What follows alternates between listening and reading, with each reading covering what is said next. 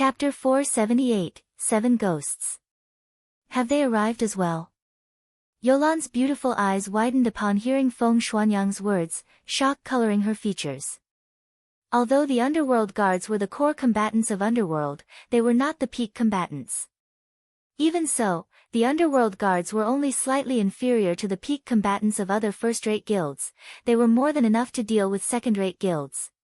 Since Feng Xuanyang had said as much, the new arrivals were not members of the Underworld Guards. Instead, they should be the peak combatants of Underworld, the 7 Ghosts. That's right.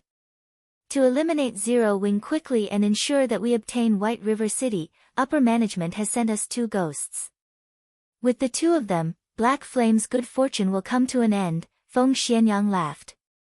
Since 2 of the 7 ghosts have arrived, Black Flame's hunting spree will no longer be an issue. On the contrary, this is our chance. Yulan nodded as she revealed a smile. Underworld was a massive organization, and those who joined the Underworld Guards were already considered experts. Meanwhile, the 7 ghosts stood out among the Underworld Guards and stood at the peak of the organization. The 7 ghosts held very high positions in Underworld, and even Feng Xuanyang had to treat them with respect. Every one of the 7 ghosts was an extraordinarily talented expert carefully selected by Underworld.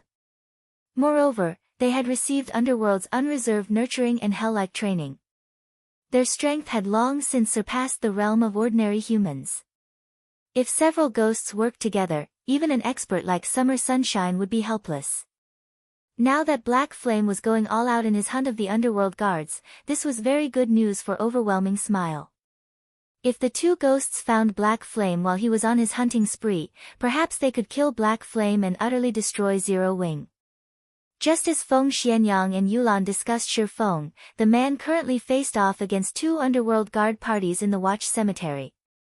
Good luck. What an arrogant little brat. The 2 Underworld Guard parties glared at Shifeng, before turning to each other, smiling.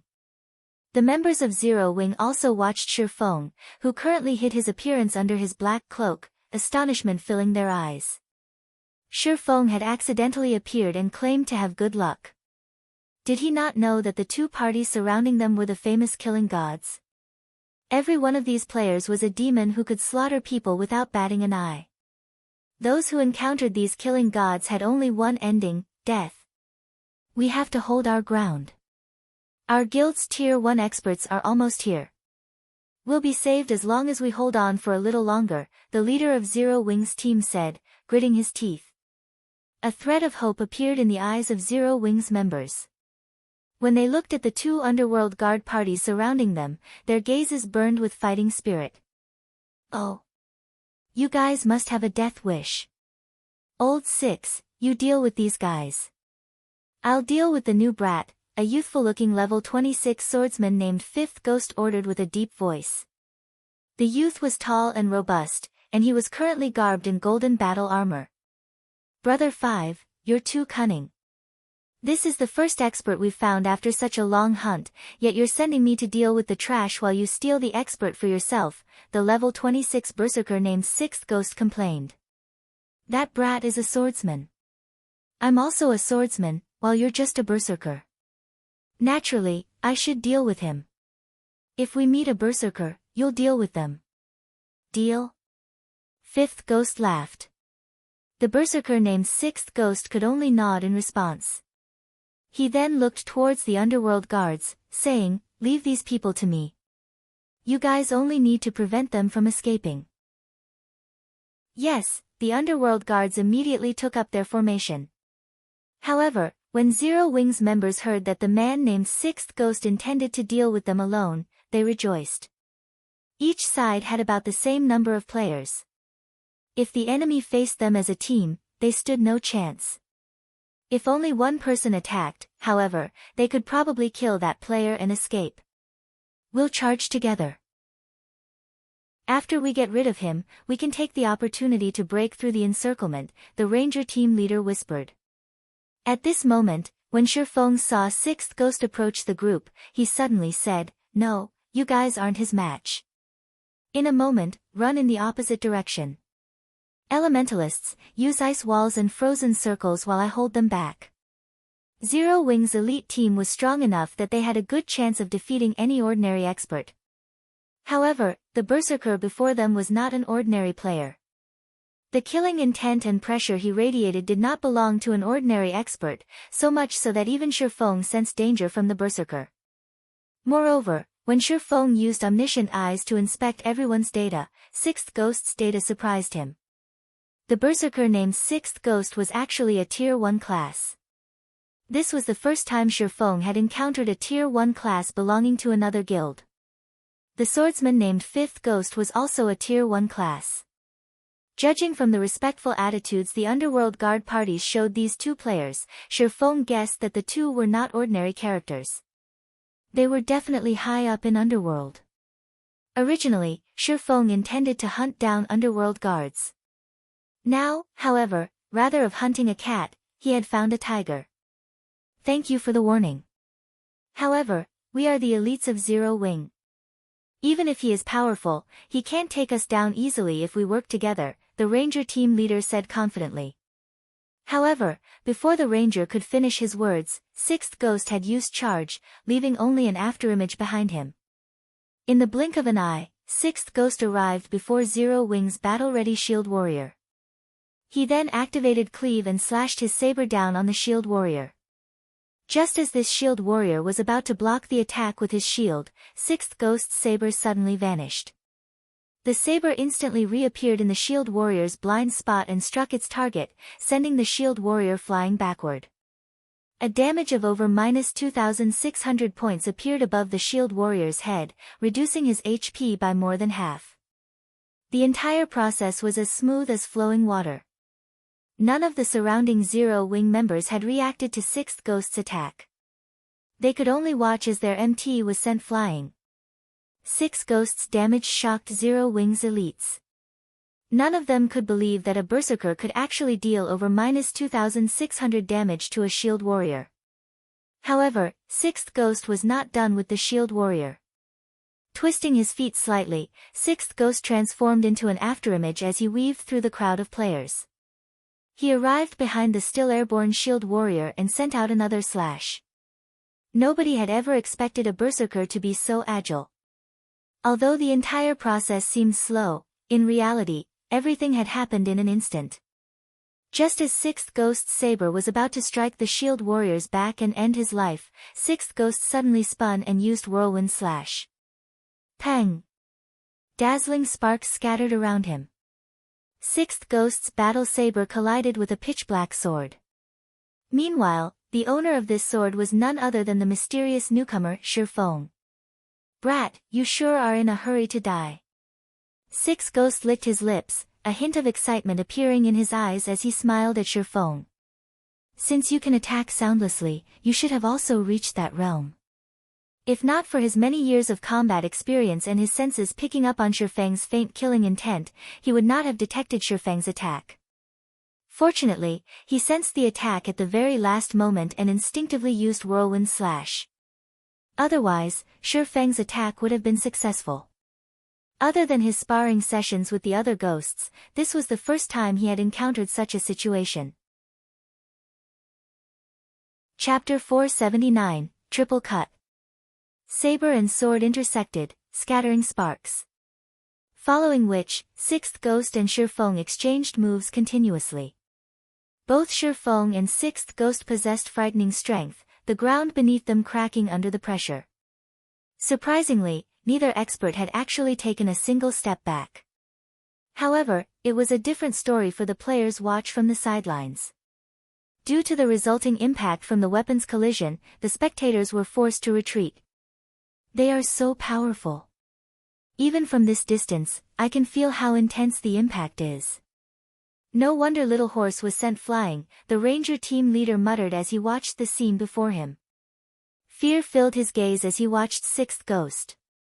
Since he had started playing God's Domain, this was the first time he had seen a player with such ferocious strength. It was simply terrifying. However, the fact that Shifeng could contend with such a monster was just as astounding. At this moment, the Tier 1 swordsman, Fifth Ghost, gaped at the two combatants with utter disbelief. Just who is that? He can compete with old 6 strength. Fifth Ghost's gaze sharpened as he began to watch Shifeng carefully. In terms of strength, a Tier 1 Berserker was definitely the strongest of all the classes. Moreover, Fifth Ghost knew how Sixth Ghost had allocated his free attribute points. They had all gone into his strength. Every piece of Sixth Ghost's equipment was also strength-based. Yet, a swordsman like Shifeng was on equal footing with Sixth Ghost. It was inconceivable. Among the 7 ghosts, Sixth Ghost's strength ranked 3rd. Even a swordsman like himself refused to confront Sixth Ghost directly, relying on techniques to achieve victory instead. Now that an expert, capable of matching Sixth Ghost's strength, had appeared, Fifth Ghost could not help but focus on the fight. "Brat, it seems that you're a Tier 1 class as well. I won't continue playing games, then." Sixth Ghost roared, and suddenly, the skin covering his entire body turned red. His momentum had also changed as a violent aura surged forth from his body. This move was a Tier 1 skill belonging to Tier 1 Berserkers, Bull's Rage, which increased the player's strength by 20% for 15 seconds. Sixth Ghost's strength had already been quite high. Now that it had increased by another 20%, simple gestures were enough to crack the land beneath his feet. "You are 10 years too early if you think you can compete with my strength." Sixth Ghost swung his battle saber, which was as tall as he was, slashing the blade down on Shifeng. Both his speed and power far surpassed his previous attacks. Yet, Shifeng did not try to dodge this attack. Instead, he swung the abyssal blade in his hand towards Sixth Ghost's saber. Everyone was confused. Even Fifth Ghost, who watched from a distance, revealed a disdainful sneer at this sight. Sixth Ghost's Bull's Rage was not the average skill. Rather, it was an enhanced skill. Unlike the normal version, the enhanced version of Bull's Rage increased a player's strength attribute by 30%. Although it was just a measly 10%, to Sixth Ghost, that 10% was the equivalent of more than 30 points in strength. Having an additional 30 points in strength was like wearing an additional piece of top-tier equipment that added strength. In terms of a Tier 1 player's levels, this increase equated 4 or 5 additional levels. After activating Bull's Rage, Sixth Ghost was the strongest among the 7 ghosts. A Tier 1 swordsman stood no chance against Sixth Ghost's strength. Shifeng overestimated himself if he thought he could challenge Sixth Ghost's attack head-on. The only way to deal with Sixth Ghost's attack was to dodge. However, even dodging was impossible. After all, even experts like them, who had reached that realm, found it extremely difficult to dodge Sixth Ghost's saber techniques. Everyone pictured Shifeng's figure flying backward the instant the saber and sword collided. Boom! The ground beneath both combatants' feet cracked, the impact of the collision creating a dust storm that enveloped the battle. "You!" Sixth Ghost's eyes widened with shock upon seeing Shifeng block his attack with just one hand. He had already activated Bull's Rage, yet, Shifeng still blocked his attack.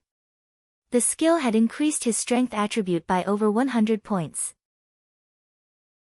This increase alone was already as much as what an ordinary player possessed. Yet, Shifeng had blocked it. The onlooking crowd gaped when they saw the small crater below the fighter's feet. Are they NPCs? None of them could believe what they saw. Was this really a battle between players? If not for the player-specific diamond-shaped markers hovering above both sides' heads, they would have suspected that the two were monsters of God's domain fighting over territory.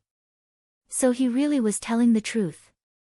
Only now did Zero Wings members realize why Shifeng had warned them before the battle had begun. With such frightening strength, even if Sixth Ghost had not utilized any skills and relied solely on his techniques and attributes, he would not have needed long to annihilate their team. "Just who are you?" After this single exchange, Sixth Ghost hurriedly retreated from Shifeng. He was on high alert as he watched his opponent, no longer as calm as before. Even a fool could tell that Shifeng's basic attributes were far superior to Sixth Ghost's. From their previous exchange, Sixth Ghost realized that Shifeng had only been testing his strength. With this realization, an indescribable anger overtook Sixth Ghost's heart. All this time, he had been the one to test others' strength, never the other way around. Now that someone had done the same to him, Sixth Ghost's pride as one of the 7 ghosts had been wounded. You attacked first. Why are you the one asking this question? Shi Feng chuckled. Brat, you're courting death. As Sixth Ghost bellowed, the battle saber in his hands transformed into 3 saber images.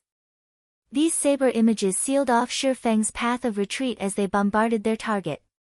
At this moment, it looked as if Sixth Ghost held not 1, but 3 battle sabers in his hand. Soundlessly, Sixth Ghost appeared right in front of Shi Feng. Hand-to-hand combat relied on 2 things, attributes and techniques. Currently, Shi Feng's attributes were far superior, so Sixth Ghost chose to contend with Shi Feng using techniques. Triple cut. Shi Feng's expression immediately turned grave. Immediately, he brandished the abyssal blade, meeting the oncoming attacks. Triple cut was a more advanced technique compared to second acceleration. Second acceleration was a technique used to fool the enemy's eyes and attack the blind spot. However, triple cut was an advanced attack technique that relied on the body's center of gravity to focus all power into a single point. The attack was extremely fast, to the point that others would see 3 weapons instead of 1. In reality, these were only afterimages. Dang! Dang! Dang! The sound of metal clashing echoed through the air. For a time, the area between Sixth Ghost and Shi Feng had become a whirlwind of blades. The constant and deafening clangs of metal on metal made everyone's ears ring. However, when they looked at the battlefield, they failed to see any collision between weapons. Such a powerful triple cut. Although Shi Feng had not received any damage, he struggled to defend against Sixth Ghost's attacks with the abyssal blade. Even though he was significantly faster than Sixth Ghost, he could do nothing but defend himself. This was the first time Shi Feng was at a disadvantage against a berserker in a contest of speed. Shi Feng had to admit that an advanced attack technique could increase a player's combat power significantly. Fortunately, he was quite a bit faster than Sixth Ghost. He had also already entered the refinement realm. He could perceive both attacks and dodging maneuvers meticulously. Otherwise, he would have already died under Sixth Ghost's triple cut. However, although Shi Feng struggled to cope with the attacks, Sixth Ghost was not having an easy time either. Even after using Bull's Rage, every time he crossed blades with Shi Feng, he could feel his hands tremble from the resulting impact. His HP had even begun to fall slowly with each consecutive impact. Although it was only a very tiny amount, after a long period, his HP would eventually vanish. Old Six, I'll help you.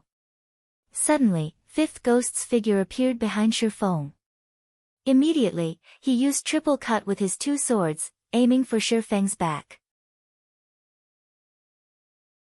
Chapter 480, Stepping into the Second Phase. Fifth Ghost was a Tier 1 swordsman. Although he did not possess Sixth Ghost's frightening strength, in terms of speed, he was significantly superior to the berserker. In particular, Fifth Ghost's control over his center of gravity when using the advanced attack technique triple cut surpassed Sixth Ghost's.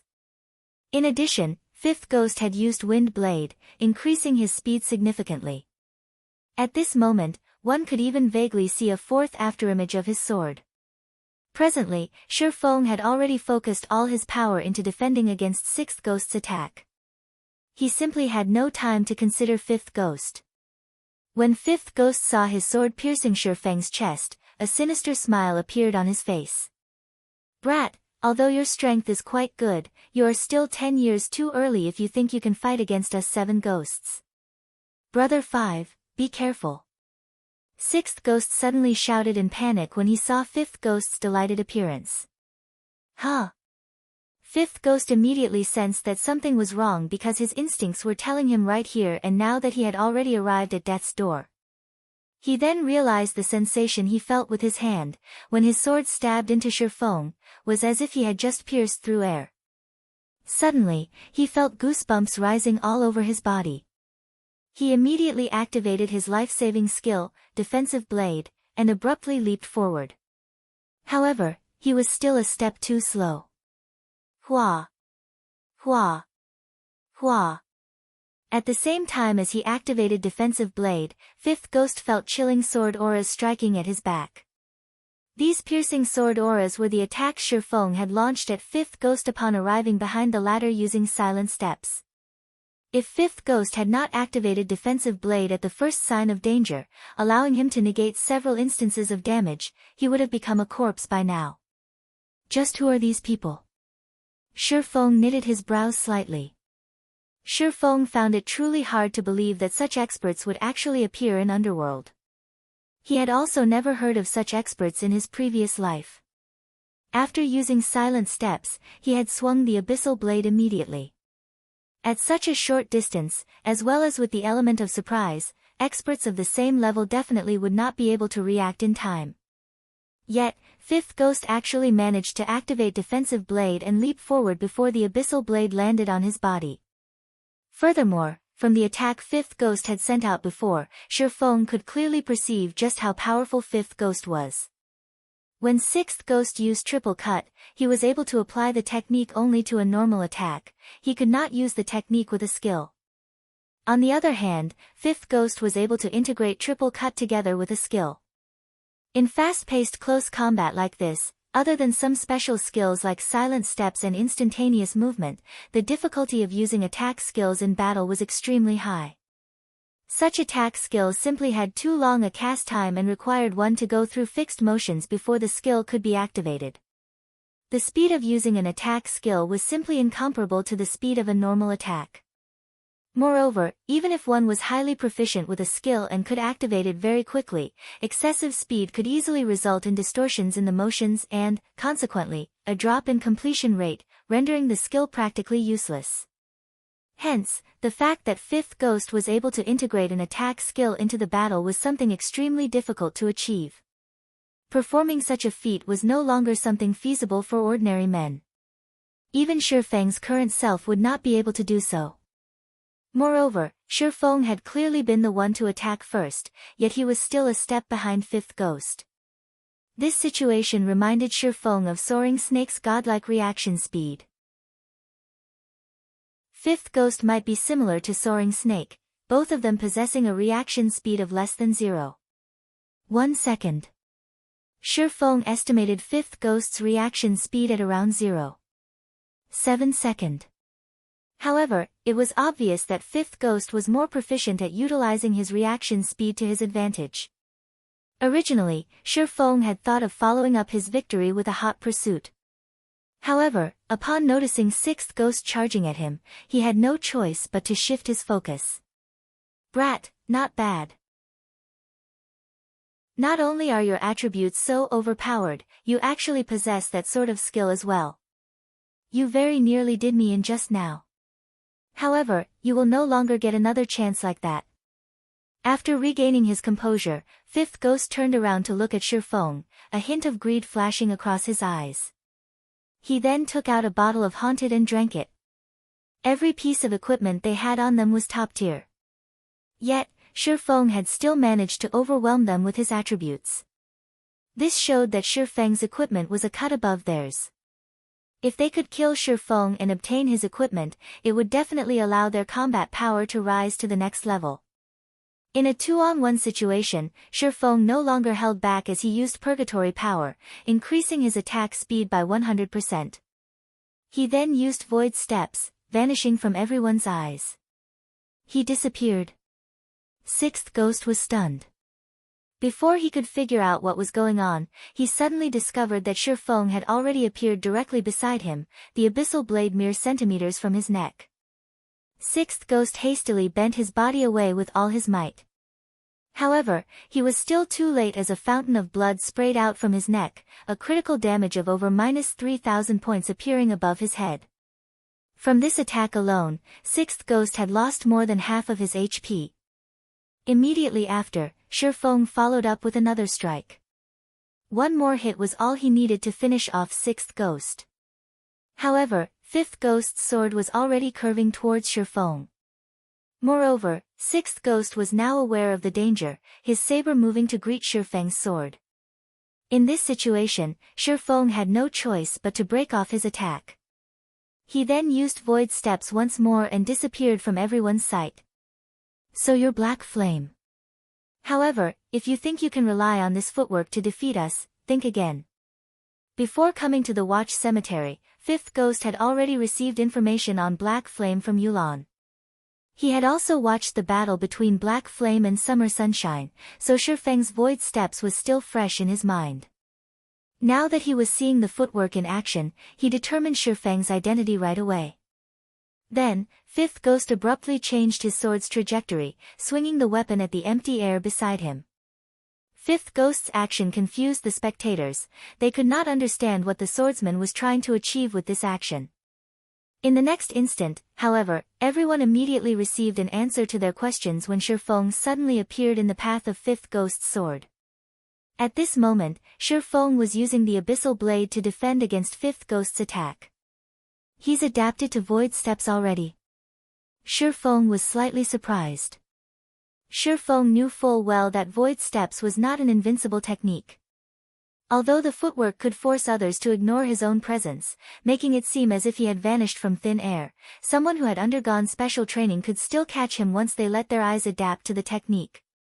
There was nothing strange in people like Fifth Ghost and Sixth Ghost being able to perform such a feat. However, the speed with which Fifth Ghost managed to adapt to the technique still exceeded Shifeng's expectations. During Shifeng's moment of surprise, Sixth Ghost had also slashed his saber at Shifeng's back, forming a pincer attack around Shifeng. Left with no other choice, Shifeng activated Windwalk as well as Void Steps to retreat. Although the two ghosts had adapted themselves to Void Steps, there was still a brief moment of delay before their eyes could locate Shifeng. Hence, Shifeng still persisted in using Void Steps to retreat. For a time, both sides entered a stalemate. The exchange between saber and swords created a storm that engulfed the audience. The surrounding spectators were shocked by this scene, and not even their eyes could keep up with the three combatants' actions.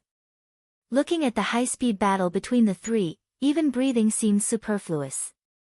Despite Shifeng's attack speed receiving a huge boost and the significant effect of Void Steps, Shifeng was still forced into passivity. The two ghosts' attacks were extremely tricky to deal with. In particular, Fifth Ghost's attacks would always strike from various different blind spots and never once would the swordsman face Shifeng in a direct confrontation. If not for the fact that Shifeng had already entered the refinement realm, his grasp over attacks and movements becoming extremely precise, he would have long since lost his life to the two ghosts.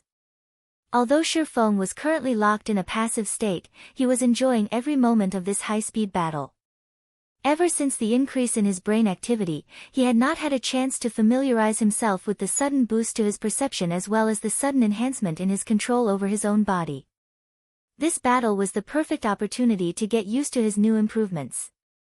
Chances to fight against experts were extremely rare, let alone against experts who were capable of forcing him into such dire straits, where even the slightest mistake could cost him his life. Moreover, Shifeng could not help but admit that the coordination between Fifth Ghost and Sixth Ghost was indeed very amazing. Regardless of how he tried to attack or dodge, he could never fully defend against the attacks of the two ghosts. As a result, he had lost close to half his HP already. However, under the steady onslaught, the accuracy of Shifeng's actions was also gradually increasing, the damage the ghosts inflicted was also gradually decreasing. Their attacks really are precise. At this moment, even Shifeng could feel himself growing mentally tired. Die! Fifth Ghost took advantage of the moment Shifeng used Void Steps and vanished to slash at the latter's back, giving Shifeng no chance to dodge or block at all. At the moment of life and death, a slight change came over Shifeng. Suddenly, Shifeng's movement stopped. In the next moment, Fifth Ghost's sword actually brushed past Shifeng's body. However, Fifth Ghost did not stop his attacks as he continued brandishing his two swords. Sixth Ghost kept hacking at Shifeng with his saber as well, not giving him any chance to dodge or block. Yet, No matter how hard they tried to hit Shifeng, he always managed to avoid their attacks ahead of time. It was as if Shifeng had long since known the trajectory of their attacks.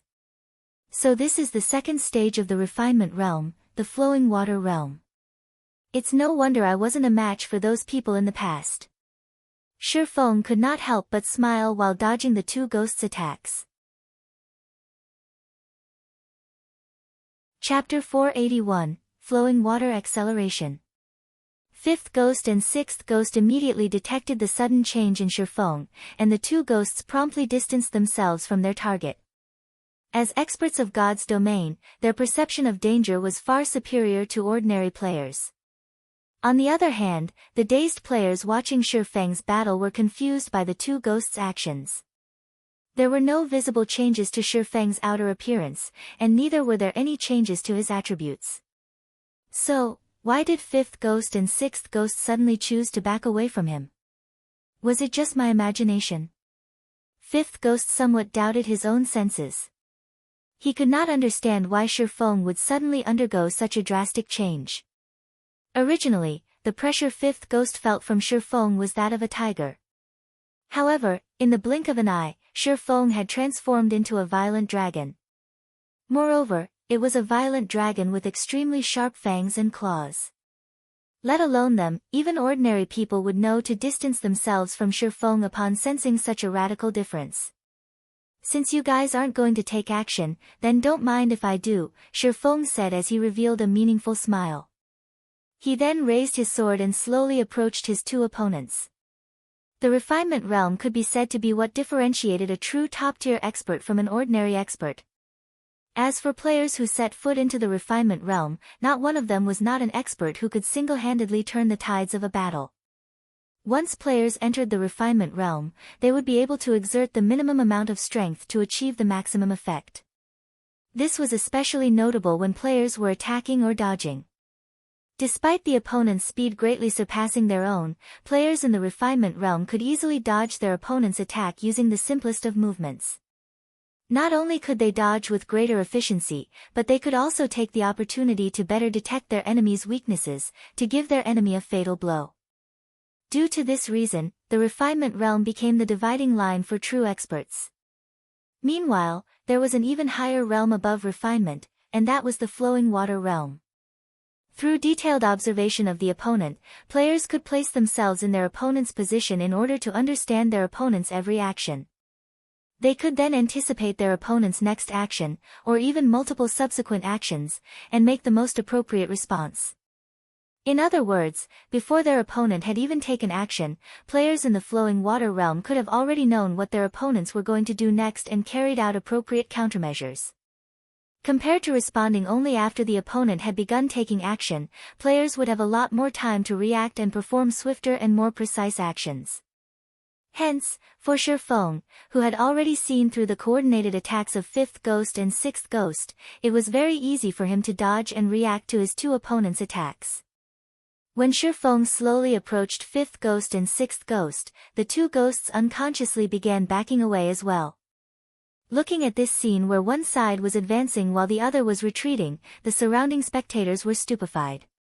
In particular, the underworld guards' jaws nearly fell to the ground upon witnessing this scene. The seven ghosts were underworld's most formidable weapons. Yet, the two ghosts before them were actually displaying cowardice right now. How could this be any more inconceivable? Meanwhile, Shifeng also wore a helpless expression on his face as he took in this situation.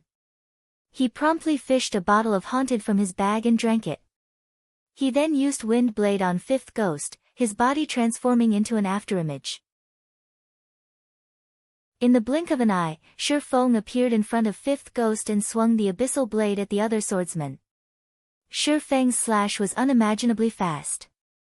The spectating crowd only saw a flash of black light, they could not make out Shifeng's sword at all. So fast. Fifth ghost was greatly alarmed.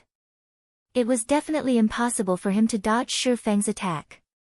However, with his godlike reaction speed, fifth ghost still managed to react before Shifeng's sword landed on his body, instinctively using triple cut to block this fleeting sword. Dang! sparks scattered into the surroundings. At the moment of imminent peril, Fifth Ghost succeeded in blocking Shifeng's attack with the sword in his hand. As a result of the impact, however, Fifth Ghost was forced to retreat numerous steps before he could stabilize his body. His entire hand also numbed from the impact. How could this be? This is triple cut.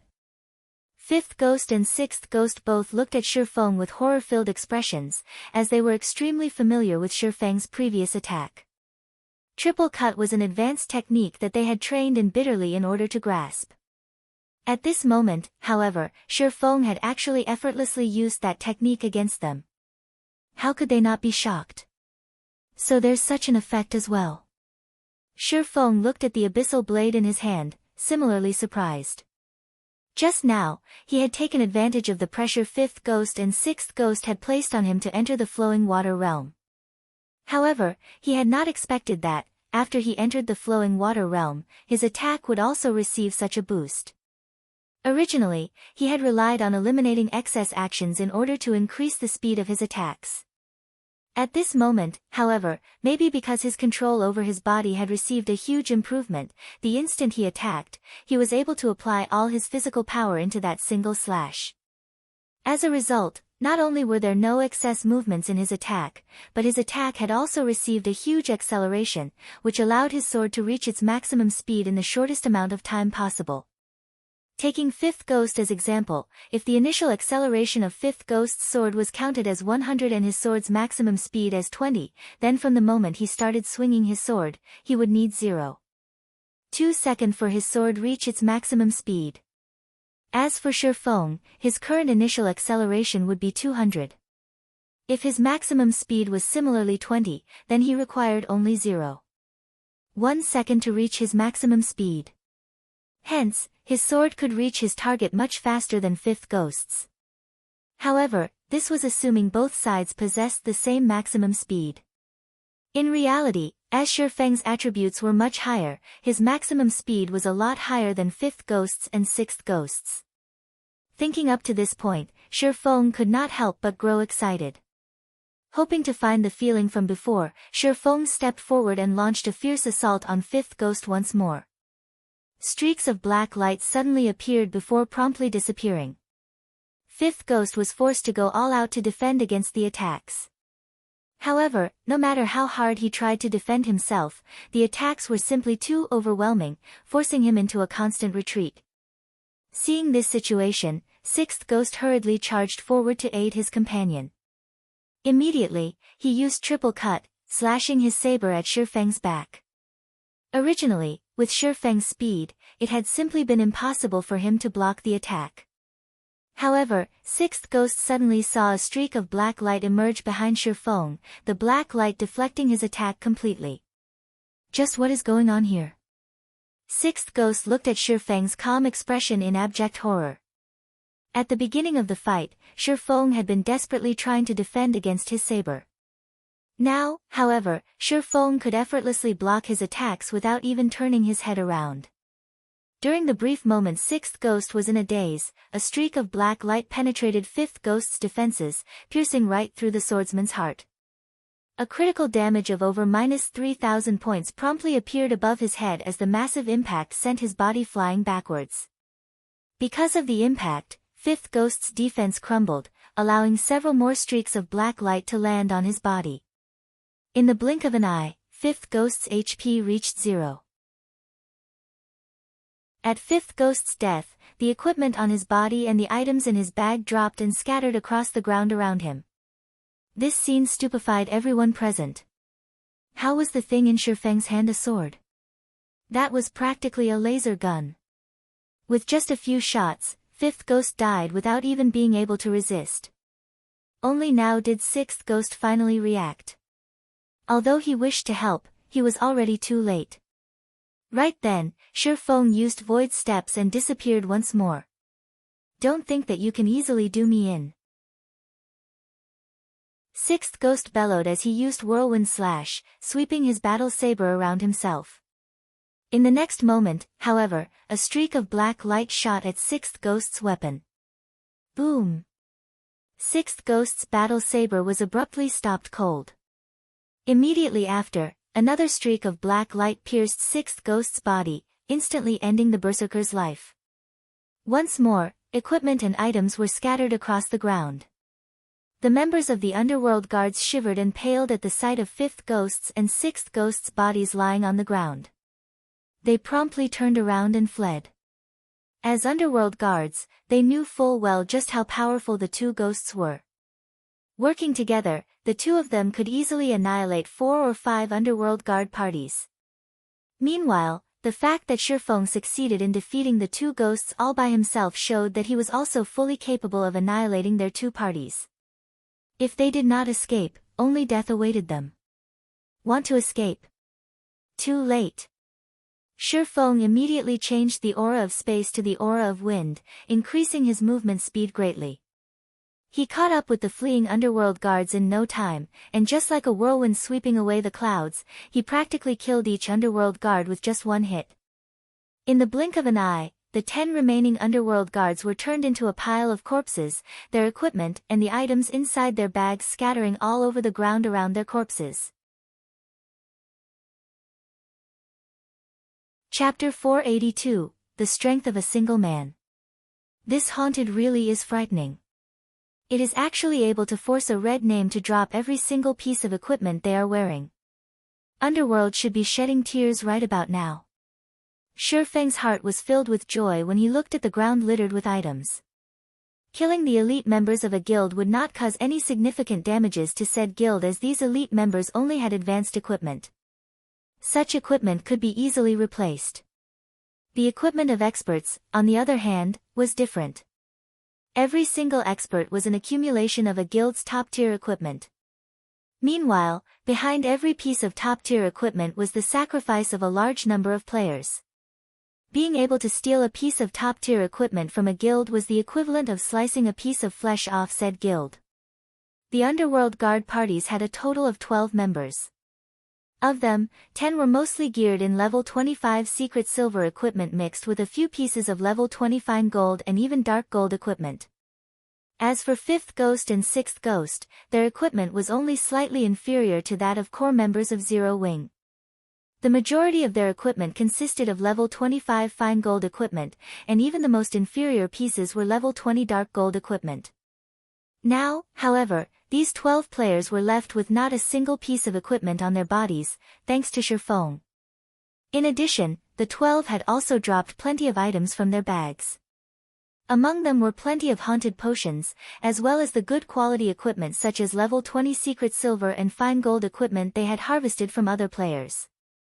Making a rough estimate, Shifeng had earned more than 100 gold just from killing these 12 players. Split this advanced equipment among yourselves. Don't forget to leave some for your dead companions. Shifeng only collected the top-tier equipment and haunted potions for himself, leaving the remainder for the team. He then disappeared into the dense forest in search of other underworld guard parties. So cool.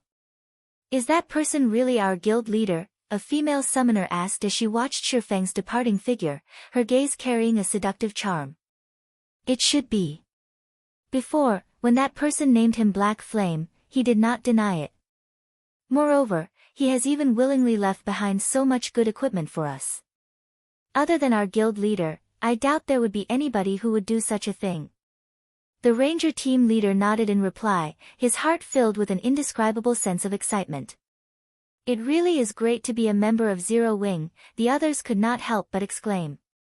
Despite the ongoing war between Zero Wing and Overwhelming Smile, as the leader of a guild, Shifeng had actually taken the initiative to enter such a dangerous location all by himself. He had even rushed to their rescue at the first sign of trouble. With such a guild leader, even if they fell back to level 0 as a result of battling Overwhelming Smile, they would still do so willingly. Although guild leader has left all this good equipment to us, I suggest that after we set aside several pieces for those who died, we should place the remainder in the guild's warehouse. Now that we are waging a war against Overwhelming Smile, the guild's expenditure is very large. We can't take advantage of the guild at such a crucial period, the ranger said. The others promptly nodded in agreement. Currently, Shi Feng was searching for treasure chests in the Watch Cemetery while waiting for Space Movement's cooldown to end and news to appear in the guild channel. Space Movement had a 5-minute cooldown. As he did not wish to waste time during this period, he had started hunting for treasure. Shi Feng could not be more familiar with the Watch Cemetery. He had visited this place many times in search of treasure in his previous life. Moreover, in the past, many treasure chest locations had been published on the official forums. Back then, as treasure chests that had already been found would not reappear at the same location, nobody actually cared about keeping these locations a secret. Instead, they actively publicized and showed off their discoveries. As a result, their actions would now benefit Shi Feng. There were plenty of secrets in God's domain. In reality, Shi Feng had just taken a casual glance at these treasure chest locations back then. He had not paid any particular attention to them. Even if his memory was very good, he could only vaguely remember these locations now. After all, nobody knew that they would reincarnate into their past lives. However, due to the improvement of Shi Feng's brain activity, even his memory had received a huge boost. The things he could only vaguely remember before were now as clear as the sun at noon to him. Hence, his search for treasure chests became a very easy task. It was as if he was looking at a treasure map while treasure hunting. After just a brief search, Shi Feng had already discovered a bronze treasure chest, obtaining more than 3 silver coins and a level 25 mysterious iron weapon from it. The number of treasure chests in this area is too little while the number of players is too high. Many of the treasure chests should have already been discovered by someone else. It seems that I can only try my luck somewhere else, Shi Feng muttered as he collected the items inside the bronze treasure chest. Currently, level 25 mysterious iron weapons were still in high demand. He then took a look at the system map. As I recall, there should be plenty of high-quality treasure chests located in the inner regions of the Watch Cemetery. Following which, Shi Feng dashed directly towards the inner region of the Watch Cemetery. For a couple of hours, Shi Feng searched for treasure while killing any underworld guard parties that dared show themselves. During this period, Shi Feng had opened more than 30 treasure chests. Among them, 14 were bronze treasure chests, 16 were mysterious iron treasure chests, and 6 were secret silver treasure chests. He had also killed 11 underworld guard parties. Overall, he had gained a frightening harvest. Although these underworld guard parties did not have experts like 5th Ghost and 6th Ghost, they still contributed plenty of top-tier equipment to Shi Feng's harvest. After all, these underworld guards normally killed many players, so they had accumulated quite a lot of good stuff, both on their bodies and in their bags. Now, however, all these items belonged to Shi Feng. In other words, these underworld guards had just carried out free labor for Shi Feng. Just the number of top-tier equipment Shi Feng obtained exceeded 100 pieces, not to mention advanced equipment. Shi Feng's harvest had instantly made up for much of the losses Zero Wing suffered before. Inside the guild residence of Overwhelming Smile. 5th Ghost and 6th Ghost died. How is this possible? Feng Xuanyang's eyes widened in shock upon reading the report he just received. He could not at all accept this matter as real. 5th Ghost and 6th Ghost were Underworld's most formidable weapons. Now, not only had both of them lost all their equipment, but they could not even log back into the game right now. Just how was he supposed to report this incident to the higher-ups? This black flame is simply too vicious. Seated to the side, Yulan, who was garbed in a set of alluring purple robes that placed her exquisite figure on full display, knitted her brows tightly, a gloomy expression currently on her face. Contrary to expectations, Yulan was not particularly concerned about this piece of news. Compared to 5th Ghost's and 6th Ghost's deaths, she was more concerned about the number of deaths in the Underworld Guard parties. Currently, statistics showed that more than 80 Underworld Guards had already died. As of this time, Underworld had sent over 200 Underworld Guards to Overwhelming Smile, and close to half had died. Practically all the Underworld Guard parties posted at the Watch Cemetery were dead by now. This loss was already well over the limit they could endure. Even if they emptied Overwhelming Smile's entire guild warehouse, they would not be able to make up for the loss in top-tier and advanced equipment. Aside from that, there was also the loss of levels, as well as the fact that all those killed by Shifeng were unable to log back into God's domain for a long period of time.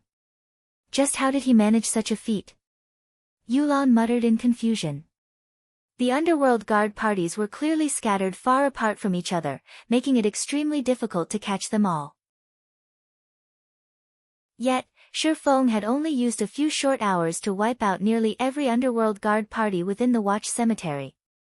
While Feng Xianyang and Yulan were feeling depressed, information regarding Shifeng's feat spread like wildfire throughout White River City. Players who received this piece of news were thoroughly amazed. 1 hit per person.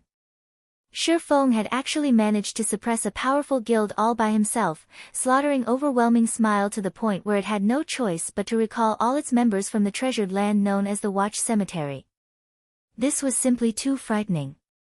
For a time, Zero Wing was once more the topic of conversation in the entire White River City. Chapter 483, Everlasting War. Although the fight in Watch Cemetery had not been on a large scale, it had dealt a massive blow to Overwhelming Smile. This was not a matter of winning or losing. Instead, it was because Overwhelming Smile had conceded. This one point proved that Overwhelming Smile was inferior to Zero Wing. In addition, Shifeng's stunning performance had calmed the rush to join Overwhelming Smile. Previously, they all had an optimistic view on Overwhelming Smile, believing that the guild was about to overtake the position of White River City's overlord. Now, however, the situation had taken a 180-degree turn. Needing only 1 hit per person, Shifeng had wiped out all of Overwhelming Smile's experts within the Watch Cemetery. Without that hindrance, Zero Wing's Tier 1 experts were able to display their strength as they swiftly wiped out the normal members from Overwhelming Smile, forcing the guild to pull back from the treasured land known as the Watch Cemetery. The Watch Cemetery was White River City's most resource-rich level 20 to 30 map. Losing it would undoubtedly be detrimental to Overwhelming Smile's future development. Although Overwhelming Smile was wealthy, that wealth would be meaningless if they could not convert it into leveling resources. The sky slowly darkened as the setting sun gradually disappeared past the horizon. After a day's struggle, many players had begun to return to the city to rest and celebrate their day's harvest. Bars, restaurants, clubs, and many such establishments were already crowded. At this moment, in the rooftop dining room of a high-class restaurant, 2 female players feasted on delicacies as they enjoyed the view of White River City. Many male players present snuck glances at these 2 women. Of the 2 female players, one was petite and lovely, while still sporting stunning curves. The other was even more beautiful. Her face was so pure that it put flowers to shame and outshone the moon. Her snow-white skin looked so delicate that it seemed as if it might break from the gentlest touch. Currently, although she wore a long, aqua-blue mage robe, trimmed in gold, the clothing failed to conceal her graceful body. These 2 were none other than Blue Bamboo and Thoughtful Rain, the pair that had originally planned to join Overwhelming Smile. Blue, what did I tell you? Look how quickly Zero Wing suppressed Overwhelming Smile, Thoughtful Rain said as she glanced at Blue Bamboo, the gentle smile in her ink-black eyes intensifying. Previously, due to her refusal to join Overwhelming Smile, Blue Bamboo had pestered her ceaselessly, giving her a huge headache. Only now that Zero Wing had forced Overwhelming Smile to submit did the girl finally relent. Overwhelming Smile is truly disappointing. To think that I thought so highly of it, it actually dared to let me down. I don't want to join Overwhelming Smile anymore either. Blue Bamboo pouted, disappointed. I already told you that Zero Wing is far superior to Overwhelming Smile. After all, it was the first guild to own a guild residence in White River City. Not only that, it claimed the best residence available in White River City. It also has plenty of experts. Currently, the various guilds in White River City barely have any Tier 1 experts in their guilds. Yet, I hear that Zero Wing already has over 50. Zero Wing has long since taken the lead. Furthermore, its guild leader, Black Flame, is a titled expert. Thoughtful Rain's thin lips shifted slightly as she explained, smiling tenderly. Since that's the case, why don't we join Zero Wing? Blue Bamboo could not help but have expectations. Zero Wing's exam is very strict. I might be able to pass it, but I'm afraid that you. Thoughtful Rain shook her head after evaluating Blue Bamboo. Humph. Who says my techniques are bad? I've only recently begun playing virtual reality games. After some time, I'll be more amazing than even Black Flame. Besides, Blue Bamboo's ink-black eyes suddenly shone as she revealed a meaningful smile, saying, Rain, I know that you've encountered one of the higher-ups of Zero Wing before. His name was Yifeng, I think. He gave you a permanent pass to the library. All of my classmates turned green with envy when I told them about that item. Since he gave you such a precious pass, he should be able to admit us into the guild without any issues with his position. I am only acquaintances with him. Blue, stop overthinking things, Thoughtful Rain hurriedly explained. Besides, if he invites you into Zero Wing, and you perform badly, what then? Others will question his ability to manage the guild. Are you my best friend or his? You're actually defending him, yet, you claim that there is nothing going on between you two. I don't care.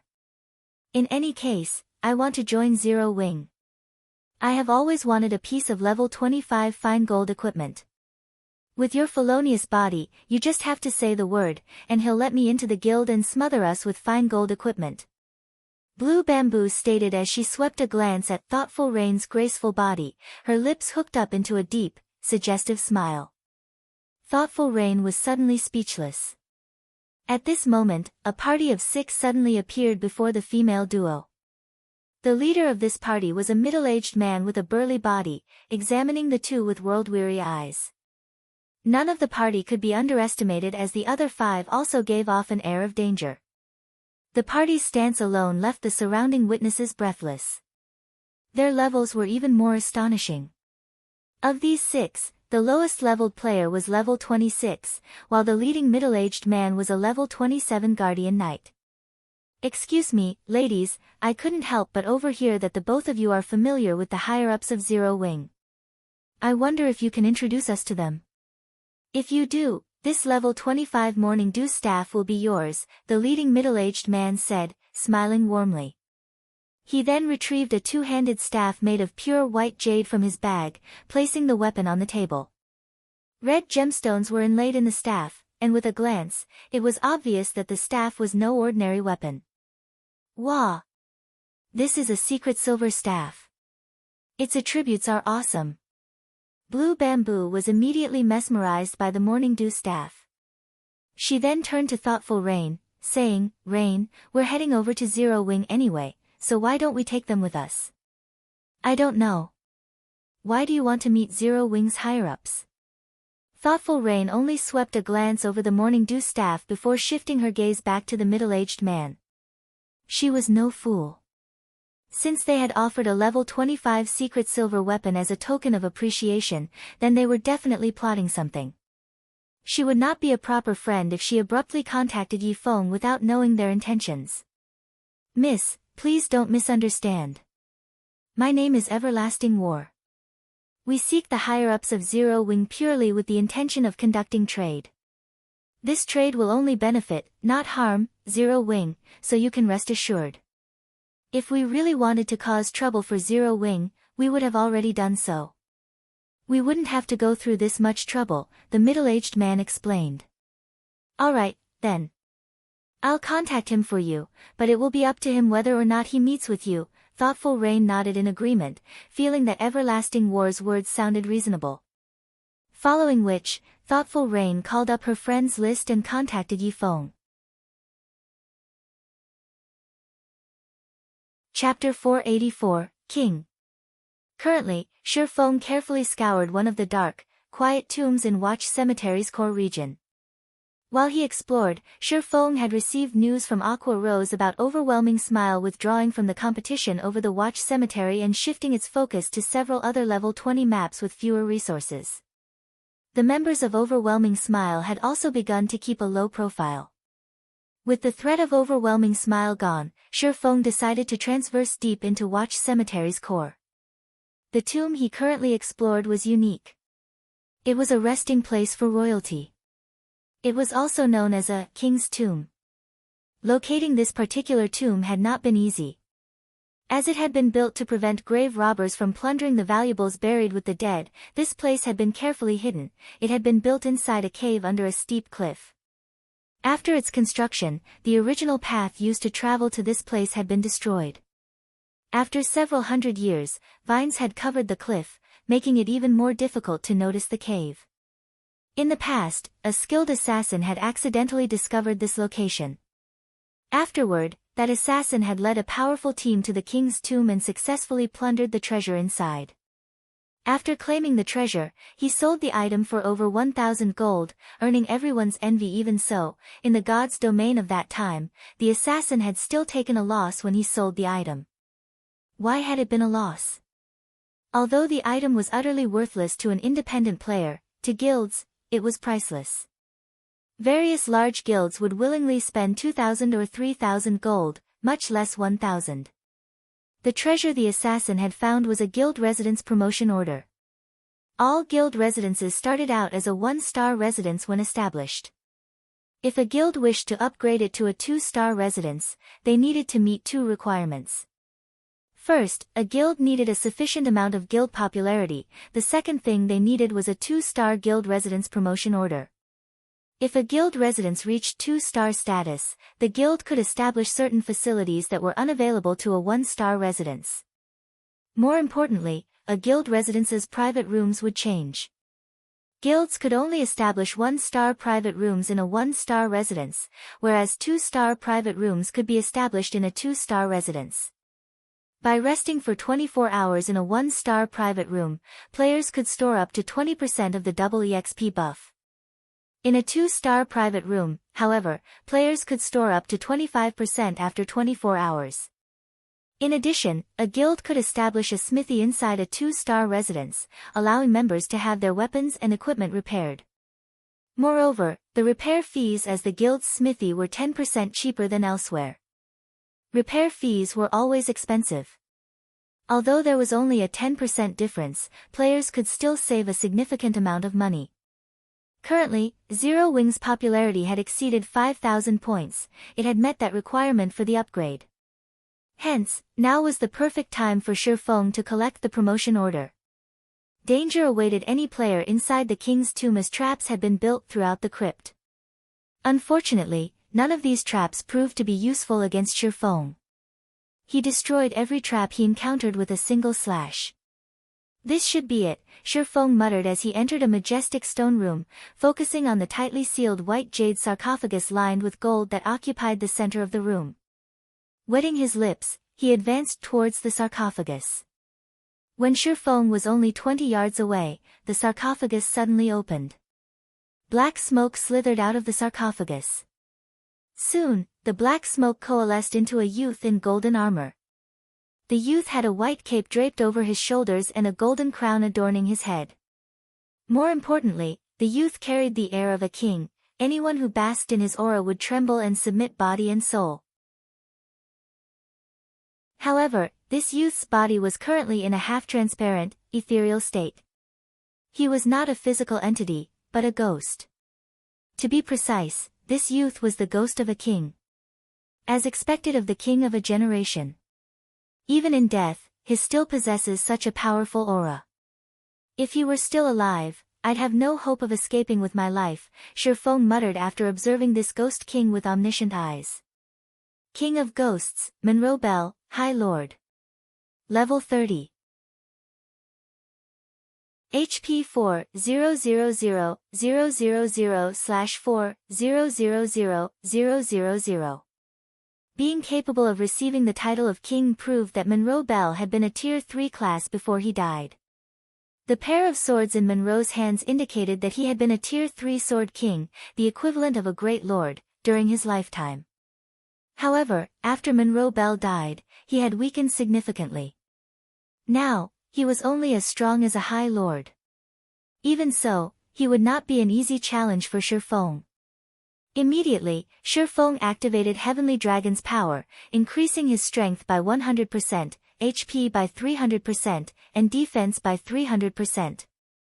Suddenly, Shifeng's HP rose past 27,000. However, his HP could not compete with the King of Ghosts, which possessed 4 million HP. Shifeng then used the activatable skill of the 7 Luminaries' Rings Aura of Water, Life Bloom, recovering 20% of his HP every second for 40 seconds. During this period, it would be the equivalent of having a powerful healer healing him indefinitely. Grave Robber, receive the Sword of Justice's retribution. Monroe Bell's pitch-black eyes locked onto Shifeng. Taking a step forward, the King of Ghosts dashed towards Shifeng as he sent a flurry of sword thrusts at the intruder with his king's sword. The King of Ghosts' sword carried with it a majestic aura. The aura alone was enough to scare an ordinary player, much less the flurry of thrusts. Monroe Bell's attack was like a tsunami, he gave Shifeng no opportunity to evade the strikes. Shifeng immediately activated Purgatory Power, allowing his attack speed to soar. He then used Wind Blade and charged forward. Facing the countless oncoming sword thrusts, Shifeng chose to face brutality with grace, and rather than confronting the attack head-on, he deflected the strikes to the side. However, despite the extreme speed of his swords and the fact that he was already in the flowing water realm, he could not keep up with the dozens of sword thrusts. As a result, he received multiple hits. Shifeng was not courageous enough to face Monroe Bell directly. A High Lord far surpassed an ordinary lord. Monroe Bell suppressed Shifeng completely in terms of strength and speed. Even if Shifeng activated twofold Berserk, the result would be the same. Furthermore, Monroe Bell was not an ordinary High Lord. The King of Ghosts had been a bona fide Sword King before he died. In terms of combat technique utilization, he was even stronger than ordinary experts. Hence, challenging the High Lord in a direct confrontation would only be detrimental to Shifeng. If Shifeng had not reached the flowing water realm, gaining insight into an opponent's actions, he would never have come here, only to die. After all, level 30 was a dividing line in God's domain. Monroe Bell's attack power was also terrifying. Shifeng had received close to -2,000 damage from a casual slash and more than -4,000 damage if the King of Ghosts struck him with a skill. If Shifeng had not activated Heavenly Dragon's power, increasing his defense significantly, Monroe Bell's normal attack could have dealt over -4,000 damage, whereas a skill would deal over -10,000. As Shifeng received damage, Life Bloom displayed its impressive effects. After factoring in the passive effects of the Aura of Water, Life Bloom regenerated more than 8,000 HP every second, the amount of healing Shifeng received surpassing the damage he received. While Shifeng and the King of Ghosts fought an intense battle against each other, a figure had stealthily appeared beside the sarcophagus and proceeded to open the treasure chest within. This treasure chest did not have a level restriction, so anybody could open it. However, opening it required 20 seconds. During this period, the person opening the treasure chest must not receive any damage. Otherwise, they would have to start the opening process all over again. Meanwhile, the person currently opening the treasure chest was none other than Shifeng's doppelganger. Although the doppelganger could not pick up any items, it could open the treasure chest. In the past, the 50-man team the assassin had led had similarly made various sacrifices to open the treasure chest before fleeing for their lives. Although Shifeng was alone, he still chose to give the king's tomb a try. After all, not only did he possess the strength to resist a High Lord for a short time, but he also had his doppelganger. No one else would have a chance of completing the task by themselves. The moment the doppelganger opened the treasure chest, Shifeng instantly swapped positions with it, having his doppelganger delay Monroe Bell while he looted the contents of the treasure chest. Monroe Bell was simply too powerful. Shifeng's doppelganger barely lasted 3 seconds before it died. However, during those 3 seconds, Shifeng had emptied the treasure chest. Seeing Monroe Bell charge towards him, Shifeng hurriedly switched the Aura of Water to the Aura of Space before activating space movement and leaving the king's tomb. Chapter 485, Number 1 Guild. Near one of the mass graves in Watch Cemetery's outer region, a tear in space suddenly appeared in midair. In the next moment, Shifeng emerged. I finally escaped. Even after Shifeng landed, he could still hear the King of Ghosts' angry roars. However, the tear in space had already closed. Even if Monroe Bell recovered his strength as a Tier 3 Sword King, he could not reach Shifeng now. Now that I have the promotion order, it should be about time to make a trip back to White River City. Shifeng's lips curled up slightly when he saw the glittering silver token in his bag.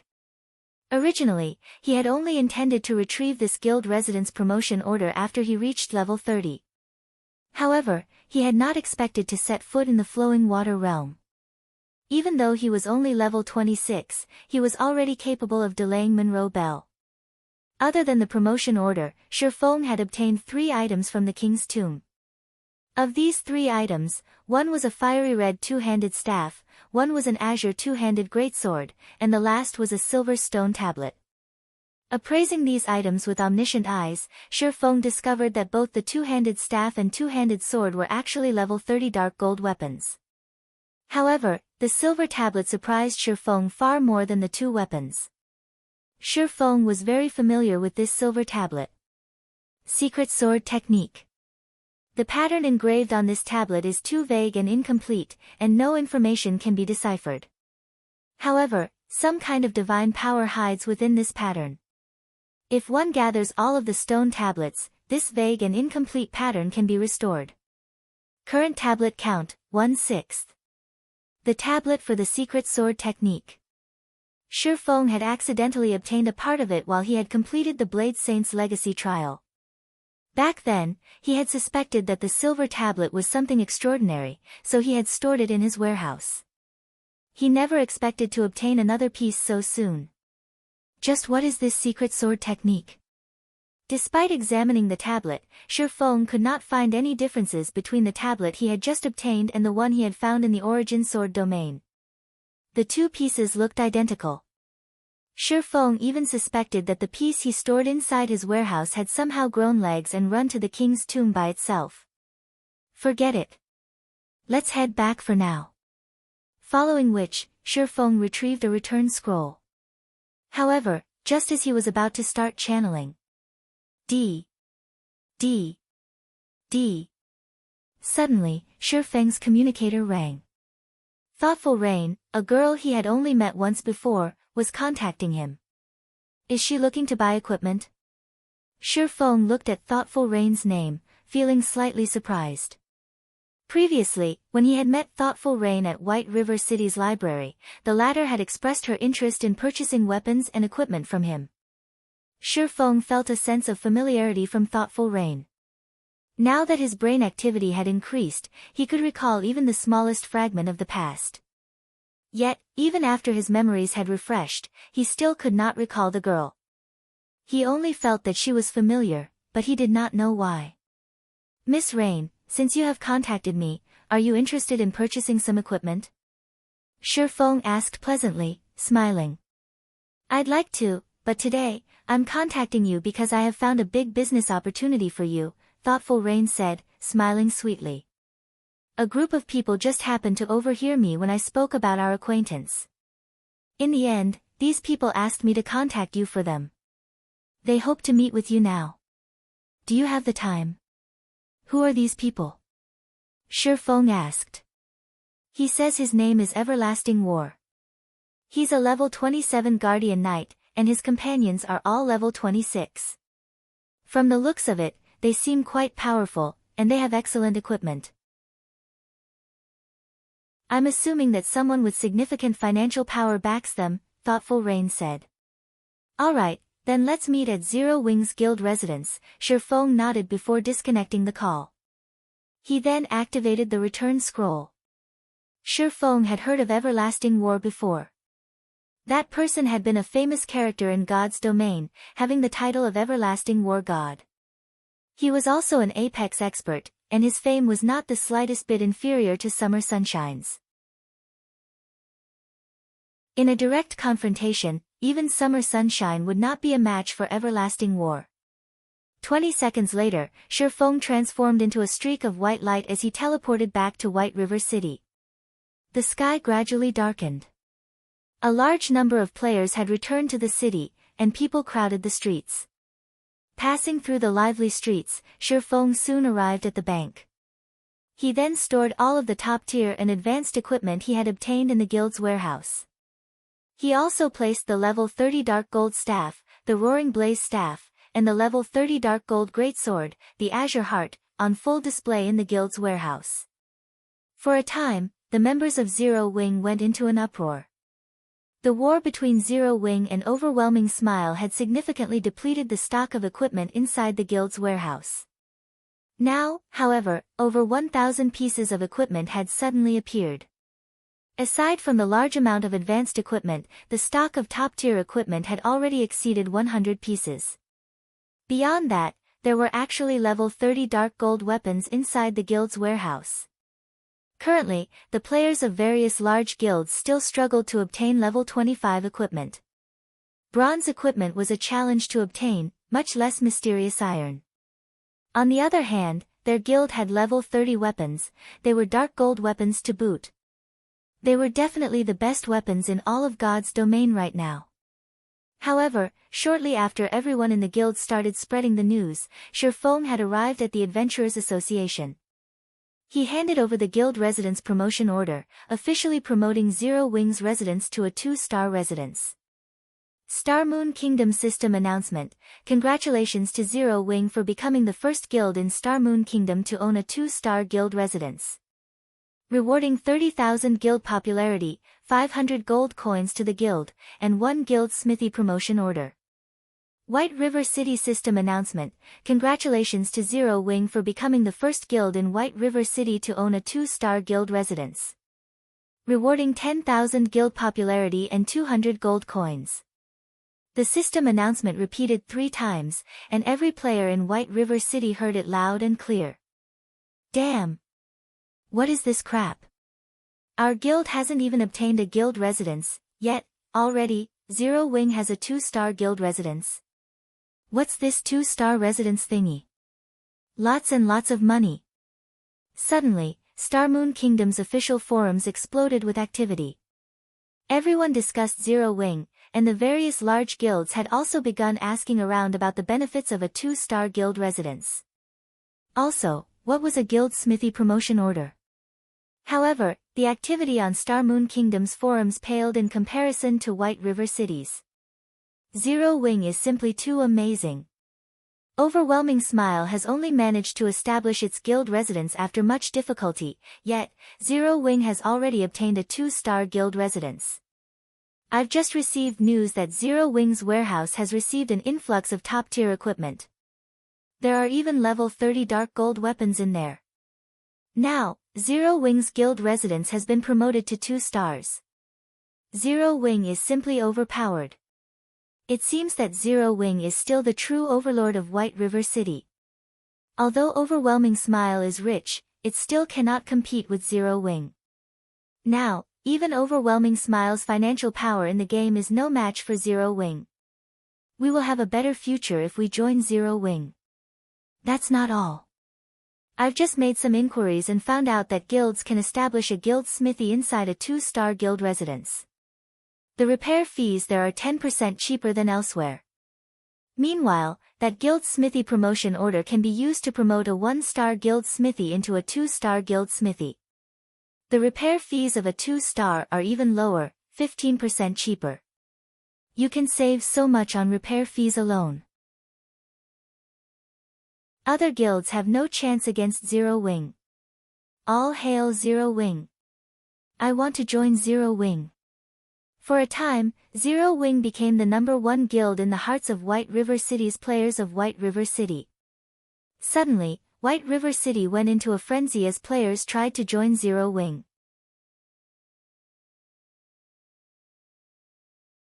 Chapter 486, Generous Benefits. Inside the Adventurers Association, Shifeng was currently applying to establish a forge inside Zero Wing's guild residence. Sir, this is the model list for smithies. In addition, there is also a list of blacksmiths. You may choose any of the names listed there. The NPC at the counter smiled as she passed 2 lists to Shifeng. In God's domain, buildings were not limited to a single model.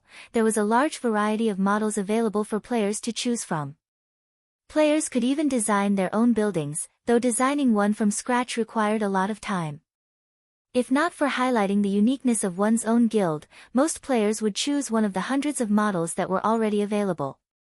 Promotion of buildings only required a promotion order. There was no need to spend any money. However, constructing a new building or reconstruction required a large sum. Depending on the size of the building, the materials required, and the building's function, the price of construction would vary. A guild's smithy was extremely important. Hence, Shifeng needed to decide carefully. Smithies were differentiated by 3 grades: ordinary, refined, and luxury. Though the price of each smithy was higher than the last, each grade was also more efficient. Ordinary smithies cost between 100 gold and 200 gold. Aside from repairing weapons and equipment, guild members could also sell their unwanted items to the NPCs at the smithy. Refined smithies cost between 300 gold to 500 gold. Aside from having all the functions of an ordinary smithy, refined smithies had a more refined and luxurious appearance. Refined smithies also had a weapon maintenance function. If a player left their weapon in the smithy's care, its durability consumption rate would drastically reduce for a period. At the same time, one could also hire intermediate blacksmiths if they had a refined smithy. One should not underestimate the function of blacksmiths. These blacksmith NPCs all possess different capabilities. For example, some blacksmiths might take less time than others to repair weapons and equipment. Other blacksmiths might produce stronger maintenance effects. Hence, hiring a powerful blacksmith was of utmost importance. Lastly, luxury smithies cost between 800 gold and 1000 gold. Aside from having all the functions of a refined smithy, luxury smithies had a rest area that allowed guild members to accumulate the double EXP buff. However, 48 hours of rest was required to accumulate 20% of the buff. In addition, luxury smithies contained forging rooms. Moreover, these were advanced forging rooms, which were far more effective than those at the Starstreak trading firm. One could also hire advanced blacksmiths. For the guild's future development, we'll get the most benefits from the best option. Let's choose this 1000 gold model, then. After looking through the model list, Shifeng chose one of the largest luxury smithies available that allowed him to invite up to 10 blacksmiths. After deciding on the model, he began to choose his blacksmiths. Shifeng had received 700 gold from the system reward alone. In addition, he also received over 300 gold for each dragon scale set equipment that sold at the Blackwing auction house. At this point, he had already sold more than 20 sets. Currently, Shifeng had more than 8,000 gold on his person, making him wealthier than any single guild in Star Moon Kingdom. Moreover, gold would continue to fill his bags as more sets of dragon scale set equipment sold. So, he did not mind constructing the best smithy available. Following which, Shifeng chose to hire 10 advanced blacksmiths. These 10 NPCs were the most skilled blacksmiths one could currently find. Their monthly wages ranged between 3 and 5 gold. After Shifeng finished dealing with the smithy, he searched for a secluded location to adjust his appearance back to Yifeng. He then hailed a horse carriage and returned to Zero Wings Guild residence. When Shifeng arrived at the residence, he discovered a sea of players crowding the entrance, creating an extraordinarily lively atmosphere.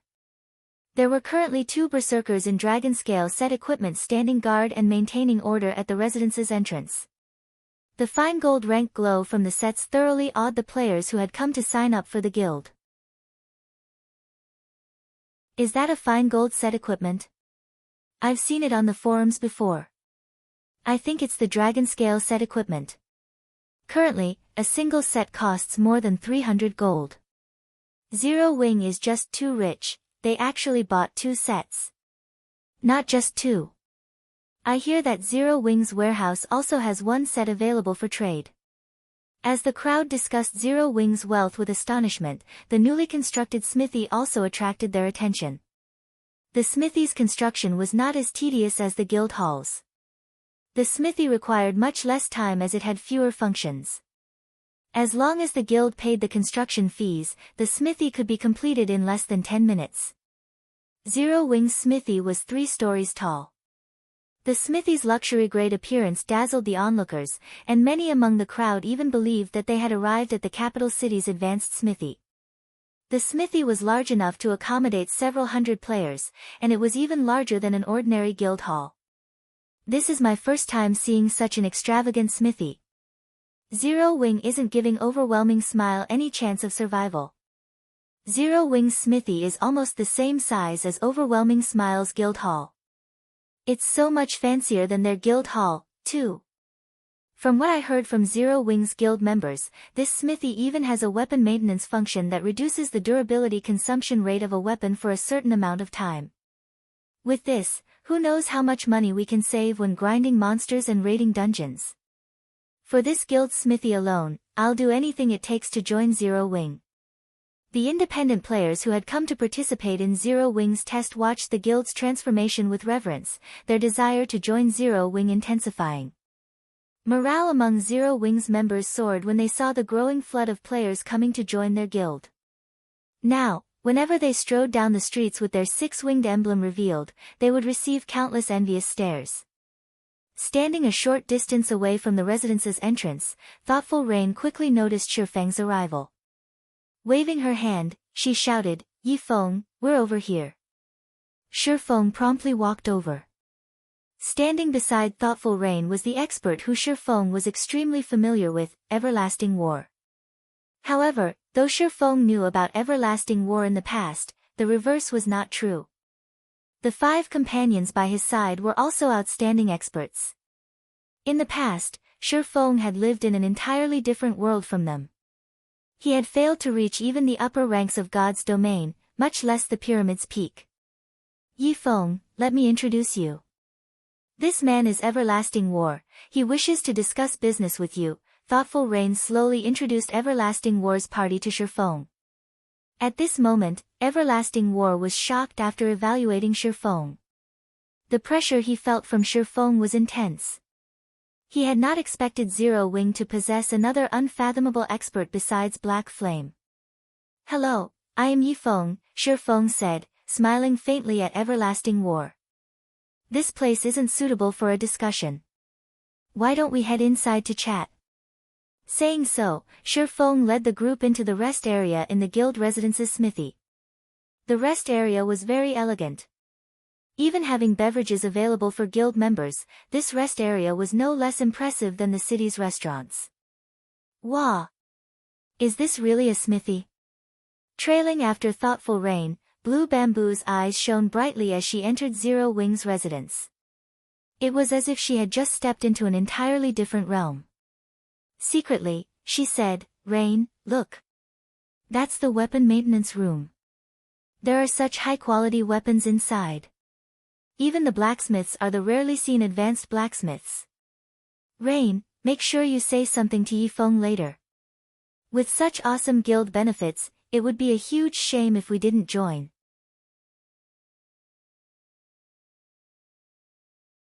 Chapter 487, Dark Arena. Thoughtful Rain glanced at Blue Bamboo's pleading look before examining her elegant surroundings. Indeed, no other guild could compete with Zero Wing, so it would not be a bad choice for them to join this guild. "Ha! I only met Yifeng by chance, our relationship isn't what you imagine. I can only try my best, don't expect too much," Thoughtful Rain replied softly through their private chat. "Hmichum." Blue Bamboo nodded vigorously. Compared to Blue Bamboo's fascination, Everlasting War and his companions only considered Zero Wing's benefits and environment decent. However, compared to a small, unknown guild, the sudden emergence of a great expert like Shifeng was what truly shocked them. Carefully observing his surroundings, Everlasting War suddenly realized that Zero Wing's members were actually quite powerful. They were much stronger than the members of other guilds. As the rumors had said, Zero Wing was the true overlord of White River City. A moment later, Shifeng had led the group to one of the small rooms located in the rest area. The environment inside the room was excellent, and the pleasant aroma filling the air soothed everyone's tense spirits. Shifeng had to admit that the luxury version of the smithy was worthy of the price. He had not spent 1,000 gold for nothing. What would you like to talk about? Shifeng asked casually as he looked at Everlasting War. Originally, I had hoped to ask Brother Yifeng to introduce us to your guild leader, Black Flame. However, seeing as Brother Yifeng possesses such strength and is one of the upper managers of Zero Wing, discussing this matter with you should have the same effect, Everlasting War said leisurely. Truth be told, we are not players from Star Moon Kingdom. Rather, we are from the Beast Empire, the 8th strongest country in God's domain. As you can see, although we are independent players, our weapons and equipment are not the possessions of ordinary independent players. Indeed, the majority of your party's equipment consists of level 25 fine gold equipment. The level 25 shield and weapon in your hands are even dark gold rank, something extremely rare throughout God's domain. There are not many guilds in Star Moon Kingdom capable of obtaining those items. Shifeng nodded in agreement. He could not help but admit that there was a massive difference regarding resources between the empires and kingdoms of God's domain, not to mention the difference between Star Moon Kingdom and the current 8th strongest country in God's domain, the Beast Empire. Their weapons and equipment are all level 25 fine gold and dark gold rank. How is this possible? Blue Bamboo looked at Everlasting War's party, her eyes widening with surprise. Blue Bamboo knew that Everlasting War was very powerful. She could tell that just by looking at his level. All this time, however, Blue Bamboo had thought that the fine gold and dark gold rank glow effect surrounding Everlasting War's body originated from level 20 weapons and equipment. She never considered that he had level 25 weapons and equipment. Level 25 fine gold equipment was a luxury to any guild, much less dark gold rank. By the side, Thoughtful Rain was also shocked. Only now did she understand why this party did not mind giving them a level 25 secret silver staff. It turned out that these players were all using level 25 fine gold and dark gold ranked weapons and equipment. Is this the gap between a kingdom and empire?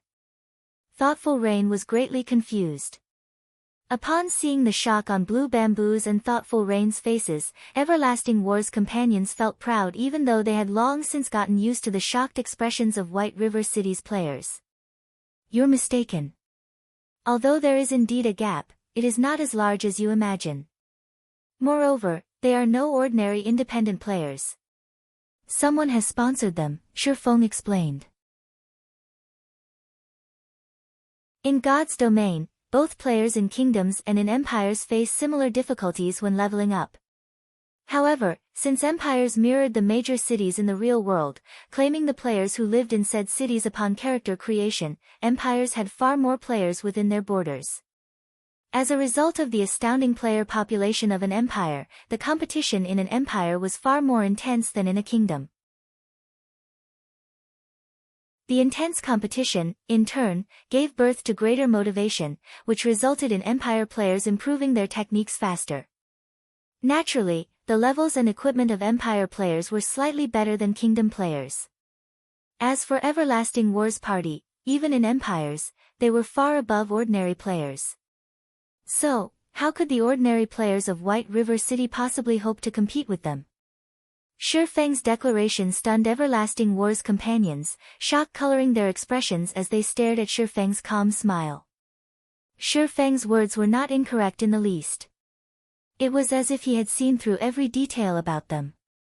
Brother Yifeng is as amazing as expected. Someone has indeed sponsored our weapons and equipment. This is also why we have come in search of guild leader Black Flame. Everlasting War did not deny Shifeng's statement. Slowly, he said, you might not know this, but a few days after God's domain launched, the various major corporations around the world began to invest in the game. In order to prevent an overly intense struggle, these corporations began hidden competitions with each other. These competitions take place in the dark arena. The various major corporations send their experts to face each other, taking the chance to probe the opponent's strength. The victors earn large amounts of gold, credits, rare materials, and other benefits that you cannot even begin to imagine. I have come here today with the purpose of inviting guild leader Black Flame to join our battle team. If our battle team wins, it will benefit a guild such as Zero Wing that lacks funding. Not only can you obtain a large sum of credits, but you can also obtain a large sum of gold coins and top-tier equipment that you cannot even imagine exists. Now, however, I want to invite Brother Yifeng to join us, instead. What are your thoughts on this? Although Everlasting War's voice was soft, it was sufficient to shock everyone present. This was a competition between the top 500 corporations around the world. This competition was several times more intense than the competition between first-rate guilds. The experts that were invited to participate were on an entirely different level. I understand. I can agree to your invite, but I have a request, Shi Feng calmly said. He had long since known about this dark arena. It was a gathering place for experts. However, the experts there were far more powerful than the experts one usually saw in the virtual gaming world. Moreover, the financial power these people possess was several times greater than a first-rate guild's. If one could obtain consecutive victories in the Dark Arena, it was even possible to obtain more credits than what Underworld possessed. Take Everlasting War for example. Originally, he had not been a professional virtual reality gamer. Before God's Domain came into existence, he had been a top-class professional bodyguard tasked with protecting world-class characters. He had undergone both specialized mental and physical training. Ordinary people could never hope to be a match for him. Only, the price the Dark Arena had offered was very high. It was enough to tempt even Everlasting War to play God's Domain.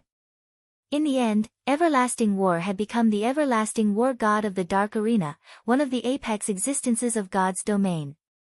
In the past, Shi Feng had been fortunate enough to witness some of the matches in the Dark Arena. However, he had never even come near to qualifying to participate. As this was a competition between major corporations, only those who were invited were allowed to participate in the Dark Arena. Request. Everlasting War could not help his surprise. He had not expected Shi Feng to maintain his composure. However, he decided to ask, "May I know what this request is?"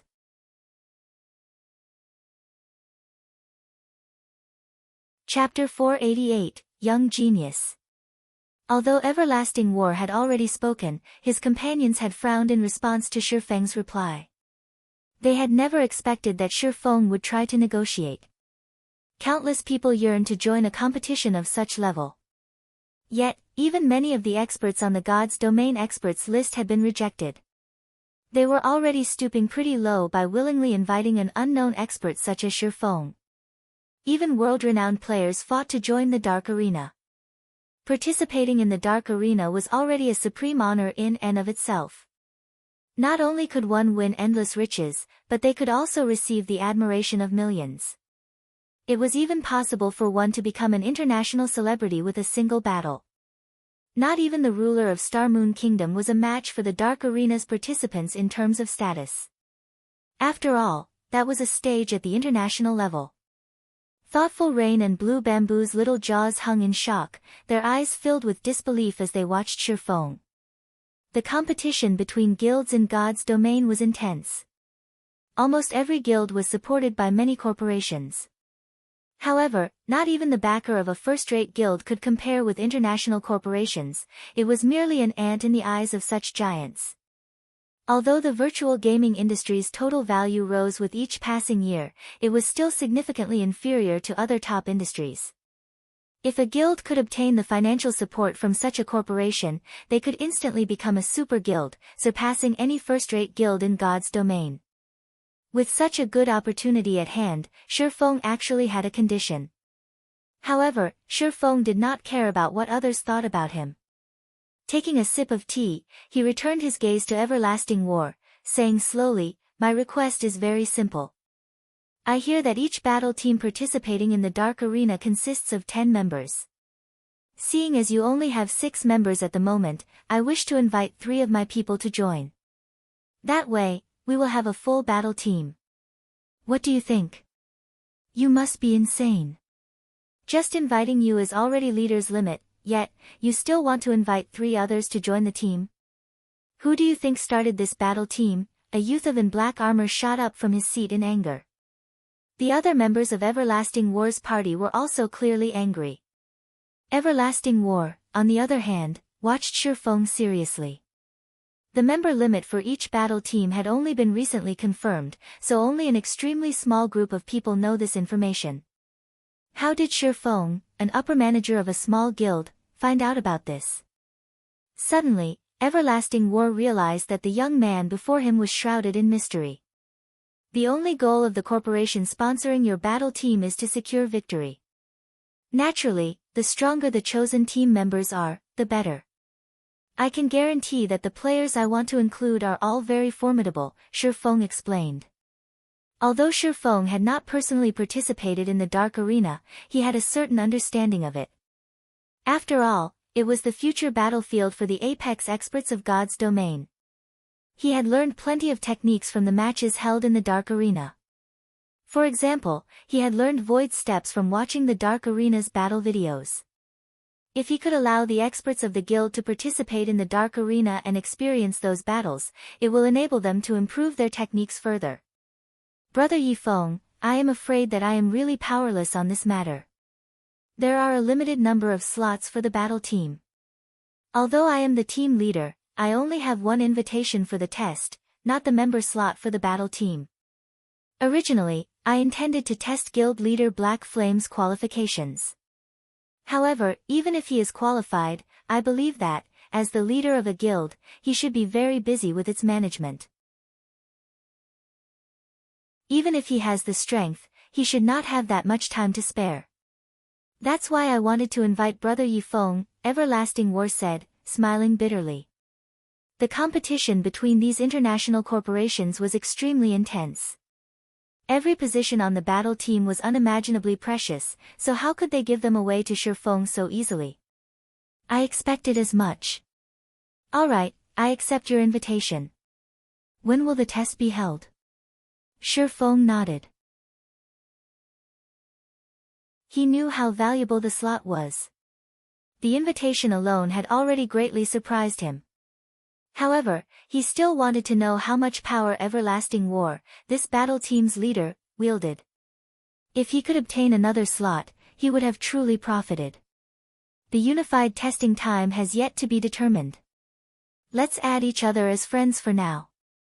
Once those in charge have decided on a time, I will contact Brother Yifeng immediately. Everlasting War promptly sent a friend request to the swordsman before him. After Shifeng added Everlasting War as a friend, they chatted about matters relating to the Dark Arena. Seated by the side, Blue Bamboo was utterly stunned by the two's conversation. She had never imagined that Zero Wing was so amazing. It had actually received an invitation from an international corporation. If the guild received support from such a corporation, its potential would be unimaginable. Blue Bamboo's decision to join Zero Wing solidified. After both sides chatted for another half an hour or so, Everlasting War's group departed. Big Brother Everlasting, there are countless experts in God's domain. Aside from Black Flame, how could you invite Yifeng so casually? What if he fails to pass the test when the time comes? It won't look good to our superiors. Why don't we head over to Star Moon City and take a look? There might be some other amazing experts there, a beautiful female elementalist wearing crimson robe suggested. I know. Our superiors gave me an invitation slot precisely because they wish to test my judgment and to see whether or not I am suited to lead this team. They will definitely replace me if I fail. Knowing this, I won't act recklessly. However, this Yifeng is indeed amazing.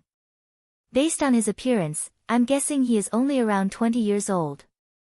Yet, when he moves, not a single action reveals a weak point. There were not even any excess actions in his movement. I have already been in the refinement realm for close to 27 years already, so I can tell that he has clearly already set foot into the refinement realm. Moreover, his progression into the realm is also not shallow. This Yifeng is simply unbelievable. He is truly a young genius. As for Black Flame, I have already watched his battle videos. Although Black Flame is indeed amazing, his performance shows that he has only taken half a step into the refinement realm. He only displays such overwhelming might due to his equipment and skills.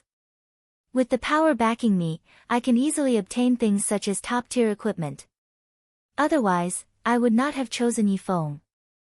Refinement realm experts are as rare as phoenix feathers in God's domain.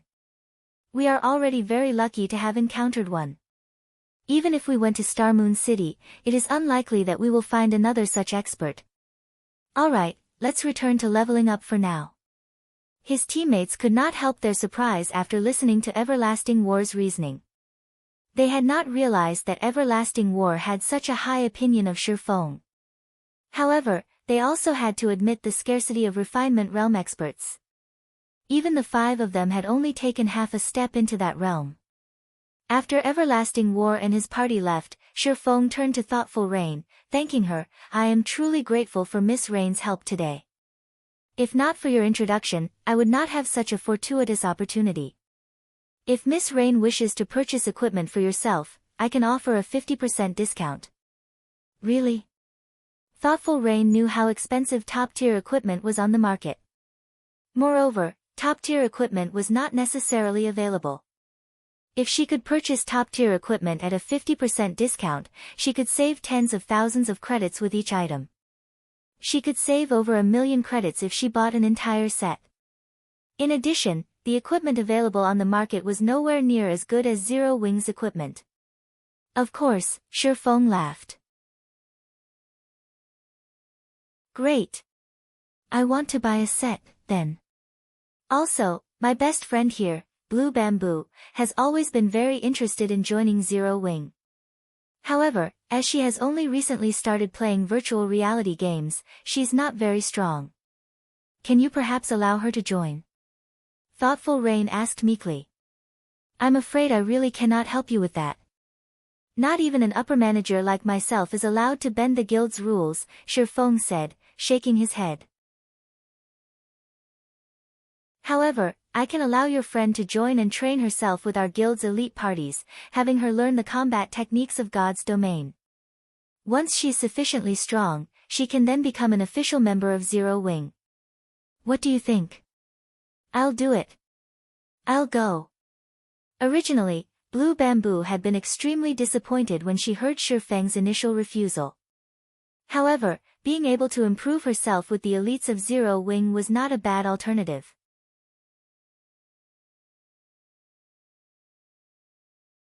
Chapter 489, Shop. Upon hearing Blue Bamboo's agreement, Shifeng immediately contacted Aqua Rose and had her organize an elite dungeon raiding party. A dungeon was a very good place for players to improve their techniques. Independent parties normally only raided normal mode dungeons. Even ordinary guild parties would only occasionally raid hard mode dungeons. As for elite parties, they raided hard mode dungeons slightly more often. Zero Wing's elite parties, however, were different. When they raided dungeons, hard mode was the lowest difficulty they would choose, though they would often challenge hell mode. To raid a hard mode dungeon, players only needed to meet the minimum requirement for equipment. The requirement for techniques was not very high. However, it was a different story for hell mode. Hell mode had a very high technique requirement. Even if players' equipment was good enough to overwhelm the monsters that waited inside the dungeon, that did not guarantee that they could clear it. Their techniques needed to reach a certain standard before they could raid the dungeon successfully, so it was a very good place to train one's techniques. Zero Wing also had a requirement set for its elite members. Every week, elite members needed to raid hell mode dungeons a certain number of times. Although this was a stringent quota, members who fulfilled it would earn plenty of guild points as compensation for the deaths they suffered inside the hell mode dungeon. This was also why Zero Wing's elite members were so much more powerful than the elite members of other guilds. As long as Blue Bamboo trained diligently and polished herself in hell mode dungeons for a time, she should not have any issues passing Zero Wing's evaluation. Following which, Thoughtful Rain and Blue Bamboo each purchased a set consisting of level 25 secret silver and fine gold equipment for elementalists and clerics, spending over 1,000,000 credits in total. Despite such a large expenditure, however, both girls were extremely satisfied with their purchases. They even felt that they had profited significantly. They knew very well that, should they purchase level 25 top-tier equipment from the virtual trade center, they would have to spend over 2,000,000 credits at the very minimum. Moreover, there was no guarantee that the equipment would be available. After all, every guild was in dire need of top-tier equipment. Naturally, they would not sell such equipment easily. After Shifeng finished dealing with these matters, he immediately departed from the residence and headed towards the Starstreak trading firm. Rain, you're the best. I can't believe you actually know someone like Big Brother Yifeng. Previously, one of my classmates boasted in front of me about how her boyfriend wore several pieces of level 25 fine gold equipment. If she finds out that I now have several pieces of level 25 fine gold equipment, she will definitely turn green with envy. Blue Bamboo laughed as she fiddled with the fine gold equipment in her hands. Honestly though, Big Brother Yifeng really treats you nicely. On the way here, I've researched the forums and found out plenty about Zero Wings elite members. These elite members normally raid Hell Mode dungeons, and they never offer to carry anyone, not even their own ordinary members. I've always wondered what it feels like to clear a Hell Mode dungeon. Now that Big Brother Yifeng has arranged for us to accompany Zero Wings elite parties to improve our strengths, it won't be long before we become experts, too.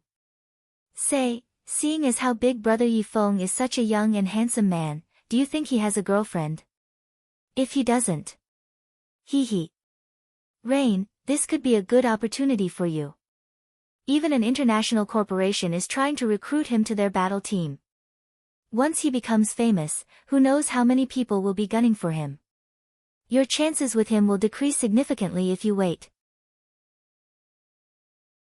You little girl. Thoughtful Rain blushed slightly. Snapping, she said, I'm going to ignore you now. Seeing that Thoughtful Rain had turned around and was about to leave, Blue Bamboo hurriedly pulled her friend back, panicking, no. White River City, Starstreak Trading Firm. Smile, how many strengthened armor kits have you guys produced? Shifeng asked. Guild leader, the three of us have forged over 10,000 pieces. Are we going to put them up for sale now? Melancholic Smile asked. Bring all of the strengthened armor kits and follow me. Right, also bring the gold we've earned so far, Shifeng said.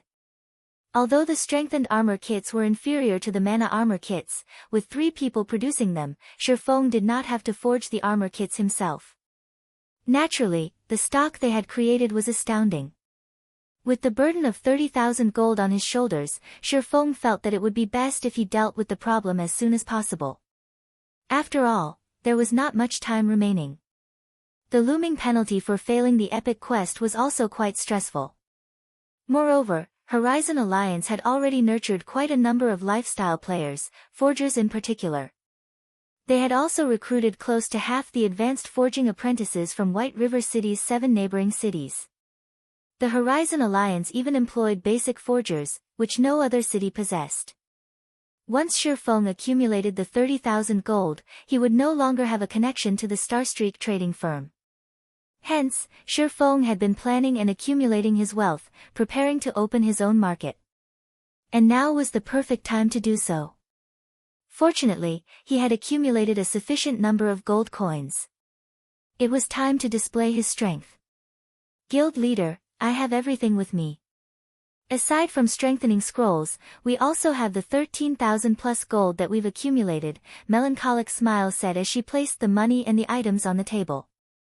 This was the first time she had ever seen so much money. There were more than 13,000 gold coins stacked on the table. This was the accumulation of all the money Starstreak trading firm had earned from the 8 cities it occupied, including White River City. There was not a single guild in Star Moon Kingdom that could compete with the Horizon Alliance's wealth. A guild would be quite well off with only 1/10 of the Alliance's fortune. If converted to credits, 13,000 gold was worth hundreds of millions. One had to admit that God's domain's money-making potential was formidable. Moreover, the game had only launched less than a month ago.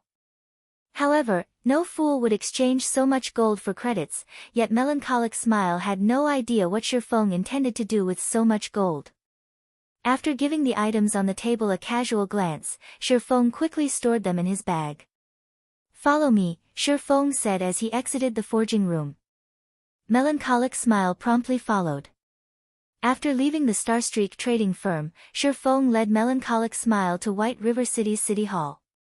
"Lord Viscount, how may I be of service today?" a female manager asked politely, smiling when she noticed Shifeng enter the building. "I wish to purchase some land," Shifeng said. "Please follow me."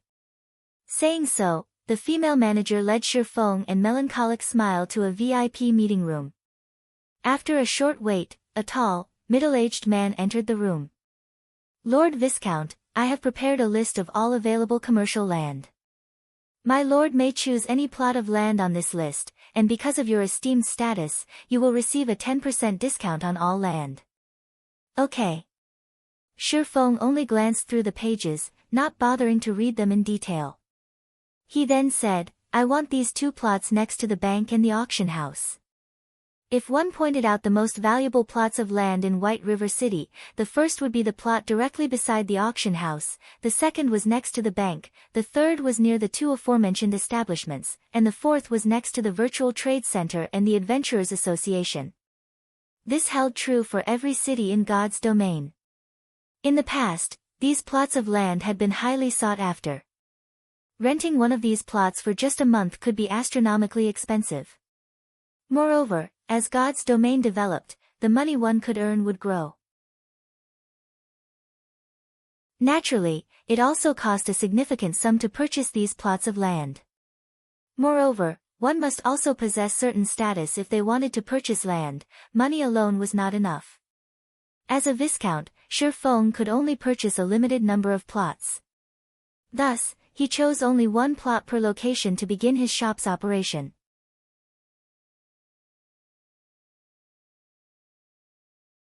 Chapter 490, Candlelight Trading Firm.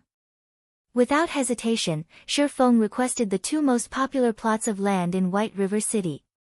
When Melancholic Smile saw the prices, her little mouth fell wide open. These prices were outrageous. An ordinary plot of land in White River City cost over 1,000 gold. If the land were in the densely populated Central District, it would cost more than 3,000 gold. As for the two plots Shifeng had set his sight on, each cost over 8,000 gold. If they converted 8,000 gold to credits, they could establish a relatively large company in the city in reality. However, Shifeng did not consider his choices to be expensive. In the future, these two plots would become extremely valuable. In the past, he could not have obtained them even if he wanted to. Players frequented both the auction house and the bank. Hence, the traffic was guaranteed. If not for his need for money right now, Shifeng would have preferred to purchase several more plots of land. By the time White River City became the #1 city in Star Moon Kingdom, the value of the city's land would soar by more than 100-fold.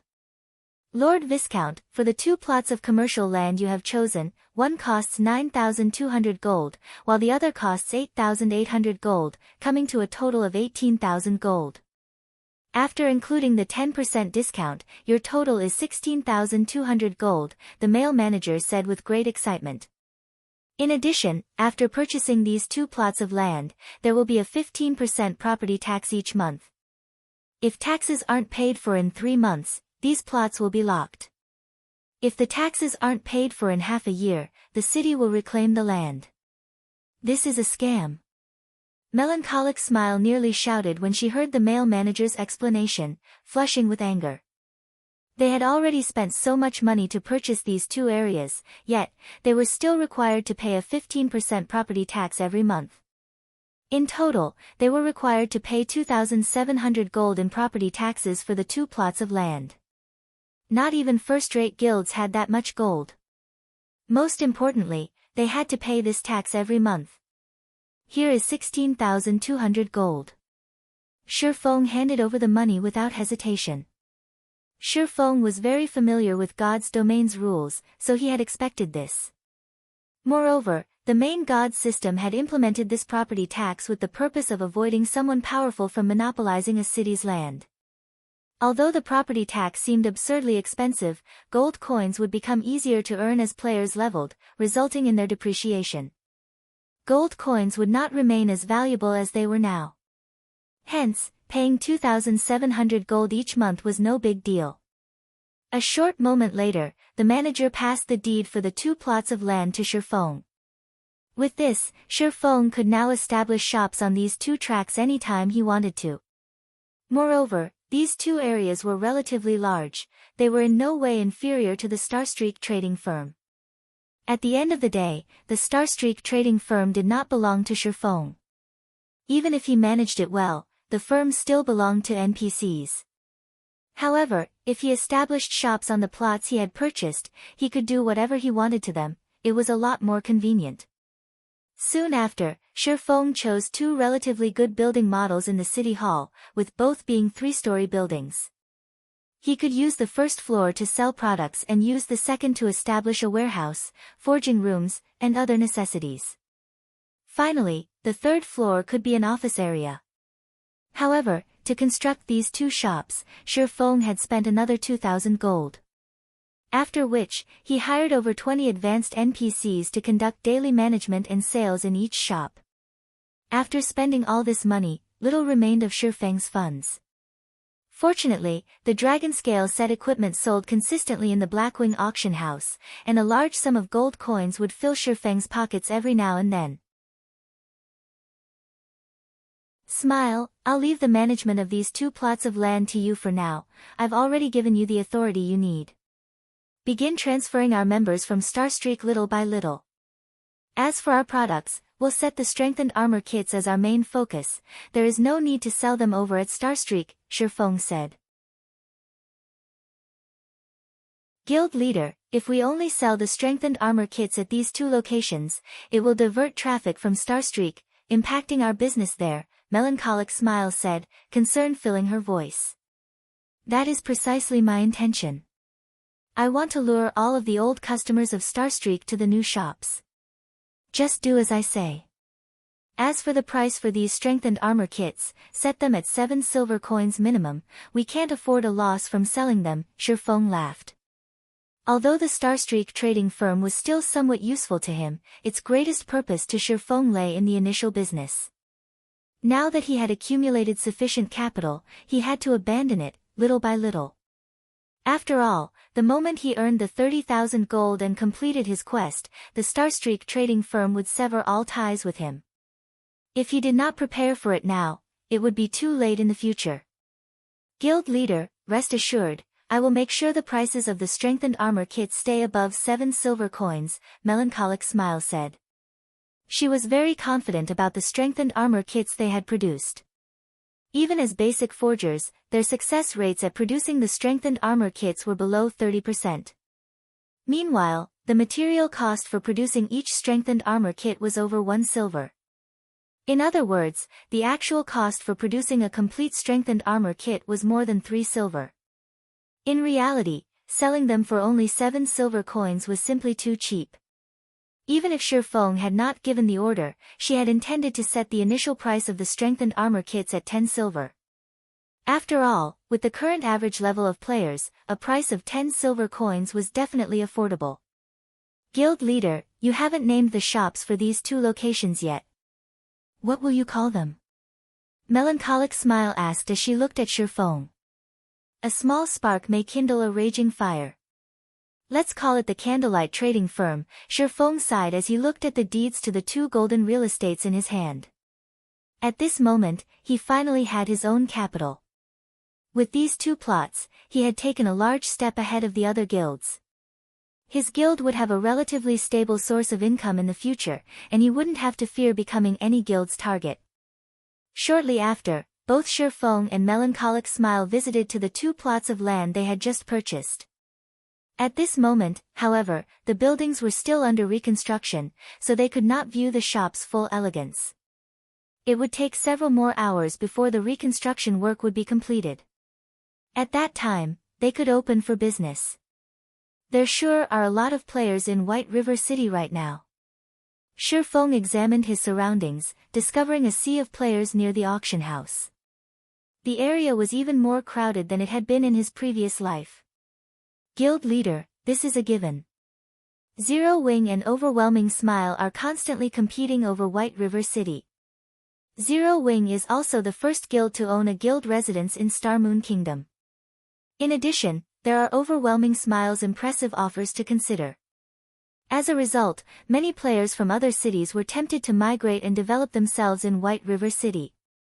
Based on the statistics published the day before yesterday, White River City is currently the second most populous city in Starmoon Kingdom. It is only slightly behind Starmoon City. An ordinary city could not compare with a capital. Even if White River City offered a massive advantage, many players still preferred to mingle in the capital city. Starmoon City. Upon hearing Melancholic Smile's words, Shi Feng suddenly remembered something. He had befriended someone in Starmoon City before and had intended to purchase land through him. Originally, he had planned to direct Zero Wing's development towards Starmoon City. In the end, he had dismissed this notion and focused on making White River City the #1 city in Starmoon Kingdom. After all, unlike in Starmoon City, Zero Wing had an extraordinary background in White River City. Currently, although he no longer intended to develop Zero Wing in Starmoon City, the capital city's population was still very attractive. After all, in God's domain, players were a city's resource. The more powerful a city was, the more powerful the guild controlling said city could become. It seems I need to make a trip to Starmoon City. Shi Feng suddenly thought of a plan that could advance White River City's development further.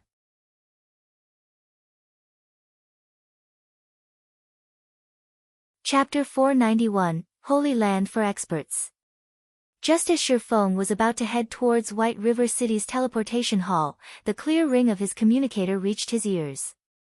Aqua, what's wrong? Shi Feng asked after accepting the call. Guild leader, good news. Previously, your feat of killing so many of Overwhelming Smile's experts boosted our guild's morale. Currently, our members are flooding the fields to participate in the war. As Overwhelming Smile's expert parties are no longer appearing on the battlefield, we've gained significant advantages. We have already taken out over 20,000 Overwhelming Smile members. Probably because we're the first guild to kill over 20,000 players in an all-out war, an advanced NPC from the Adventurers Association just visited, issuing an epic guild quest. The quest is called Ancient Battlefield, and only the guild leader of the guild is allowed to accept the quest. Moreover, only 10 guild members can participate in the quest. Unfortunately, we can't learn any more until we accept the quest. I'm worried that this epic guild quest might disappear if we don't accept it soon, so I contacted you immediately after learning about it. Aqua Rose was extremely excited when she spoke. This was her first time encountering an epic quest. She had only ever heard rumors of them on the forums. Every epic quest represented a massive opportunity. If one could complete it, they could receive extremely bountiful rewards. Based on the information she had gathered, epic quests would reward players with an epic item at the very minimum. If it were a high-difficulty epic quest, one could even obtain 2 or 3 epic items.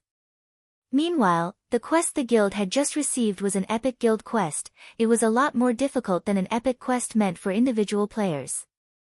If they could complete it, they would reap a frightening harvest. Ancient Battlefield. Shi Feng was stunned upon hearing Aqua Rose's words, indescribable thrill growing in his heart. Hurriedly, he asked, Aqua, are you sure you read that correctly? The information on the guild's quest board is clear, and I made sure to read it very carefully. I can say with certainty that it is an epic quest. Even I didn't believe it at first when I was told. After verifying it multiple times, I am sure that it is the epic quest Ancient Battlefield, Aqua Rose said, practically glowing with excitement.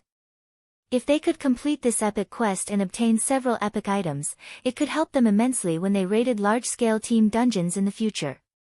Now that Zero Wing waged war against Overwhelming Smile, morale was very important. The news about Shifeng taking out the underworld guards with one hit had caused Zero Wing to instantly become the publicly acknowledged #1 guild of White River City. This incident had also placed significant psychological pressure on Overwhelming Smile's members. If Zero Wing could take the lead by conquering a large-scale team dungeon, gaining even more top-tier equipment and prestige, Overwhelming Smile would have no hope of competing with Zero Wing in the future. However, Aqua Rose did not know that, in reality, what had shocked Shifeng was not the difficulty of the quest, but the ancient battlefield itself. In the past, the ancient battlefield had been immensely famous in God's domain. It had become so famous because of its alternative name. The Holy Land for Experts. The ancient battlefield was known as the Holy Land for Experts because the map was a training ground specifically designed by the main god system for players. This training ground's purpose was to allow players to gain a better understanding of the combat style of God's domain. In the past, countless noobs and new players had instantly soared to become experts precisely because of the ancient battlefield. Moreover, it wasn't limited to ordinary experts, the ancient battlefield had even given birth to many apex experts. As a result, players called the ancient battlefield the Holy Land for Experts. Countless players had dreamed of visiting and experiencing the wonders it had to offer. Unfortunately, this opportunity was too difficult to encounter. In the past, despite countless guilds and corporations offering astronomical prices for the slots to enter the ancient battlefield, nobody willingly sold the slots they had.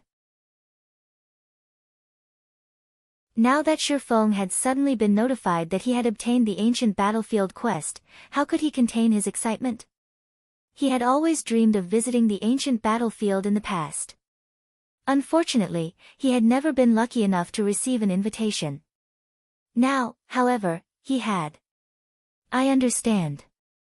The difficulty of an epic quest is not to be taken lightly, so set it aside for now. Don't worry about it disappearing. After a guild quest is issued, it will be available for 3 months or until someone accepts it. Since it has just been issued, leave it there for now, Shifeng said after calming down. However, although we are setting aside the quest, I have a few tasks that I'll need you to do for me. Tasks? Aqua Rose was confused. She could not understand why Shifeng did not intend to accept this epic quest. Although she knew that the difficulty of an epic quest was unmatched, without accepting the quest, how could they possibly know whether or not they could complete it? It was a pity to leave the quest there like that. Most importantly, it was so tempting. That's right. In order to complete this epic quest, we will need sufficient combat power. I need you to contact Fire Dance and the others and tell them to stop trying to level up to deal with Overwhelming Smile, the same goes for you. All of you should focus on improving your combat techniques. I will also frequently give you pointers. In a few days, I will test you all to see how much your combat techniques have improved. At that time, I will select the top 9 players to participate in this epic quest, Shifeng laughed. What should we do about the team dungeons? I hear that Overwhelming Smile has already allocated their experts for raiding level 20 hard mode dungeons. If we lose the race to raid the team dungeons, it will deal a significant blow to our guild's prestige and empower the enemy. Aqua Rose simply could not understand Shifeng's decision. Previously, Shifeng had strongly advocated raiding dungeons first. Wasn't this change of plans a little too sudden? She wasn't even sure how to react. The most surprising thing was the fact that a busy man like Shifeng had actually offered to instruct them personally. This had never happened before. Having the #1 expert of Star Moon Kingdom tutor them would yield effects hundreds of times better than learning from Shifeng's battle videos in secret. Countless players dreamed of such an opportunity. There were even some who had offered 1 million credits on the official forums, hoping to hire Shifeng as their personal trainer. It would be a lie if Aqua Rose said she was not excited. This was just as thrilling as the epic quest. Sharpening your axe will not delay your job of cutting wood. Do you think that conquering a large-scale team dungeon will be so easy without a certain degree of strength? Beyond that, the quest only requires 10 people. We can just have the others continue with raiding the dungeons. Shi Feng did not bother to explain further, he could not reveal too much information. Aqua Rose had no idea just how important this ancient battlefield quest was. Raising an army was easy, nurturing a general was not.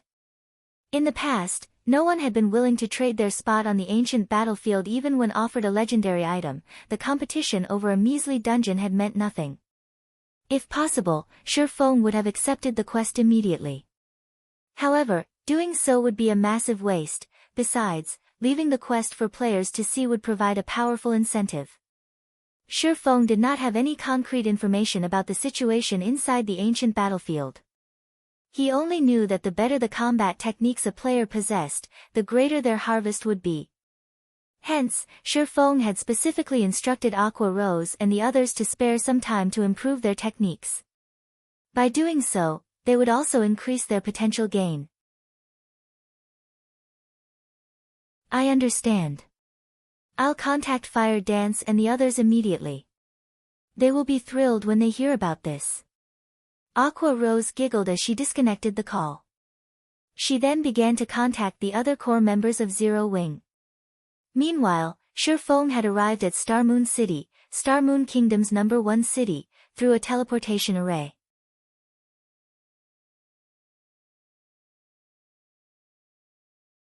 Chapter 492, Plundering Resources. With a clear moon and few stars, it was already night time in God's domain. As the #1 city of Star Moon Kingdom, Star Moon City had brilliantly lit streets at this time. Magic lights illuminated the streets all around, making the entire Star Moon City seem as bright as day. As expected of Star Moon City, the population here is not something a regional capital like White River City could ever hope to match up to. Shi Feng could not help but sigh as he waded through the sea of players crowding the streets. Now that players were higher leveled, many could afford the teleportation fee to travel to Star Moon City. At this moment, Star Moon City's player population was nearly 5 million, 2 million more than White River City's.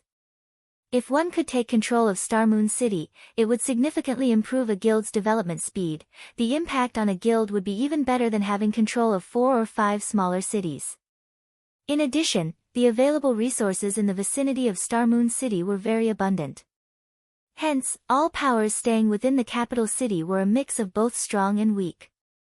Other than the 3 first-rate guilds that had set Star Moon Kingdom as their main base of operations, first-rate guilds of other kingdoms and empires also had a presence in Star Moon City. Plenty of second-rate guilds were also taking root and developing themselves here. As a result, the competition at Star Moon City was extremely intense, and in this aspect, White River City was far from comparable. Even the average level of ordinary players here was much higher than at White River City. Before long, Shi Feng arrived at Star Moon City's City Hall via horse carriage. When Shi Feng got there, a majestic and powerful-looking man was standing outside the entrance of the building. This man was none other than the Ghost Raider, Lifeless Blade. At this moment, Lifeless Blade was already level 26, not one bit inferior to Shi Feng. Initially, Lifeless Blade was stunned upon seeing Shi Feng, but he soon revealed a bitter smile. Although Shi Feng's outward appearance had not changed by much since the last time they met, inwardly, however, the gap was like the distance between heaven and earth. The last time he met Shi Feng, the latter gave the impression of being very ordinary, that there was nothing special about him at all. On the other hand, Shi Feng's every action right now had an indescribable sense of naturalness. The pressure Shi Feng radiated made Lifeless Blade feel as if he was facing a lord-ranked monster right now. The last time Lifeless Blade met Shi Feng, he had learned a lot from the discussion he had with Shi Feng on combat techniques. Moreover, the latter had even provided him with plenty of quests that raised one's reputation, allowing his reputation to swiftly reach the status of a noble, which afforded many conveniences for his team's development. Lifeless Blade was only where he was right now due to Shi Feng's help.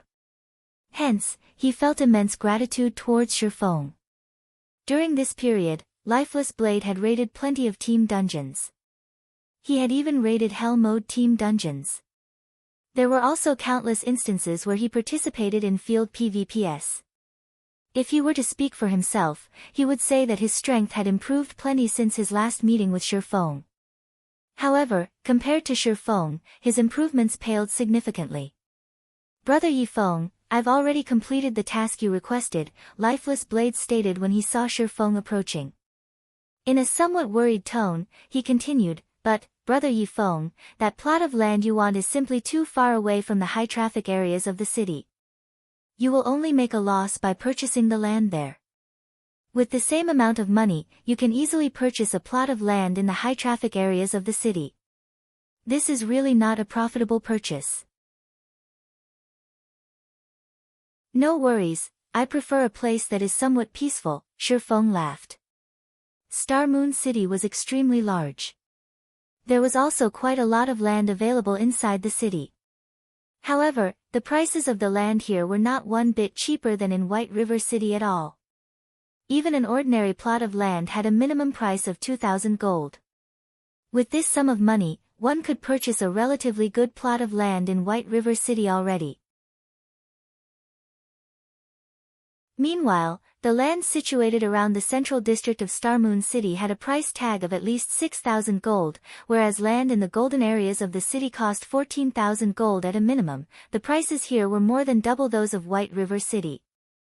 However, precisely because of this reason, the guilds based in Star Moon City had a constant headache.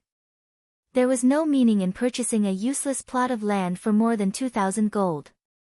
However, not to mention the land in the golden areas, even accumulating 6,000 gold required a lot of time and effort. Hence, practically nobody was paying attention to the land within the capital right now. However, the many guilds in Star Moon City had neglected a point. Since the land of the capital city was so expensive, wouldn't the guilds developing at the capital city at the initial stages of the game suffer immensely? Not to mention the expensive land, but there was also the high difficulty of earning reputation in Star Moon City. No matter how one looked at the situation, guilds that were developing themselves in the capital city would be at a disadvantage during the early stages of the game. In reality, however, that was not the case. It was only because everyone had yet to deepen their understanding of the commercial lands of Star Moon City. Only after some time had passed would everyone come to realize that some ordinary plots of land in Star Moon City were actually much better than land in the central district, and these were the lands surrounding certain special buildings. Star Moon City was the core of Star Moon Kingdom, and many powerful high-tiered NPCs were gathered here. There were even many establishments here that were unavailable in other cities. Although these establishments were not as popular as the auction house, bank, and such locations, the player traffic at these locations still greatly surpassed that of many of the lands located in the central district. In the past, many guilds and players who were lucky enough to purchase these plots of land had made themselves a fortune through them.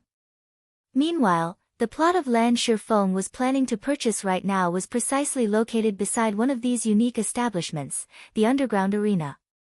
Although only a small number of players frequented the underground arena at the moment, that traffic would increase, along with the growth in popularity of arena matches. In particular, players from other cities and countries would often visit Star Moon City, boosting the player traffic here to an even more frightening level. Shifeng truly wished he could purchase every plot of land surrounding the underground arena. Unfortunately, he no longer had that much money on him right now. Forget it.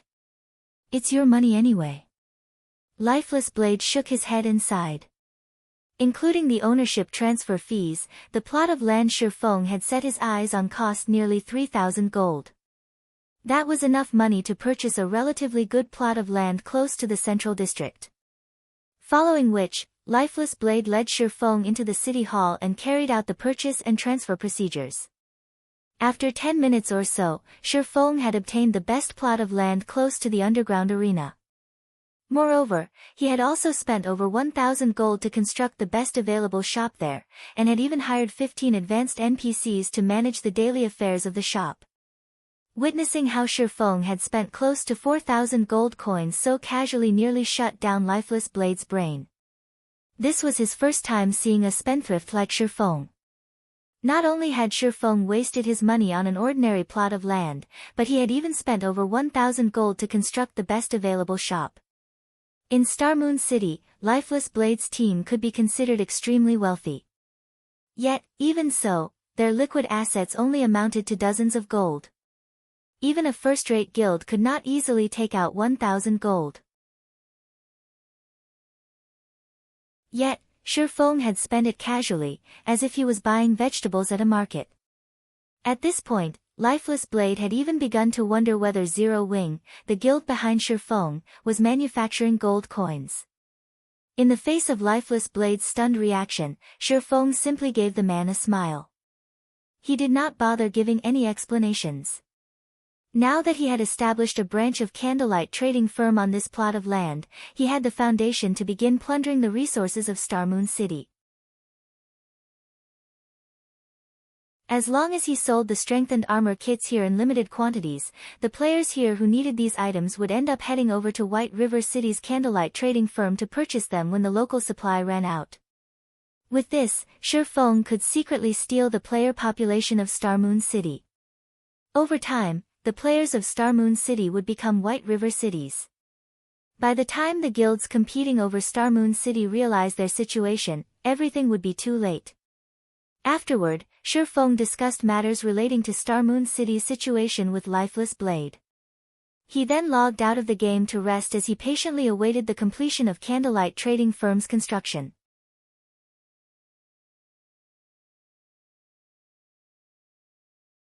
Chapter 493, Big Dipper Competition. After logging out of the game, Shifeng exited his virtual gaming cabin and began today's training plan. Ever since his brain activity increased, it was as if Shifeng had entered a whole new world in regard to his control over his own body. During this period, he had continuously been adapting to the new changes. A human's body was subject to the brain's control. The brain controlled processes such as hormone production, cellular immunity, and physical power control. As these processes involved a lot of information, the brain carried out these processes automatically.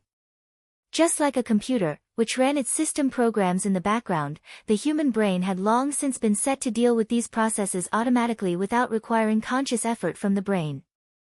This was a sort of self-protective mechanism for the human brain. However, with the increase in brain activity and, simultaneously, brain usage rates, humans could actively control these processes instead of leaving the brain to passively control them. If brain activity increased to a sufficient level, humans could even control their own body's hormone production, fine-tuning their own bodies to increase their own lifespans, maintain a youthful appearance, and so on. In particular, with a high enough brain activity, one could even control their brain's subconscious inhibition of their body's physical power.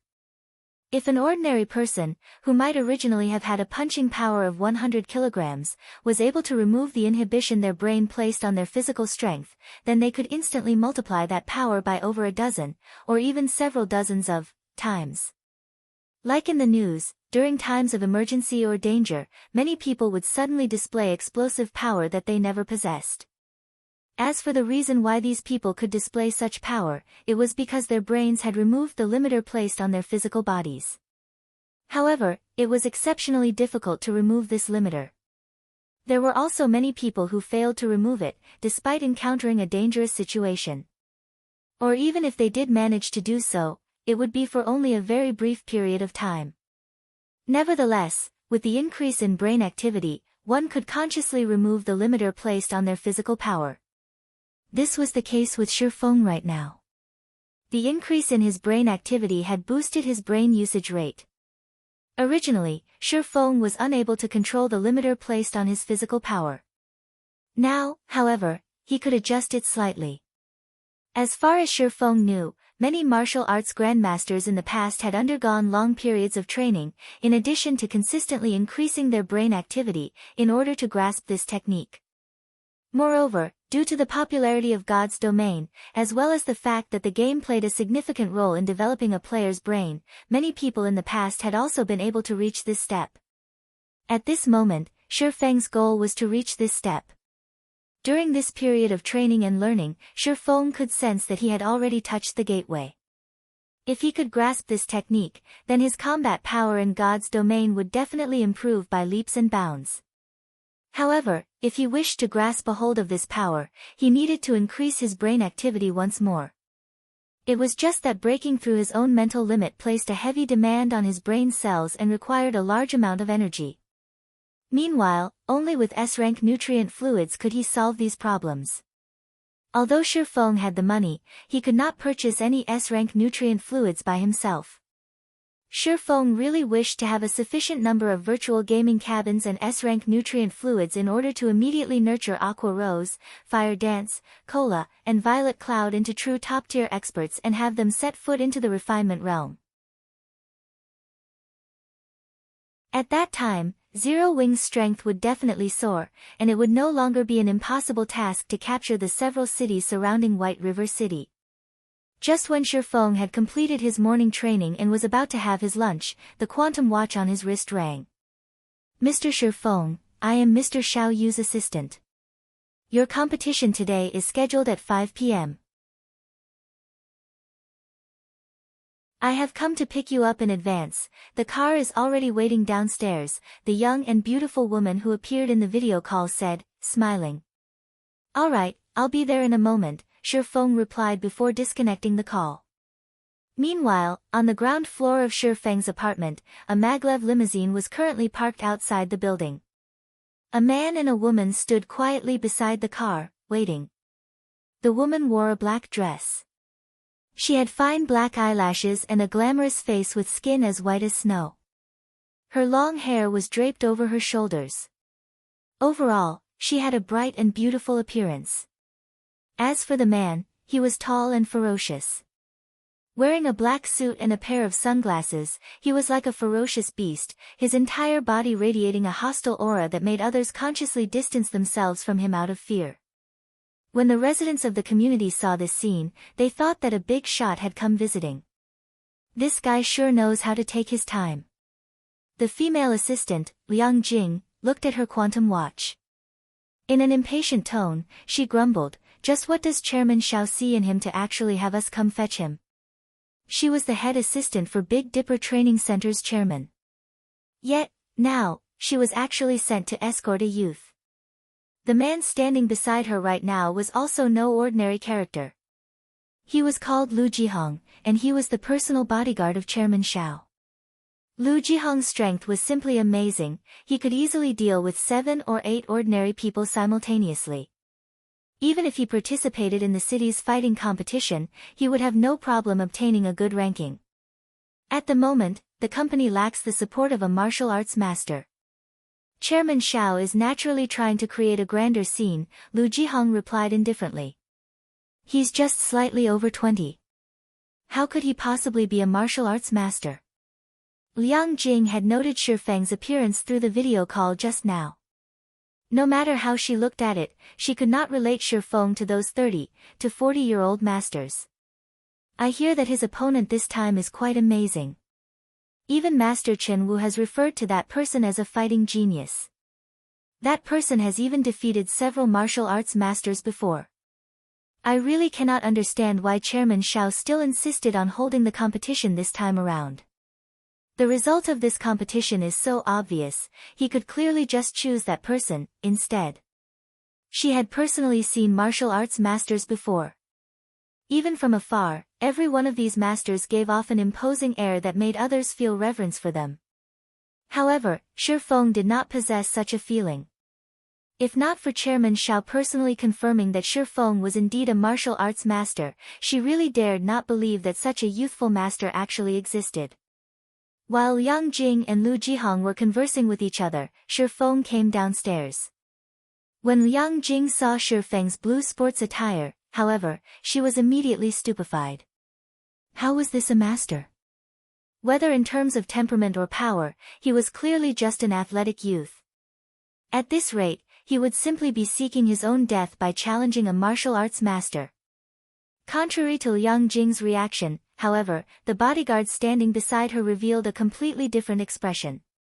Despite the faint smile Shi Feng had on his face, Lu Jihong felt as if he was staring at a dormant beast. Lu Jihong could not sense anything from Shi Feng's every action. That was right. He could not sense anything at all. For a seasoned bodyguard like himself, there was nothing more dangerous than being unable to pick up anything from someone's action. It was as if someone were pointing a gun at his head, and he still thought the other person was joking. If Shi Feng were to take action, Lu Jihong felt that Shi Feng could easily defeat him in just a few moves. Before the female assistant could even speak, the previously silent Lu Jihong hurriedly opened the car door, respectfully saying, "Master Shi Feng, please, get in. We will take you to the venue immediately." "Thanks." Shi Feng smiled as he entered the car. However, the female assistant, Liang Jing, was stupefied. What was this situation?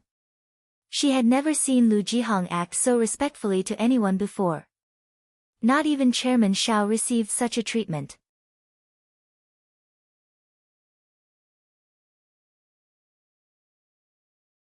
Chapter 494, Gathered. Big Dipper's Central Assembly Hall. Although the sun was blazing, an endless stream of guests entered the hall. At the bright red carpet, well-known upper-class personages descended from luxury cars, one after another, and slowly walked into the assembly hall. Big Dipper's assembly hall was very lively today. It was even livelier than when the city's fighting competition was held. Quite a small number of people.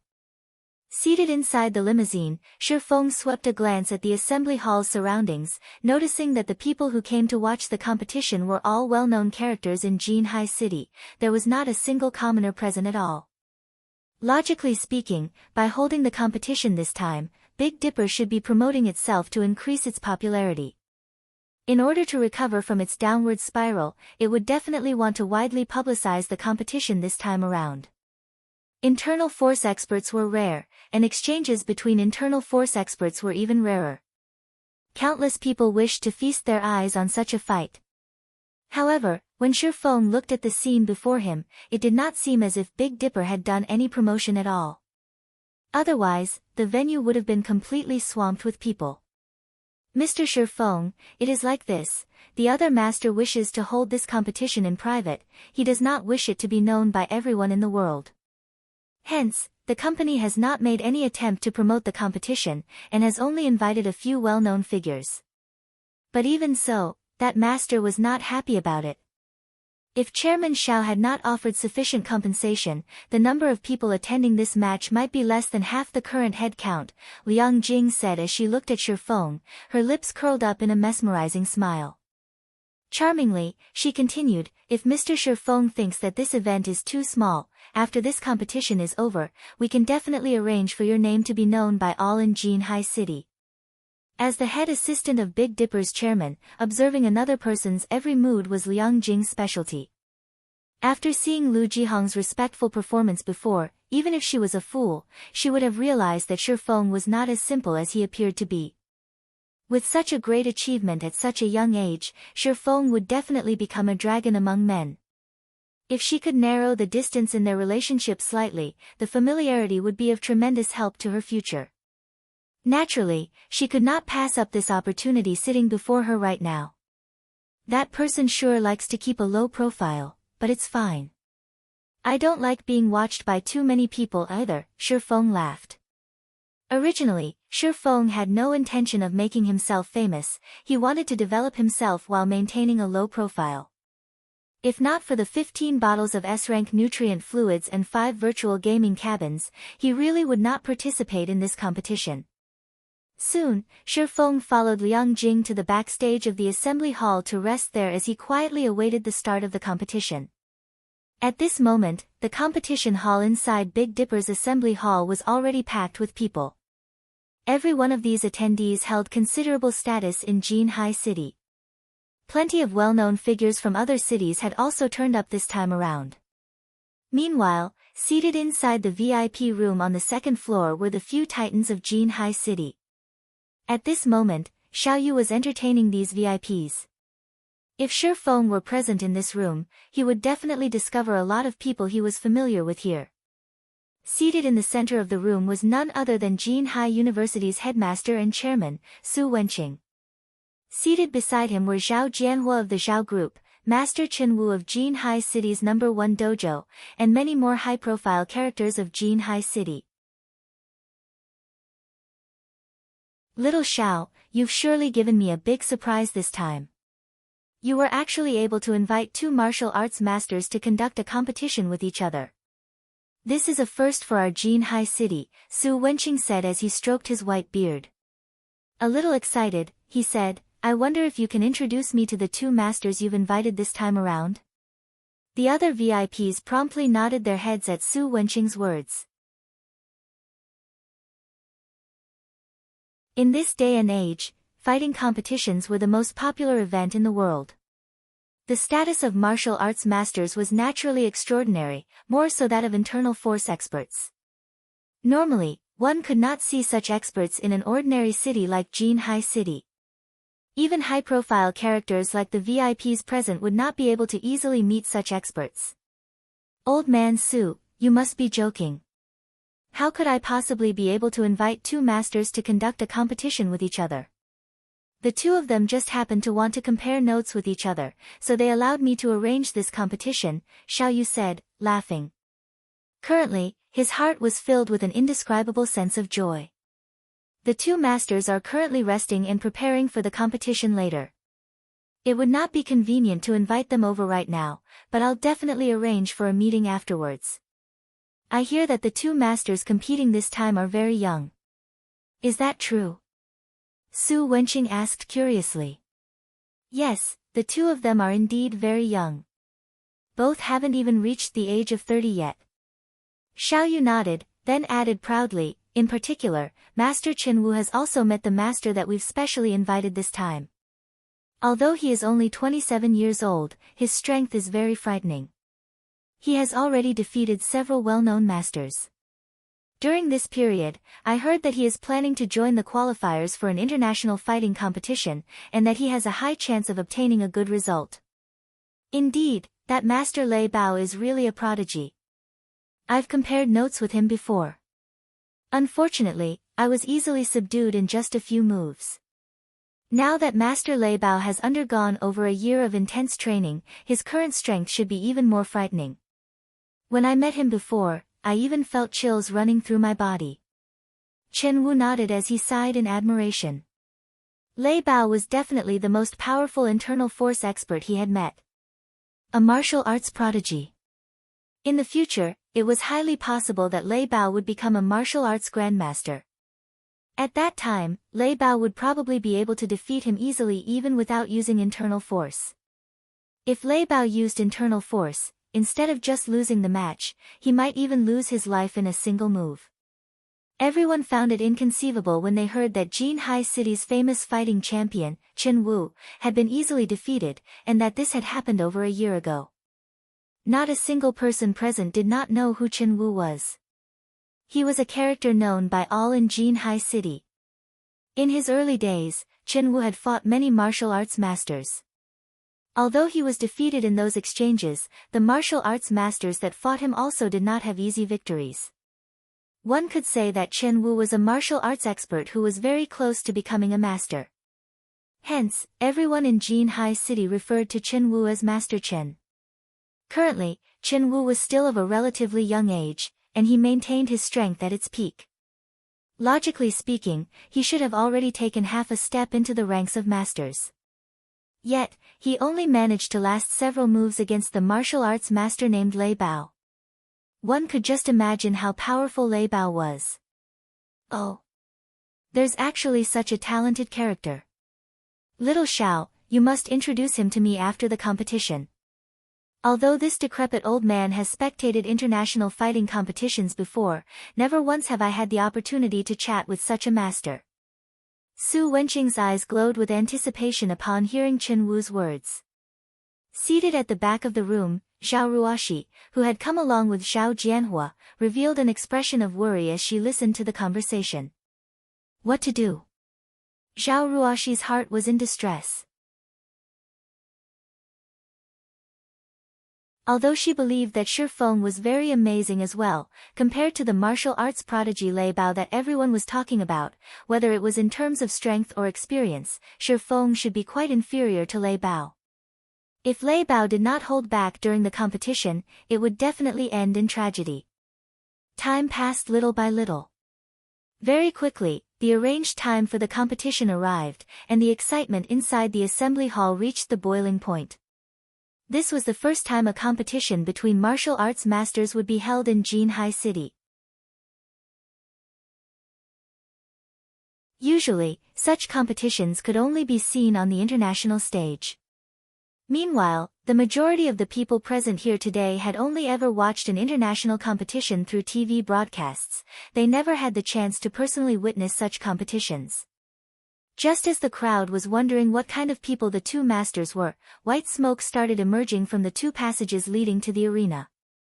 Meanwhile, the two people who had walked out from the white smoke were none other than the two protagonists of today's event, Lei Bao and Shi Feng. When the audience personally saw the true appearance of the two masters, every single one of them was rendered speechless. They never expected the two masters to be so young. In particular, when the spectators inside the VIP room saw Shi Feng, they were all shocked. Shi Feng? Why is he here? Su Wenqing rubbed his eyes. For a second there, he even thought his eyes had gone blurry.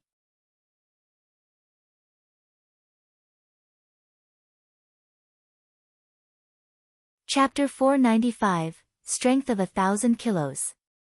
Su Wenqing's memory of Shi Feng was still fresh in his mind.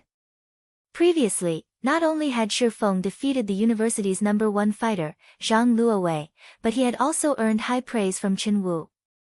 Su Wenqing had not expected Shi Feng to actually appear at this place right now. It can't be, right? Qin Wu was similarly stunned upon seeing Shi Feng. As he recalled, Shi Feng was very amazing but had yet to reach the level of using internal force. At this moment, however, Shi Feng was actually participating in this competition. It was truly shocking. When both sides stood in the arena, Lei Bao and Shi Feng contrasted sharply. Lei Bao wore a black vest that placed his bronze muscles on full display. His muscles were not bloated, but instead were sleek like a cheetah's, giving others the feeling that his muscles were packed full of power. His disheveled hair coupled with his bestial aura and aquiline gaze made him seem exactly like a wild, ferocious beast. People would not dare to get even half a step closer to him. On the other hand, Shi Feng looked just like your average university student. He possessed neither a sharp, sword-like aura nor a tall, robust body. He gave others the impression that he was completely harmless to both humans and animals, that there was no need for even the slightest bit of vigilance towards him. The battle between the two was a competition without any suspense. It was just like a fight between a ferocious lion and a cute little rabbit. There was absolutely no point to this battle at all. Suddenly, it was as if cold water was poured over the hot passion of the audience members. Wasn't this a match between two masters? Why is there an ordinary university student here? That's right, even if Big Dipper is trying to promote Master Lei Bao, can't they at least invite a slightly decent expert? What's the point of inviting a youth that hasn't even grown all his hair yet? Even I can take care of that little brat with ease. The audience promptly burst into a heated discussion. They all felt that Big Dipper's chairman, Xiao Yu, was lacking sincerity. However, seated at a corner of the spectator stands, Zhang Luowei and Lan Hailong were both stunned when they saw this scene. How could he be a martial arts master? Zhang Luowei looked with eyes full of disbelief at Shi Feng standing in the arena. Even until now, he still took to heart the defeat Shi Feng had dealt him. During this period, he had trained constantly and had even sought meticulous guidance from Qin Wu, all in order to have his revenge on Shi Feng. Yet, now that Shi Feng had appeared before him once again, the man had actually become a martial arts master already. However, when Zhang Luowei looked at Shi Feng's opponent, Lei Bao, a smile appeared on his face. He had heard plenty about Lei Bao's deeds from Qin Wu. Lei Bao was a fierce man who did not know how to show mercy. All those who had met with him in official matches had suffered heavy injuries at the very minimum, and some were even crippled. Hence, nobody was willing to compete with Lei Bao. When those in the world of martial arts heard the name of Lei Bao, even top-tier masters would try to avoid him as much as possible. Nobody wished to destroy their own future by competing with Lei Bao. Originally, Zhang Luowei had thought it was some daring expert who had come to compete with Lei Bao this time around. Now, however, it would seem that Shi Feng was just a hot-headed youth after all. Yet, before anyone could voice out their complaints, the host of the competition immediately hyped up the audience. Ladies and gentlemen, before the start of this competition, the two masters will do a small warm-up, allowing everyone to clearly see just how powerful the two masters are. Now, let's welcome our two masters to showcase their strengths. As the host was saying so, some staff members pushed out a punching power testing machine into the arena. The punching machine was the latest model, and it was intended to test Lei Bao's and Shi Feng's punching power. The first to take the test was Shi Feng. Shi Feng was very interested in regard to this test. He wanted to know just how much he had improved during this period of time. Standing before the punching machine, Shi Feng took a proper stance before abruptly sending a punch forward. After piercing through the air, his fist made a loud boom when it landed on the target. The punching machine shook from the impact. Immediately, the numbers on the punching machine began rising madly. In just a moment, the numbers had broken past the 200 kilograms mark. A short moment later, the numbers rose to 320 kilograms. This value was already within the standard of professional fighters. In the end, the punching machine displayed a value of 401 kilograms. This result was almost comparable to those of well-known fighters of Jinhai City. However, it was still significantly lower than that of the city's top professional fighter, Chen Wu.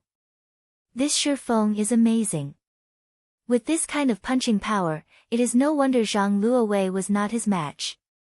Su Wenqing laughed with satisfaction as he stroked his white beard. If he already possesses such strength at such a young age, he might be able to catch up to you, Master Chen Wu, in just a few more years. Chen Wu's punching power record could be said to be the record for the entire Jinhai City.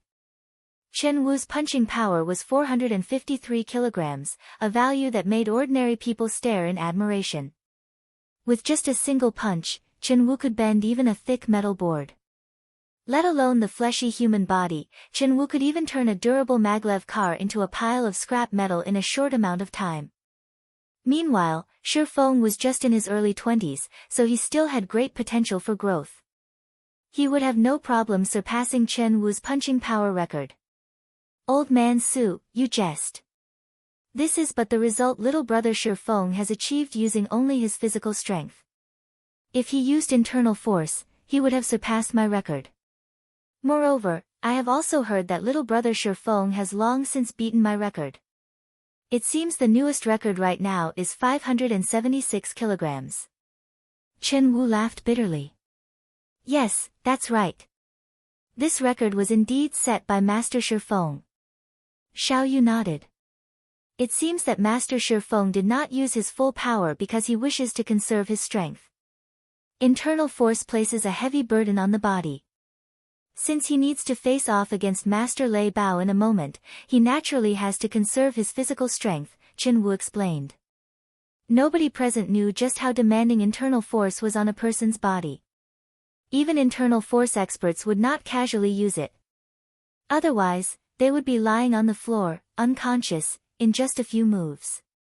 Hence, only a fool would use internal force in this test right now. Seated in the back row of the VIP room, Zhao Ruoxi was very elated upon seeing Shi Feng's test result. Only she knew how much Shi Feng had improved. Previously, Shi Feng's test results without using internal force were less than 300 kilograms. After not seeing him for a period of time, Shi Feng's punching power had actually exceeded the 400 kilograms threshold. If Chen Wu were to find out about this improvement, he would definitely jump up in shock. However, as the occupants of the VIP room were conversing with each other, Lei Bao started his test. Ha! Letting out a shout, Lei Bao transformed his palm into a fist, a boom resounding as he struck towards the punching machine. The instant Lei Bao's fist landed on the target, the spiraling force borne by the fist pierced the target. Lei Bao's fist ended up landing directly on the steel plate behind the target. Pang! The durable steel plate was dented right away, and even the entire punching machine itself was knocked backwards. Meanwhile, Cracks also started appearing on the marble floor beneath Lei Bao's feet, as if it had been struck by a sledgehammer. Ding! Ding! Ding! The punching machine rang continuously. Most people in the spectator stands might be unfamiliar with this sound. However, for those who frequently trained and tested themselves, this was a sound that garnered their reverence. Because this sound was none other than the prompt for a record being broken. At this moment, however, nobody in the spectator stands was reacting to the sounds produced by the punching machine, because everyone was completely stunned by Lei Bao's destructive punch. Is he even human? Zhao Ruoxi's alluring eyes widened, her attention fully focused on the value displayed by the punching power testing machine. 656 kilograms. This record was far above the one Shi Feng had set. Sure enough, Lei Bao really is a martial arts prodigy. Even the strength he has achieved through training is incomparable to that of ordinary people, Chen Wu said, shocked.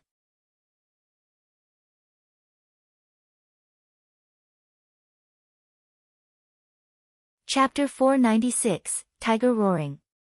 Lei Bao's punch had stunned the entire assembly hall. A moment later, a loud round of applause, as well as gasps of admiration, filled the room. When this punch landed, it was as if a small car had struck the punching machine. In particular, if the steel plate were swapped with a human being, the end result would be horrifying. Master Chen Wu, is this the power of internal force? Zhao Jianhua could not help but ask. This was his first time seeing such destructive force from another human being. No. Chen Wu shook his head. He then explained, I've previously said that using internal force places a heavy burden on the body, and internal force experts would not casually use it. The same holds true even in a battle. Master Lei Bao achieved this result before us right now without using internal force. This is just his normal strength. This is also the reason why I am so shocked. Despite being called the fighting genius of Jinhai City, Chen Wu's maximum punching strength was only 453 kilograms. In comparison, a martial arts prodigy like Lei Bao had managed to achieve a punching power of 656 kilograms without even using internal force. He truly possessed a strength of 1,000 kilos. The gap between them was like the difference between heaven and earth. Little brother Shi Feng will not have an easy time in this match. Chen Wu grew more alert as he looked at Lei Bao. Master Lei Bao is famous for not knowing how to hold back. Even when I sought him out to exchange pointers back then, he ended up breaking 3 of my ribs. I had to stay in the hospital for over a month for a full recovery. Now, he has even surpassed his strength from back then. If little brother Shi Feng is not careful, it is quite possible that he will be hospitalized for over half a year, and there might even be residual damage. Upon hearing Chen Wu's words, Zhao Ruoxi, who was seated at the back of the VIP room, grew even more anxious. Though she wished to stop this competition right now, she was powerless to do so. Both parties were martial arts masters. Since both sides had long since agreed to this match, and even the invited audience had already arrived, things had passed the point of no return by now. Shi Feng's normal punching power was just slightly over 400 kilograms. Even if he used internal force, he would at most reach the level of Lei Bao when the latter was not using internal force. However, just how taxing was internal force? On the other hand, Lei Bao's every action carried the strength of 1,000 kilos, he could send an endless stream of these powerful blows. It was highly unlikely that Shi Feng would emerge victorious in this competition. In truth, not even Xiao Yu had expected the gap between the two to be so wide. If he had known about this earlier, this competition would be absolutely unnecessary. It seems that I can only make amends with Shi Feng after this event is over. Xiao Yu had never expected Lei Bao to be so strong. With the addition of Lei Bao, Big Dipper Training Center could definitely become one of the top training centers in the country. As for Shi Feng, although he was a young genius, he was still significantly inferior to a current powerhouse. However, it remained necessary to maintain a good relationship with such a talent. In the arena, Lei Bao looked at the destroyed punching machine, feeling very satisfied with his own masterpiece. He then shifted his chilling gaze to Shifeng. You're very good. Despite being so young, not only have you mastered internal force, but you are also able to behave so fearlessly while standing before me. You will certainly have a promising future. If not for my need to become Big Dipper's head instructor, I would not mind letting you have this competition. Although Lei Bao's voice was not particularly loud, everyone present in the assembly hall could hear his every word clearly. The arrogance in his tone was also unwavering, and one could not help but want to submit to him, heart and soul. I have always looked fondly upon martial arts geniuses. I won't try to bully you in this match. If you can last 10 moves against me, this match will be considered your victory. Listening to Lei Bao's words, everyone present found themselves admiring the man's magnanimity. Sure enough, a martial arts master would not bully those weaker than themselves. The audience members became even more reverent towards Lei Bao now. What if I lose? Shifeng calmly asked, completely unmoved by Lei Bao's words. You really are smart, Lei Bao laughed. If you lose, take me as your teacher, I will pass on all my skills to you. I assure you that you can definitely surpass me in the future. This should be a worthwhile trade, right? Before this fight was arranged, Lei Bao had already heard about Shifeng. He knew that Shifeng did not have a master, so Shifeng should be a self-taught martial arts master. In other words, Shifeng was a true genius. Martial artists were very picky when it came to accepting disciples. After all, they would only be humiliating themselves if they chose a weakling as a recipient of their legacies. Hence, martial artists would always carefully choose their disciples. Meanwhile, a youth like Shifeng who had already learned how to use internal force at such a young age was naturally a prime candidate for a disciple. Just before, even Chen Wu had been tempted to take on Shifeng as his disciple. Unfortunately, Shifeng's current strength was no longer beneath him, so he had to dismiss this idea altogether. Lei Bao, however, was different. He was significantly more powerful than Shifeng, so he naturally had the qualifications to become Shifeng's master. Everyone was stunned upon hearing Lei Bao's words. Master Lei Bao was trying to solicit a personal disciple. Many in the spectator stands immediately turned to look at Shifeng in envy. A single glance was all it took to tell that Lei Bao was a top-tier martial arts master. It even was highly possible for him to become a martial arts grandmaster in the future.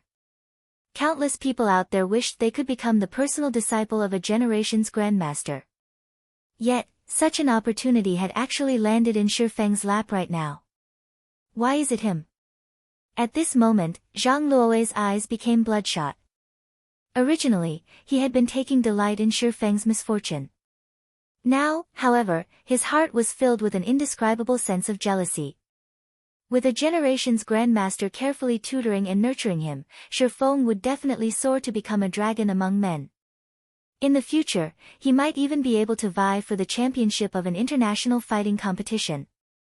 At that time, Shifeng would definitely become the focal point of the entire world. What did the guild leader of some random guild in God's domain amount to? Even if it was the guild leader of a first-rate guild, they would be far from comparable to a world-class fighter. These people were all monsters who had surpassed the limits of the human body. Countless corporations would be willing to sponsor them. The money and status they could obtain were beyond the reach of a guild leader inside a virtual reality game. Ha ha ha. So this was your intention all along? Shifeng could not help but laugh. He could tell that Lei Bao was wholeheartedly trying to take him in as his disciple. Okay, I'll agree to your conditions. However, if I defeat you in 20 moves, you have to promise to do one thing for me as well. How about it? Suddenly, the entire assembly hall went silent. Has he gone mad? He's actually provoking a top-tier master. He's literally insane. Not to mention the guests sitting in the spectator stands, even the crowd inside the VIP room was stunned. They had not thought that Shifeng was actually so daring.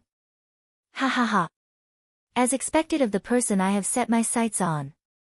You certainly have a domineering spirit. Lei Bao had started laughing loudly as well.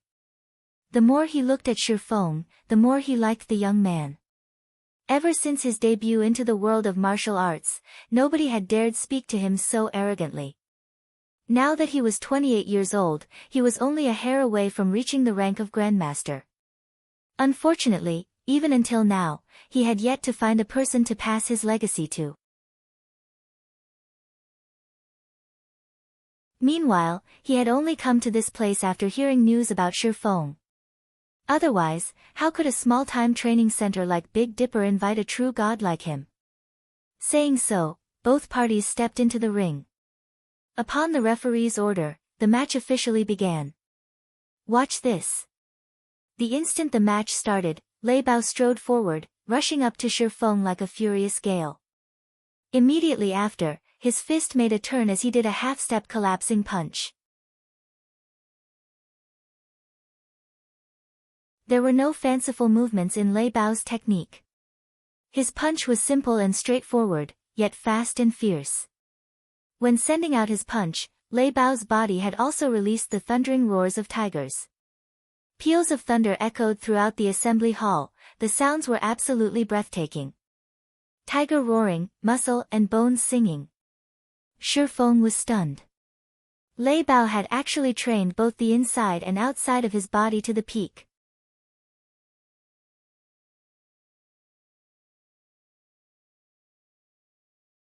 Chapter 497, Initial Mastery. The instant Lei Bao sent out his fearsome punch, Shi Feng hurriedly leaned back like an agile monkey. He did not attempt to block Lei Bao's fist at all. When Lei Bao's fist was only centimeters away from its target, Shi Feng abruptly contracted his abdomen, narrowly avoiding the attack. Lei Bao's punch carried with it a fearsome shockwave. Even through a layer of clothing, Shi Feng could feel his abdomen receiving part of the shockwave. If that violent force landed directly on his body, the consequences would be unimaginable.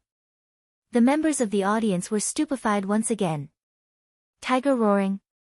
How is this possible? Seated in the VIP room on the second floor, Chen Wu saw Lei Bao's punch, and his eyes glowed brightly and his heart thumped madly. The ecstatic expression on his face made it seem as if he had just seen a peerless beauty. Tiger roaring. The spectators beside Chen Wu echoed his words in confusion. However, seeing Chen Wu's excited look, they could guess that it was a very powerful technique. Chen Wu nodded. With great excitement, he explained, only when a person has managed to merge both their internal and external power can they produce that kind of sound. One could say that it is the proof that one has trained their body to its limits. Normally, only experts at the Grandmaster level are capable of such a feat. I never imagined that Master Lei Bao had actually managed to achieve it so soon. With this, it won't be long before Master Lei Bao breaks through his limits and becomes a generation's Grandmaster. Countless martial arts masters had trained themselves desperately, yet still failed at combining their internal and external forces. On the other hand, before even reaching the age of 30, Lei Bao had already succeeded in pushing his body to its limits. Now, he could utilize internal force freely, applying it to his every action. He fit the term martial arts prodigy to AT. Even if Shi Feng knew how to use internal force, when faced with Lei Bao, someone who had pushed his body to its limits, he had zero chance of victory. While Chen Wu explained, the roars of tigers filled the arena. Lei Bao's every move was incomparably fierce, alternating between collapsing punch and cannon punch one after another. Speed, accuracy, and ruthlessness, he made full use of all three of these aspects. After images of Lei Bao's fists filled the ring. Step by step, his violent attacks pressed Shi Feng harder and harder. If Shi Feng stopped evading these attacks, only a tragic end awaited him.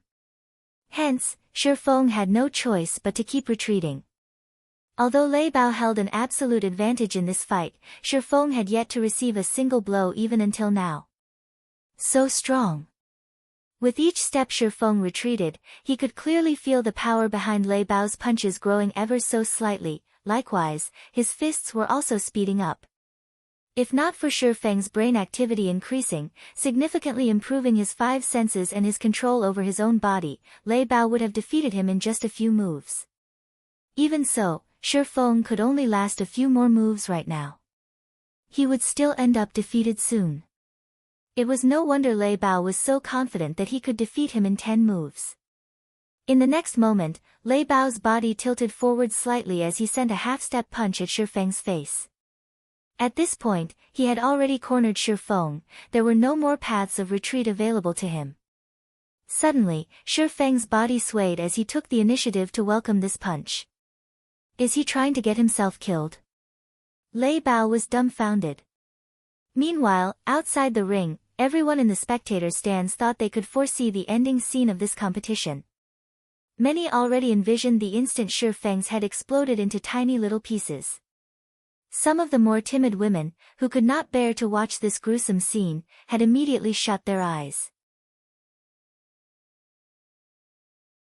It's over.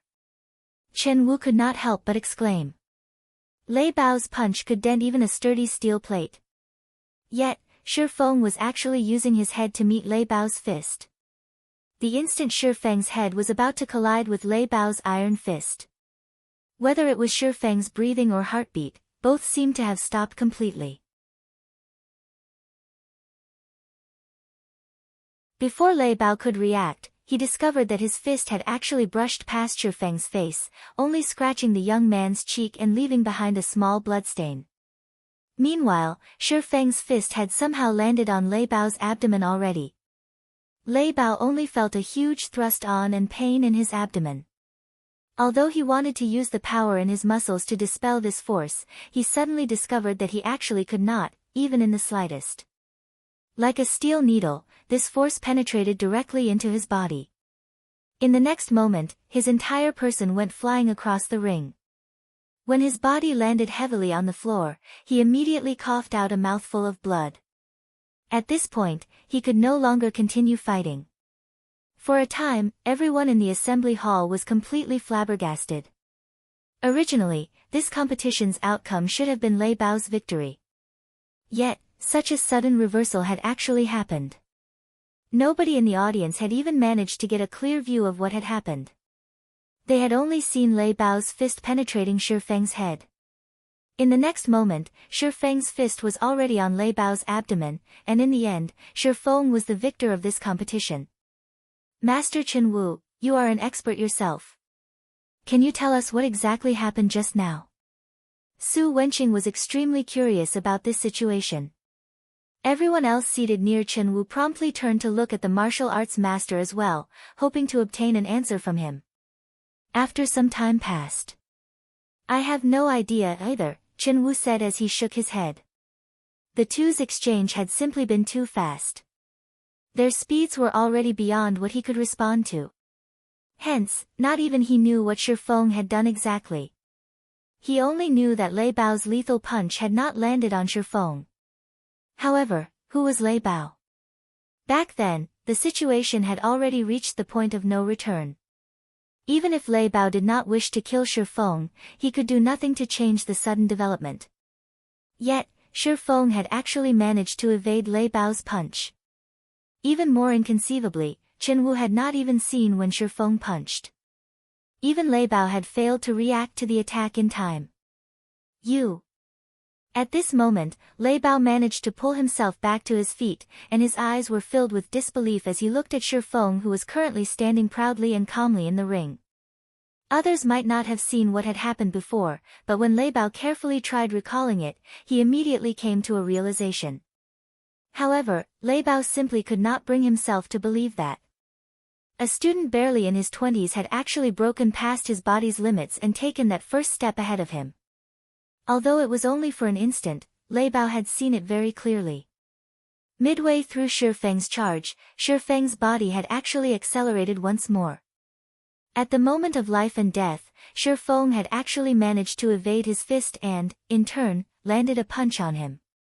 While the audience had their heads in the clouds, trying to recall the scene where Shi Feng defeated Lei Bao, Zhang Luowei and Lan Hailong, seated in the spectator stands, were both frozen with fear. Their hearts were also filled with immense regret. For a moment, they looked like they had aged more than a dozen years. After this battle, everybody would know about Shifeng. His future would also be limitless. As of this moment, he was already a big shot of Jinhai City. Meanwhile, Zhang Luowei, as Shifeng's fellow student, had actually tried to take action against Shifeng. Looking back at his past actions, he had simply been seeking his own death. As for Lan Hailong, if he had known before that Shifeng was actually so powerful, he would have long since given his all to recruit Shifeng. He definitely would not have feuded with Shifeng over a measly Ling Failong. At this point, both Zhang Luowei and Lan Hailong entertained thoughts of getting rid of Ling Failong. If not for that damnable Ling Failong's little tricks, they would have long since climbed onto Shifeng's massive boat and ridden along his waves of success, instead of being enemies with Shifeng as they were right now. Luowei, tomorrow, you and I will both go and meet with Shifeng. If we do not dispel the rage in his heart, our future will be grim, Lan Hailong whispered helplessly. Indeed. Fortunately, we only have a minor dispute with Shifeng. The main problem is Ling Failong. After we return, we must make a clean break with him. It would be best if we taught Ling Failong a lesson as well. Perhaps this might even make Shifeng forget about all the earlier unpleasantries. Although Zhang Luowei was extremely reluctant, he still nodded his head heavily in reply to Lan Hailong's words.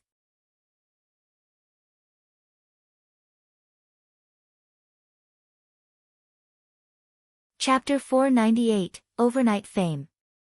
Although the competition only lasted a moment, none of the spectators had been disappointed by the show. On the contrary, the stands exploded with excitement. He defeated Master Lei Bao at such a young age, his future will definitely be limitless. We really didn't waste the trip. Get Master Shifeng's address. Rearrange my schedule as well. We must pay Master Shifeng a visit. The audience was not comprised of your average citizens. Every one of them was a reputable member of society. Now that Shifeng had defeated a top-tier master like Lei Bao, his future was limitless.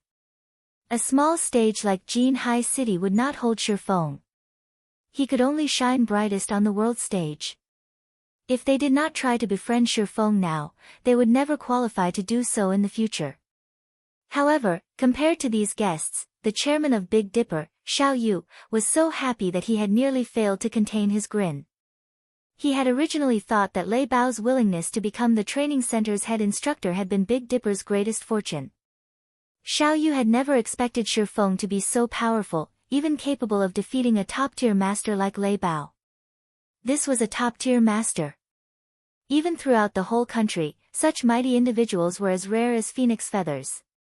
If Big Dipper Training Center employed such a martial arts master, its popularity and business would undoubtedly skyrocket. Uncle Xiao, how do you plan to thank me? After all, it was I who introduced Shifeng to Big Dipper. Zhao Ruoxi grinned, her eyes flashing with pride and excitement. She felt as if Shifeng's victory were her own, and she basked in the success. Of course, we can't forget about you. In a moment, I'll have a diamond member card prepared for you. Big Dipper has only ever given out 5 of these member cards, so you'll be the 6th, Xiao Yu laughed. Zhao Jianhua could not help his shock when he heard Xiao Yu's words. Big Dipper's diamond member card was extraordinary. As a diamond member, one would receive a 50% discount, and all monthly expenses under a certain amount would be waived. Throughout Jinhai City, only 5 people had received such privileges, and neither Zhao Jianhua nor Zhao Ruoxi's father were of those 5. Yet, his niece had actually become the 6th person to become one of Big Dipper's diamond members. Indescribable feelings colored Zhao Jianhua's stern expression. Before they, the older generation, could even reach this far, the younger generation surpassed them. Of course, this was all accredited to Shifeng's achievement. Now that Shifeng had defeated Master Lei Bao, becoming famous overnight, even the giants in flourishing, first-rate cities would scramble to recruit Shifeng, much less those in Jinhai City. At this moment, Xiao Yu was deeply afraid he could not hold back a true dragon like Shifeng. Now that he had a chance to solidify Big Dipper's relationship with Shifeng, he would maximize their generosity. After the competition ended, although Lei Bao had suffered relatively severe injuries, with the aid of modern technology and S-rank nutrient fluids, he would quickly recover to his peak condition. Master Shifeng, I am convinced of my loss in this competition. Please don't hold back and state your conditions. Since I have made the promise, I will not go back on my word, Lei Bao said weakly as he joined Shifeng in the lounge. At this moment, Lei Bao was still slightly pale. Lei Bao did not think that it was a coincidence that Shifeng just so happened to have broken past his limits, obtaining power and physical reactions beyond his body's capabilities, in the moment between life and death. At the very least, Shifeng should have already touched the boundaries of that realm. Shifeng was just a young man in his early 20s, yet, he had already reached such mastery. Shifeng was easily stronger than Lei Bao himself. Lei Bao could not wrap his mind around it. Even if Shifeng began training while still inside his mother's womb and had received all sorts of resources, he should not be able to obtain the power to surpass his physical limitations at such a young age. If Lei Bao was a martial arts prodigy, then the man before him was a demon. Even if he were not convinced of his defeat, he had to accept it. Since Master Lei Bao has agreed, then I want you to join my workshop, Shifeng laughed. Lei Bao was a top-tier master who had trained both his inner and outer body to their limits. Shifeng had only been able to defeat Lei Bao due to luck. Fortunately, Shifeng's brain activity had improved before participating in this competition. He had even grasped the beginnings of the technique to unlock his brain's physical limiter. Although he had only overcome the limiter for an instant, it had been enough for him to reach a new level of strength, allowing him to defeat his opponent. In addition, Lei Bao had also been caught unprepared. Otherwise, there was more than a 90% chance that Shifeng would have suffered defeat in this competition. To Shifeng's current self, it was still somewhat early for him to overcome his brain's limiter. The brain limited a person's strength to protect the body. Before the physical body reached sufficient durability, actively trying to remove this limiter would only do more harm than good. Not to mention, Shifeng had yet to grasp this power fully. It might seem that Shifeng had only received a small scratch during the competition, but in reality, his body had been significantly damaged due to the explosive force he had displayed. Even without moving, Shifeng felt like needles pricked his entire body. Hence, the moment Shifeng returned to the lounge, he had madly consumed A-rank nutrient fluids to alleviate his pain. After this competition, he would not be able to train for quite some time. Join your workshop? Lei Bao frowned. Every martial artist wished to remain free and unfettered. He barely had enough time to train and improve himself. How would he find the time to work? Master Lei Bao, please relax. My workshop is a virtual gaming workshop that focuses on the most popular game currently, God's Domain. You only need to work at night while you rest. The workshop will not interfere with your life during the day, you can do whatever you want during that time, Shifeng slowly explained. He knew very well what Lei Bao worried about. Although Lei Bao had never come into contact with virtual reality games, especially God's Domain, Lei Bao was still a top-tier martial arts master. Currently, although Aqua Rose and the others had the potential, their foundations were lacking. They still needed to improve before they could become top-tier experts. However, Lei Bao was different. His combat foundation was extremely sturdy. If he familiarized himself with his body in God's Domain and integrated the techniques he had learned in real life, he could very quickly become one of Zero Wing's top combatants. Okay, I'm relieved to hear that. Lei Bao nodded. He then left the lounge. Lei Bao's addition to Zero Wing would undoubtedly give the guild another fierce general. While Shifeng rested, 3 others entered the lounge. Lifting his head, Shifeng noticed that one of the new arrivals was none other than Big Dipper's chairman, Xiaoyu, with Liang Jing and Zhao Ruoxi following closely behind. At this moment, Zhao Ruoxi wore a blue one-piece that looked both light and elegant. Her inky hair scattered around her waist like a waterfall, adding a few hints of elegance to her originally innocent temperament. Upon entering the room, Zhao Ruoxi beamed at Shi Feng, both worry and joy filling her eyes. Now that Shi Feng had become famous overnight, the originally silent and unknown boy from school was no more. Now, he had become Jinhai City's focal point. Even old man Su wished to have a proper chat with Shi Feng.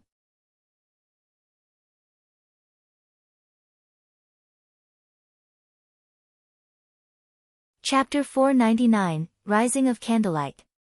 In the lounge, both Liang Jing and Xiao Yu approached Shi Feng with far more caution and respect than in the previous meetings. Only Zhao Ruoxi behaved as usual, smiling and laughing as she conversed with Shi Feng. There did not seem to be any signs of a barrier between them. Master Shi Feng, based on our previous arrangements, from today onwards, you will be Big Dipper's head instructor. At the same time, you will also become one of Big Dipper's directors, and as you requested, Big Dipper will also come up with an area that will be under your sole management. Saying so, Xiao Yu took out a half-transparent card from his suit's pocket, handing it to Shi Feng. This is Big Dipper's diamond member card. The card's information has already been updated. In the future, all of your expenses at Big Dipper will be free of charge. Moreover, Big Dipper will also specially reserve a special training room for your use at any given time. When Zhao Ruoxi heard Xiao Yu's words, even she could not help her shock. The usual training rooms only contain some fitness and testing equipment. However, Big Dipper's special training rooms were different. Big Dipper spared no expense when they had constructed these training rooms. Every item inside was state-of-the-art. The entire room was also controlled by a quantum computer. These rooms were usually only provided to professional fighters. Normally, these rooms contained a dedicated combat robot. Special training rooms also came with full virtual combat videos and combat systems that stored beneficial data, which users could reference and learn from. There was even a gravity control device that allowed one to adjust the gravity in the room in order to produce better results. Furthermore, each room had a health cabin that could help its users alleviate physical fatigue, accelerate physical recovery, and maintain the best quality of sleep each day. Hence, many of Jinhai City's professional fighters loved come to Big Dipper. The training rooms in Big Dipper were categorized into 4 different ranks: basic, intermediate, advanced, and special. While the cost of each room increased with rank, the benefits also increased. It was especially true for the gravity settings. In the basic training room, one could adjust the room's gravity by 2G. The intermediate training room's gravity could be adjusted by 3G. In advanced training rooms, one could change the gravity by 4G. In special training rooms, one could increase or decrease the gravity by 6G. It was impossible for ordinary people to train in such an environment. Even moving one's fingers would be difficult. As for the rental fees, ordinary people could not even afford a basic training room. It cost 3,000 credits to rent a basic training room for a day. That was almost a typical person's monthly salary. Of course, your average citizen didn't even qualify to become a member of Big Dipper, to begin with. To professional fighters, however, this was easily affordable. The intermediate training rooms cost 5,000 credits per day. A majority of the city's professional fighters usually preferred to rent intermediate training rooms. Unfortunately, there was not many available. Big Dipper only had 20 advanced training rooms, and they cost 10,000 credits to rent per day. This was practically the average price of renting a room at a 7-star hotel. As for special training rooms, there were only 5 in the Big Dipper Training Center, or better yet, in all of Jinhai City. The rental for these rooms was 30,000 credits per day. However, one would be lucky if they even had the chance to rent one of these rooms. Yet, now, Big Dipper had specifically reserved one of these rooms for Shi Feng. Countless people would definitely turn green with envy if they found out. I'll have to trouble Chairman Xiao, then. Shi Feng did not hold back as he accepted the diamond member card. With the special training room's gravity enhancement, his future training would yield far better results. Master Shi Feng, there is also the matter of the 15 bottles of S-rank nutrient fluids and 5 virtual gaming cabins that we previously agreed to. Our board of directors has unanimously agreed to increase the count to 30 bottles and 10 virtual gaming cabins. We will have the items delivered to you in a few days, Xiaoyu said with a smile. Also, I will have my head assistant, Liang Jing, follow you. She is always very efficient. If you have any matters in Big Dipper you need to deal with, please let her take care of them for you. Alright. Shi Feng did not refuse Xiaoyu's offer. He had no reason to refuse to begin with. Aside from how important S-rank nutrient fluids were to him, just the 10 virtual gaming cabins could raise Zero Wing's workshop to a whole new level. It would no longer be just your average workshop. As for the assistant named Liang Jing, Shi Feng did not know much about Big Dipper. If he wanted Big Dipper to take care of some matters for him, such as training the members of his workshop, an assistant like Liang Jing would definitely come in handy. She could save him a lot of trouble. Regardless of the other's optimistic view of his development in the fighting world, Shi Feng had no intention of changing career paths. He only had one goal in his heart, God's domain. After all, God's domain held the world's future. After Shi Feng chatted with Xiaoyu and the others for a while, he returned to his apartment. Before he left, Xiaoyu had Liang Jing prepare 5 bottles of S-rank nutrient fluids for him, which would help him quickly recover from the injuries he had suffered during the match with Lei Bao. After returning home, Shi Feng immediately drank a bottle before resting in the virtual gaming cabin and logging into God's domain. A virtual gaming cabin also functioned as a health cabin. Only, it had an additional function of allowing its user to log into God's domain. Hence, when recovering from an injury, it would be best to lie inside a virtual gaming cabin. The time was currently 7 p.m. Although it was still dark in God's domain, the sound of 3 system notifications rang in Shi Feng's ears the moment he logged in. These 3 notifications informed him of the 2 Candlelight trading firms' completion in White River City and 1 in Star Moon City. The construction of all 3 firms had finished during the day outside of God's domain.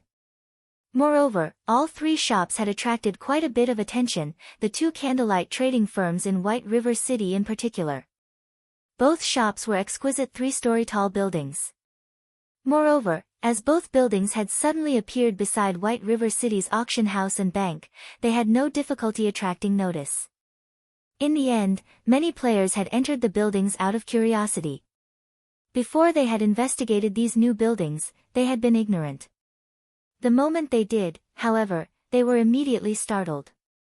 Not only were the shops equipped with a full range of items that players required, but the furnishing inside was also luxurious and magnificent. Both Candlelight trading firms were far more glamorous than the Starstreak trading firm. There were even lounges available in the 2 shops that allowed visiting players to enjoy beverages while they shopped. Most importantly was the appearance of an item that everyone in White River City thirsted for. That item was the basic strengthened armor kit. Although the basic strengthened armor kits were inferior to the basic mana armor kits, the latter was simply too scarce. Despite many people having heard of the item before, they had never personally seen it. Now that the basic strengthened armor kits had appeared in the 2 Candlelight trading firms, the first batch of players to enter the shops fought desperately to purchase them, afraid that the armor kits would sell out in a heartbeat. Shi Feng had given Melancholic Smile the authority to determine the goods prices in the shops, so it was up to her to decide at what price she wanted to sell the basic strengthened armor kits for. Yet, despite having set the initial price of the armor kits at 11 silver coins, it had taken only an instant for more than 100 to sell.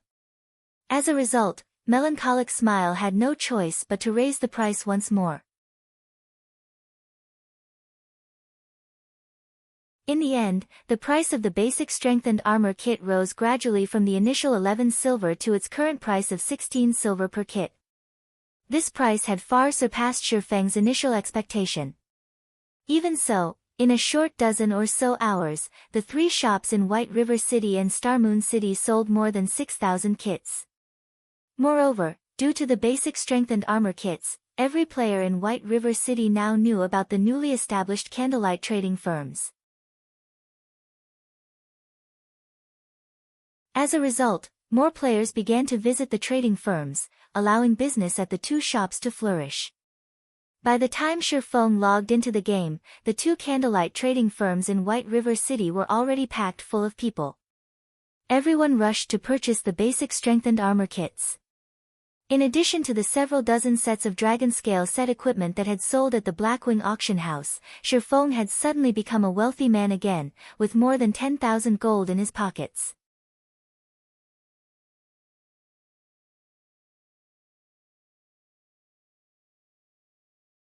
Chapter 500, Exclusive Control.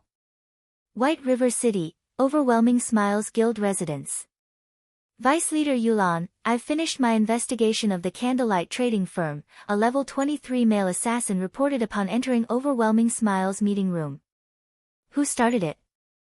Yulan asked in a hurry.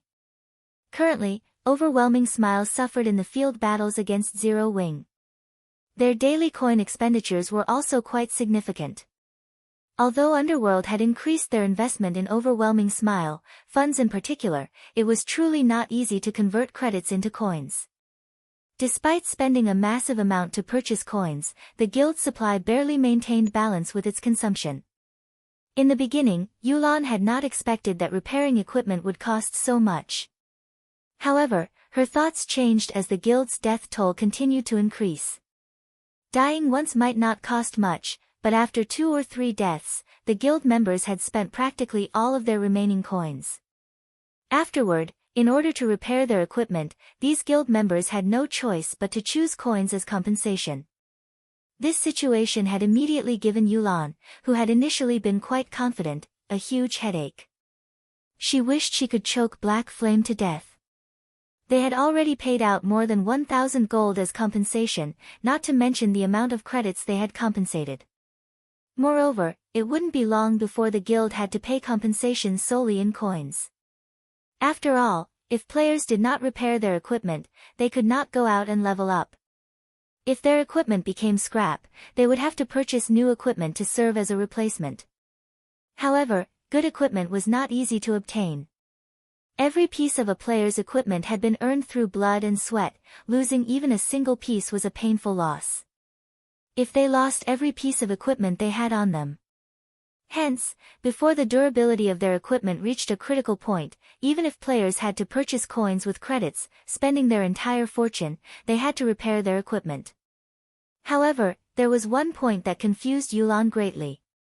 Though Overwhelming Smile's losses were very heavy, Zero Wing's losses should not be any less.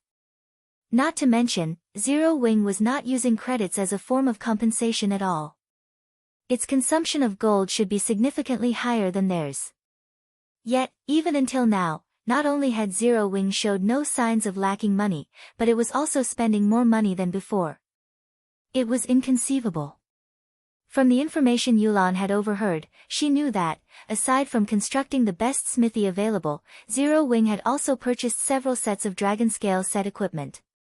At the very least, they would have to spend more than 2,000 gold on these purchases.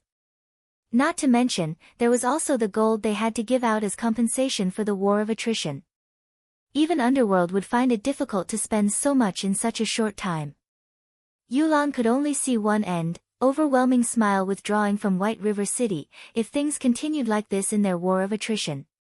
Hence, they needed to make a major change now. They must find a way to earn a large sum of gold. If one wanted to earn a large sum of coins in God's domain, the only way to do so was through trade. Although the guild quests published in the guild residence were a large source of income, that potential was nothing compared to the money one could earn through trade.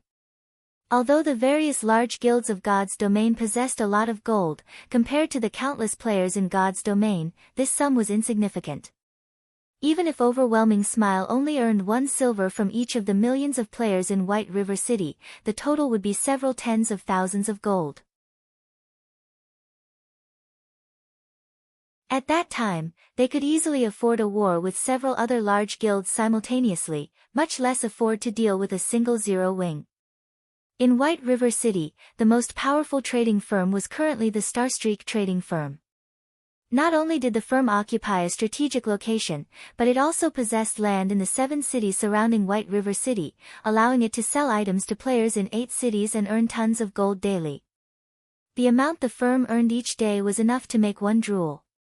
Unfortunately, the Starstreak trading firm was an NPC's property, not a player's. Despite exhausting all of their means, the various large guilds in White River City were unable to form a cooperative relationship with the Starstreak trading firm. In the end, they could only give up on their endeavors and try to open up their own shops. However, White River City's ordinary lands were not particularly valuable. Currently, the various guilds had all set their sights on the golden lands of the city and were consistently accumulating money and raising their reputation to achieve that goal. Now, however, the Candlelight trading firm had appeared and purchased 2 golden lands ahead of the other guilds. Although the Candlelight trading firm was not a match for the Starstreak trading firm, with the basic strengthened armor kits and the full range of products, it, too, stood among White River City's top trading firms. Over time, if the Candlelight trading firm introduced several other items that players direly needed, it would definitely surpass the Starstreak trading firm and become the #1 trading firm in White River City. Moreover, unlike the Starstreak trading firm, a player had established and owned the Candlelight trading firm. That signified the possibility of cooperation. Thus, Yulan had sent her subordinate to investigate the firm. I heard that the manager there is a young woman named Melancholic Smile. Moreover, she is a forger, and was once a forger employed by the Starstreak trading firm, the male assassin said slowly. In addition, aside from that woman, 2 other Starstreak forgers seemed to have defected to Candlelight as well. The 3 of them produced the basic strengthening armor kits. Good, you've done well. Yulan smiled. Melancholic Smile. This is my first time hearing this name. There really are a lot of capable people in White River City. It seems that I'll need to make a personal visit to the Candlelight trading firm to have a chat. Overwhelming Smile wasn't the only guild with such thoughts. Several other large guilds also began to eye the Candlelight trading firm. Such a thriving trading firm was no different from a large gold mine that could provide their guilds with various resources. If they could obtain the trading firm, they could instantly raise their guild's strength by leaps and bounds.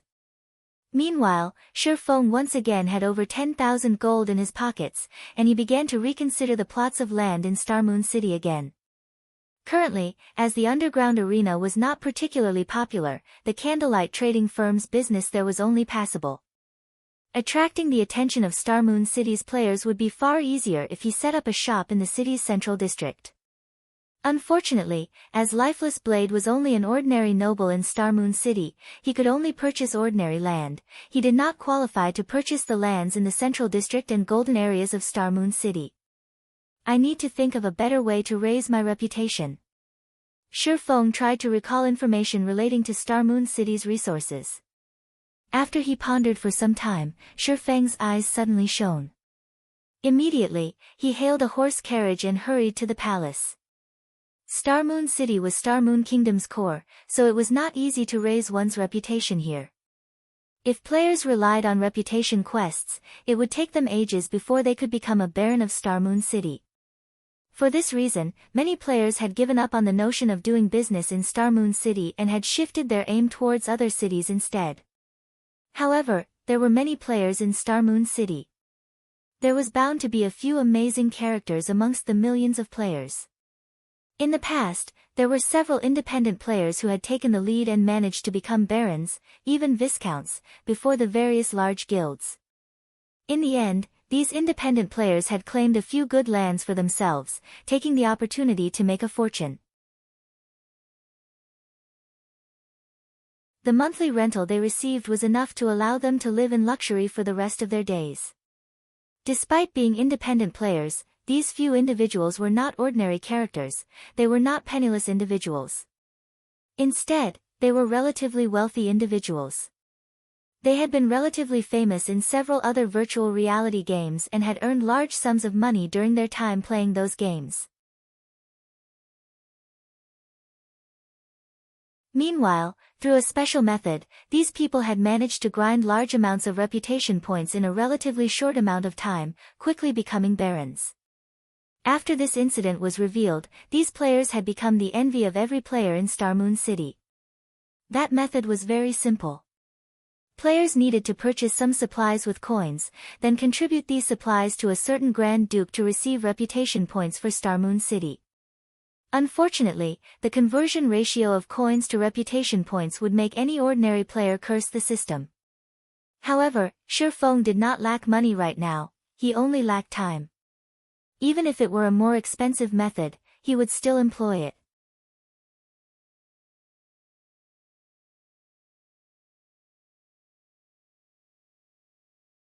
Chapter 501, Grand Duke Hartfield. The lights shone brightly outside of Starmoon City's palace. At this moment, the street adjacent to the palace looked as if it held a large-scale celebration. A crowd of players exploded with excitement. Players filled both sides of the street, shouting and selling their wares. Starmoon City was different from the other ordinary cities in Starmoon Kingdom. The traffic here was constant, with players coming and going from other kingdoms and empires. Hence, unlike in other cities where players could only set up their stalls once every 3 or 4 days in specified areas, players could set up their stalls in Starmoon City every day. Only, a fee was required to set up a stall, it was not free. Even with the fee, a large number of players were still willing to set up their stalls to sell items rather than using the auction house and paying a heavier fee. Even if they sold their items at a lower price here, they could still make a higher profit. Normally, players would only choose to sell their items through the auction house if they were in a hurry for money or they wished to obtain a better price for rare and precious items. As the items sold at stalls were much cheaper, many independent players and large guilds would come here to purchase the materials and items they needed. Shifeng had come to this place precisely to purchase some supplies. The method of exchanging coins for reputation points was, in reality, a special quest found in Starmoon City. To players who focused on raiding dungeons and grinding monsters to level up, they might never discover this special quest. However, to players who leveled up slowly and focused more on enjoying the game itself, it was not particularly difficult to find the quest. As long as they listened for information in the capital city, they could obtain some clues leading to the quest. Meanwhile, this clue was that Grand Duke Hartfield's daughter had fallen ill and was in urgent need of a large amount of herbs. The quest only required 1 stack of ordinary herbs. Upon completing this quest, players would receive a certain amount of money and EXP.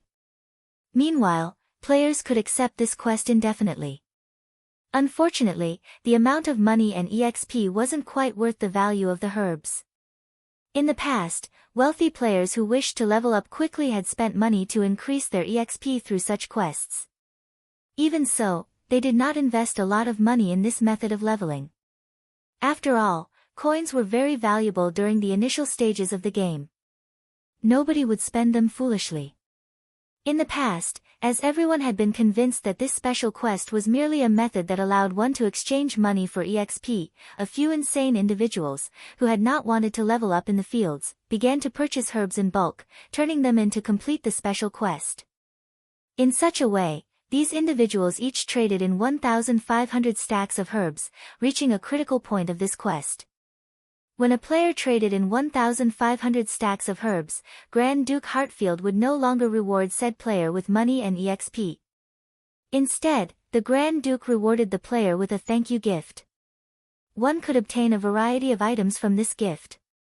Among them, there was a 10% chance to obtain a reputation book.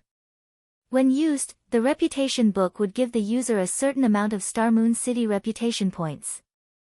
This was why Shifeng had come to this bazaar to purchase herbs in bulk, either ordinary herbs or rare herbs. After making a round through the bazaar and investigating the general prices of herbs, Shifeng began shouting through the trade channel, buying ordinary herbs, 40 copper per stack, rare herbs, 3 silver per stack. We'll buy as many as you have. The trade channel was a unique channel only available in bazaars. Any players in the bazaar could receive the messages sent through this channel. However, players who wished to shout their messages needed to pay a fee of 1 silver per message. Though the length of each message was limited to 100 words, it was a valuable promotion tool. With this, Shifeng could save himself a lot of trouble.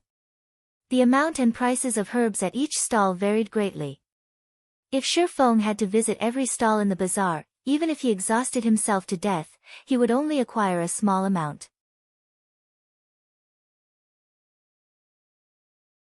Hence, rather than haggling with every stall owner, he might as well offer to purchase herbs at an average price. Naturally, interested players would hunt him down to sell their goods. Shortly after Shi Feng's announcement, a large number of players rushed towards him. "Boss, how many herbs do you want to buy?" "Big brother swordsman, look. I have excellent quality herbs. I can even lower the price if you buy them in bulk." The players that had hurried over all looked at Shi Feng like hungry wolves. They crowded around him, rushing to sell their herbs. Their intensity far exceeded Shi Feng's initial expectations. All right, no need to rush. All of you, line up and trade with me." Shi Feng smiled as he motioned for the crowd to calm down. Sure enough, players' enthusiasm in the capital city is a lot more intense. However, after giving it some thought, their enthusiasm was only natural. Players were currently busy with leveling and were not particularly enthusiastic about lifestyle classes. Although guilds nurtured their own alchemists, the guilds could easily supply the amount of herbs their alchemists needed. They didn't need to purchase any. More importantly, the crowd was so excited because the demand for herbs was usually quite low. As useful potion recipes were extremely rare, demand for herbs had dropped even further. In addition, Star Moon Kingdom was not a herb-poor kingdom, resulting in the prices of herbs remaining relatively low. Despite there being 20 herbs in each stack, ordinary herbs only sold for 40 copper per stack. Even rare herbs only sold for 3 silver per stack. One could imagine just how worthless herbs were. Yet, even with such low prices, few people were willing to purchase herbs, which explained why everyone was so excited to see Shi Feng. Players would frequently encounter herbs while adventuring, and they would usually collect these herbs to sell in bulk at a later time. Now, these players' actions benefited Shi Feng.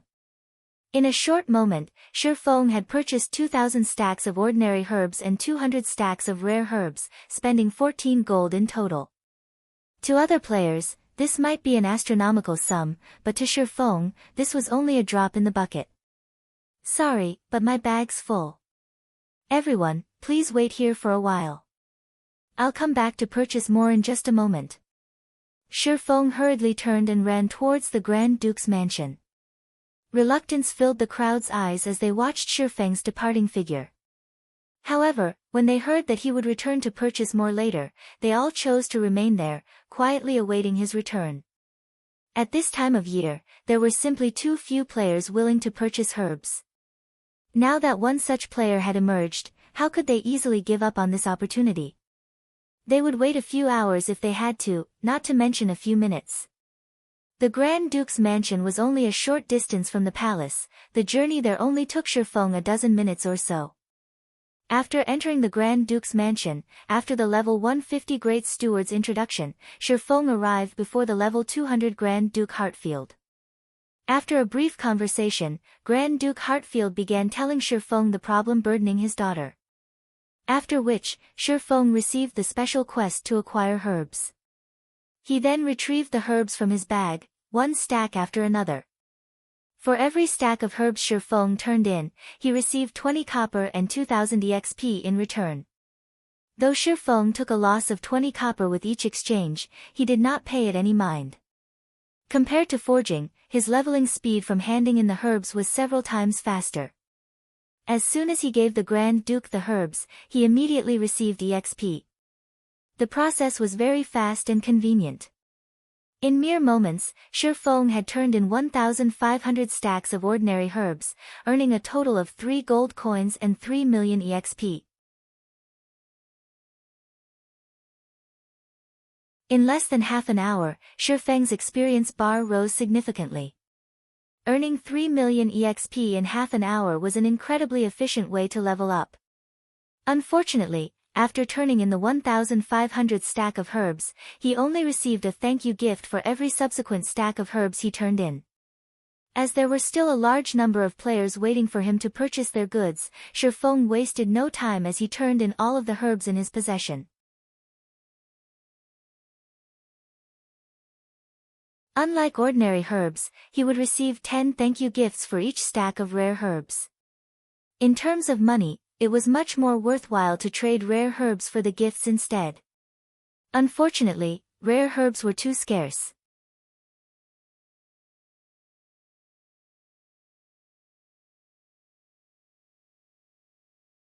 Chapter 502, Twilight Treasure Chest. Shi Feng traded all of his ordinary herbs and rare herbs for thank you gifts in one fell swoop. Suddenly, Shi Feng noticed that Grand Duke Hartfield's gaze had changed slightly. The Grand Duke's originally stern expression seemed to have softened significantly. Was I just imagining things? After Shi Feng's brain activity had improved, his 5 senses and intuition had become extraordinarily sharp. Advanced NPCs of God's domain possessed very high intelligence. It was even higher than ordinary players. It was especially true for a level 200, tier 3 NPC like Grand Duke Hartfield. Although Hartfield might not be as strong as Magistrate Weissman, not even Weissman dared to offend the Grand Duke. Hartfield was the only Grand Duke throughout Star Moon Kingdom, while the others were just dukes. In Star Moon Kingdom, his position was only below that of the king and equal to that of the kingdom's Grand Marshal, Adolf Serret.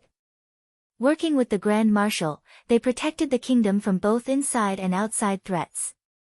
If Shi Feng could form a relationship with Grand Duke Hartfield, it would greatly benefit his future development in Star Moon Kingdom. Forget it.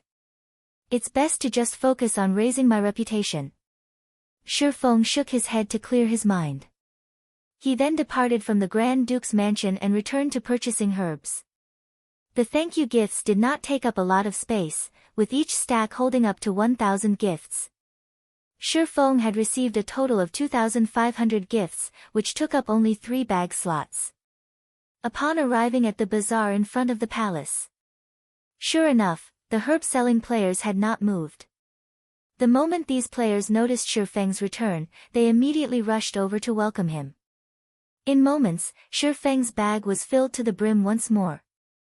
He then returned to the Grand Duke's mansion and began to trade the herbs for more thank you gifts.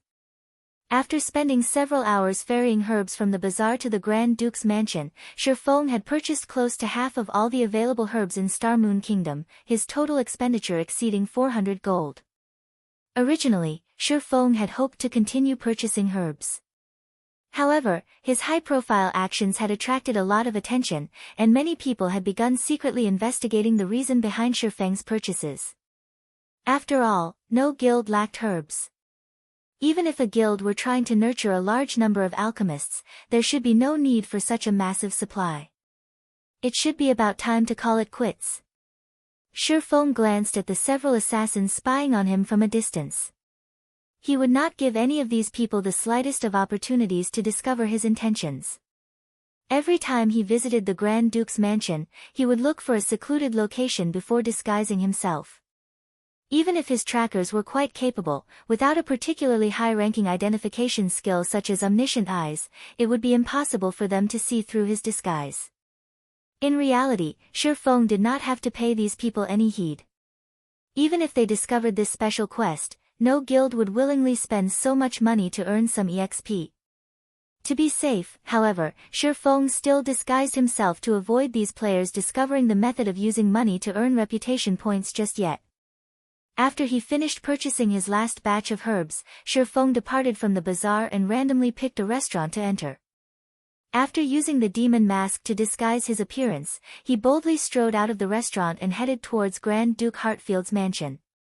Inside the Grand Duke's abode, Shi Feng habitually walked up to the Grand Duke and took out the final 1,000 stacks of ordinary herbs and 1,000 stacks of rare herbs from his bag, trading them all for thank you gifts. Suddenly, the familiar sound of a system notification reached his ears. System: Grand Duke Hartfield's favorability increased by 30 points. Sure enough, this special quest is not as simple as it seems. Shi Feng grew slightly excited upon seeing this system notification. The higher ranked an NPC was, the more difficult it was to raise their favorability. The fact that he had increased the Grand Duke's favorability just by spending around 400 gold was completely worth it.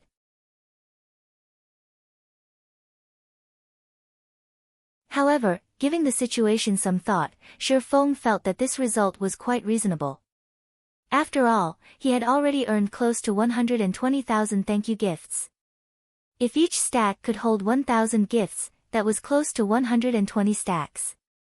Currently, the prices of herbs were only this cheap due to the fact that players of God's domain were still low-leveled and did not have much use for them. If Shi Feng waited 2 more weeks or so, the money he would have to spend to earn 120,000 thank you gifts would most likely increase by several folds. If the Grand Duke had nothing to say even after such a huge contribution, his heart was definitely made of stone. Young adventurer, thank you for your enthusiastic contributions. With this many herbs, I can extract a sufficient amount of herbal essence to cure my daughter. To show my gratitude, you may use those thank you gifts to trade for the treasures I usually store inside my treasury, Grand Duke Hartfield said happily. Your Highness Hartfield, it will be my honor, Shi Feng replied, immense joy filling his heart. Originally, Shi Feng had intended to open the thank you gifts he had amassed in one sitting. He had never expected the gifts to have such a purpose. Most likely, not even those several wealthy players in the past had exchanged as many herbs as he had. Steward, take this adventurer to have a look, Grand Duke Hartfield said. Yes, the Grand Steward answered before leading Shi Feng to the treasury on the 3rd floor. The Grand Duke's treasury was heavily guarded. The 6 white-robed knights guarding the entrance were level 200 Tier 3 Judgment Knights. Not to mention, there was even a Tier 5 magic array protecting the vault. Even a Tier 4 class would require a significant amount of time to break through such a powerful magic array. Upon entering the treasury, Shi Feng discovered that the place looked very much like a museum, with many treasures on display. This is the list of treasures. You are allowed to redeem the gifts for any of the items inside. The Grand Steward passed a list to Shi Feng. There were not many items available for exchange on the list. However, Shi Feng was not surprised. Grand Duke Hartfield's favorability towards him was only 30 points. The fact that the Grand Duke was willing to let him trade his thank you gifts for treasures was already a considerable outcome. If he wished to trade for every item in this treasury, he would need to raise the Grand Duke's favorability towards him to at least 300 points. Shi Feng then examined the list of items. Sure enough, every item was very basic. The majority consisted of weapons and equipment that were close to his current level, whereas the quality of the items ranged between secret silver and fine gold rank. Moreover, their prices were not cheap. Even the most basic piece of level 25 secret silver equipment required 1,000 thank you gifts. If converted to coins, it would cost 4 gold. If not for the herbs he bought being cheap, 1,000 gifts would cost 8 gold or more. Moreover, these level 25 secret silver and fine gold equipment were all individual pieces and not set equipment. To Shi Feng, these items did not serve much purpose. Just as Shi Feng felt that he had nothing to gain here, he suddenly discovered the name of a very familiar item at the bottom of the list. Isn't this the Twilight treasure chest? The Twilight treasure chest had been very famous in God's domain. It was also referred to as both the treasure chest of luck and the indiscriminate treasure chest. Only elite monsters that were level 30 and above had a very low chance to drop the Twilight treasure chest. As for why it was called the indiscriminate treasure chest, the items one could obtain from it were extremely random. One might only receive 2 or 3 copper and some trash items. One might also receive epic or even fragmented legendary items. In general, the items one could get from the Twilight treasure chest relied heavily on luck. In the past, the majority of the players who had obtained this item would promptly toss it onto the auction house, selling it for around 1 gold rather than opening it themselves. On the other hand, each Twilight treasure chest only required 100 thank you gifts to redeem. In other words, each Twilight treasure chest would cost Shi Feng 40 silver, which was significantly cheaper than its price in his past life. Luck?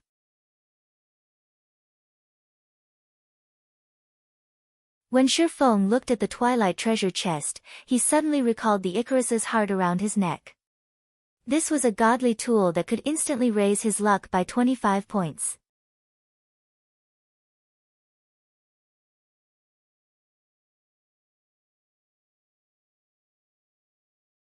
Chapter 503, Yin-Yang Walker. Shi Feng looked at the Twilight treasure chest and pondered his situation carefully. Currently, he had nearly 120,000 thank you gifts on him. They were definitely enough to raise his reputation to a sufficient level. The luck attribute could be applied in various aspects. Aside from monster drops, luck also played a significant role in opening treasure chests and gift boxes, though the effects were not as prominent as they were with drops. However, Icarus's heart only gave Shi Feng 5 points of luck under normal circumstances. That amount was too little to make a significant difference when opening treasure chests. Based on Shi Feng's understanding of the luck statistic, 5 points would not even double his drop rate when opening a treasure chest. Meanwhile, the Twilight treasure chest was famed for being a miser of good items. Only by activating Divine Providence and boosting his luck to 25 points would his chances significantly improve when opening a treasure chest. However, Divine Providence only had a duration of 30 seconds, whereas its cooldown lasted 1 hour. Let's decide after I raise my reputation. Saying so, Shi Feng began opening the thank you gifts. Each thank you gift only required 1 second to open. Shi Feng opened 10 gifts in a row. Aside from obtaining some copper coins, he also obtained 2 reputation books, the gifts yielding far more than he had expected. Each reputation book could raise the user's Star Moon City reputation by 1 point. Unfortunately, the book could not be traded. Otherwise, Shi Feng really would sell them to the public. However, these reputation books' effects weakened as a player's reputation grew. Below 100 points, the book would raise a player's reputation by 1 point with a 100% success rate. After reaching 100 points, there was only a 60% chance. At 200 points, that success rate fell further to 30%, 20% at 300 points, and 10% at 400 points. When a player's reputation reached 500 points, there was only a 3% chance to increase their reputation by 1 point when using the reputation book. To become a Baron, players required 500 reputation points. To become a Viscount, players required 1,000 reputation points. If Shi Feng hoped to become a Viscount by relying on the reputation books, he would have to expend a staggering number. As for becoming a Count, which was 1 rank above a Viscount, that was practically impossible. That was because a player needed 3,000 reputation points to become a Count. The effects of just having 5 points of luck is really quite good. I wonder if it will be possible to obtain the Mastery Book. Shi Feng grinned. With 5 points of luck, his chance of obtaining reputation books from the thank you gifts was indeed higher than other players. However, other than copper coins and reputation books, there was also an extremely small chance for players to obtain mastery books. Mastery was something very important to any player in God's domain. Taking Shi Feng for example, as his mastery was very high, his basic attacks dealt more damage compared to other players. If he could raise his one-handed sword mastery's rank to a basic sword master, he could increase his basic sword attack damage by 30%, that was 10% more than an advanced swordsman. With a 10% difference in basic attacks, the skill damage difference was even higher. Meanwhile, Shi Feng was only dozens of points away from becoming a basic sword master. If he could obtain mastery books, he could advance his combat power further. By the time he went to the ancient battlefield to sharpen his techniques, he would also obtain better effects. Shi Feng then began to open the thank you gifts frantically. 100. 300. 500. 1,000. After spending several hours, Shi Feng opened more than 10,000 thank you gifts and obtained a total of 2,000 reputation books. In addition, he had also luckily obtained 8 mastery books. Each mastery book could give him 1 mastery point with 100% certainty. Will Divine Providence have an effect on the increase in reputation? When Shi Feng thought about how, after his reputation reached 100 points, the reputation books no longer gave him 1 reputation point with 100% certainty, then meant that luck was involved. Since luck was involved, then it was definitely related to the luck attribute. Shi Feng grinned slightly as he activated Divine Providence. Suddenly, a faint golden glow covered Shifeng's body as if he had received a blessing from heaven as he became the absolute focal point inside the entire treasury. Immediately, Shifeng began to activate the 2000 reputation books. The activation process of a reputation book was very fast. The book would activate with a single click. Shifeng could gain many reputation books in just 30 seconds. In the next moment, Shifeng's finger transformed into an afterimage. With Shifeng's speed, he could click dozens of times every second. Following which, Shifeng heard the ringing of a continuous stream of system notifications. System, congratulations. You have gained 1 Star Moon City reputation point. System, congratulations. You have gained 1 Star Moon City reputation point. System, congratulations. You have gained 1 Star Moon City reputation point. 30 seconds later, of the 2000 reputation books Shifeng obtained, only a little more than 700 remained. Meanwhile, Shifeng's reputation in Star Moon City had also risen to 436 points, he was only 64 points away from becoming a baron. The Divine Providence's effects were remarkable. Sure enough, it is effective, Shifeng immediately grew excited. Using this method, he could save a large number of thank you gifts. At this rate, not to mention becoming a Viscount, he could even give becoming a Count. Hence, Shifeng frantically opened thank you gifts once more. It just so happened that Divine Providence was on cooldown during this period. An hour later, Shifeng began another round of clicking reputation books. 30 seconds later, Shifeng's reputation rose from 416 points to 578 points. Following which, Shifeng continued opening the thank you gifts. After opening more than 30,000 gifts, Shifeng's reputation had finally reached 1,000 points, becoming a Viscount of Star Moon City. In addition, he had also obtained a total of 21 mastery books. Originally, Shifeng still intended to continue raising his reputation. However, seeing as there were less than 90,000 thank you gifts remaining, even if he used Divine Providence, it would not be enough for him to become a Count. Hence, Shifeng gave up on the notion. However, this result had already surpassed Shifeng's initial expectations. Normally, 120,000 thank you gifts might not even be enough for him to become a Viscount. In this aspect, Divine Providence had truly played a significant role. However, now that Shifeng had 21 mastery books, as long as he strived, he could raise his one-handed sword mastery to 150 points, reaching the standard of a basic sword master. Hence, Shifeng continued the process of opening the thank you gifts and had even used Divine Providence to aid him in his endeavor. After opening another 10,000 or so thank you gifts, Shifeng accumulated a total of 48 mastery books. Immediately, he upgraded his one-handed sword mastery to the standard of a basic sword master, his basic damage increasing by 30%. At this moment, Shifeng had less than 80,000 thank you gifts remaining. At once, Shifeng exchanged all of them for Twilight treasure chests.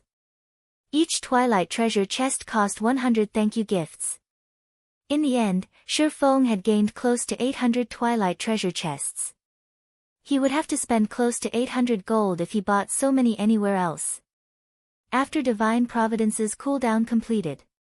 Twilight treasure chest, you better not disappoint me. Shifeng took out 9 Twilight treasure chests and set them on the ground.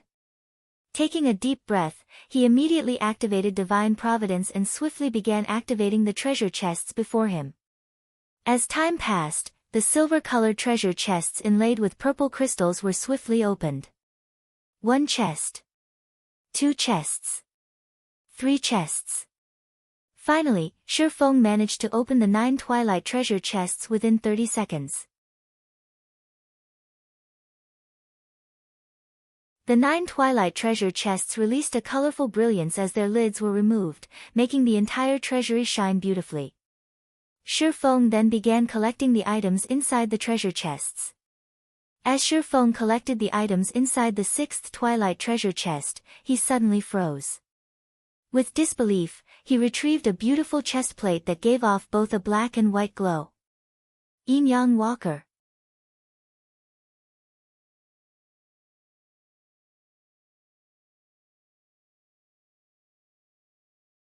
Chapter 504, Tier 1 Set Equipment. In God's domain, one could obtain a wide variety of items from the Twilight treasure chest. However, the chance of obtaining good equipment was incredibly small. As for set equipment, don't even think about it. Yet, the armor called Yin-Yang Walker before Shifeng was indeed a part of a set equipment. For a moment, Shifeng even questioned his own vision. If it were any other set equipment, at most, Shifeng's good luck would have surprised him. However, the Yin-Yang Walker was different.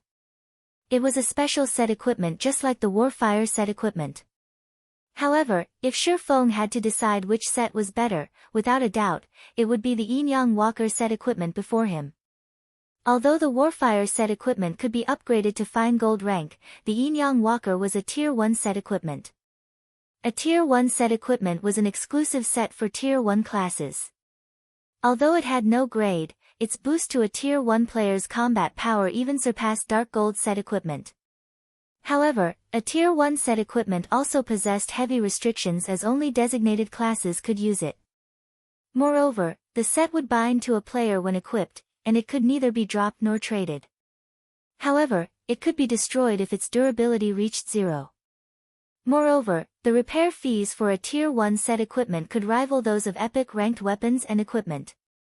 Despite having so many restrictions, a majority of the experts in God's domain loved these sets. However, it was extremely difficult to obtain a Tier 1 set equipment, as only level 20 or higher Great Lords had a chance to drop them. Both Great Lords in the fields and in dungeons had the same drop rate. Tier 1 set equipment was also known as the best set equipment, other than epic set equipment, available for Tier 1 players. It truly lived up to its name. The minimum level of a Tier 1 set equipment was level 20, and its attributes would increase alongside the player's level to level 50, which was when players could class change from a Tier 1 class to a Tier 2 class.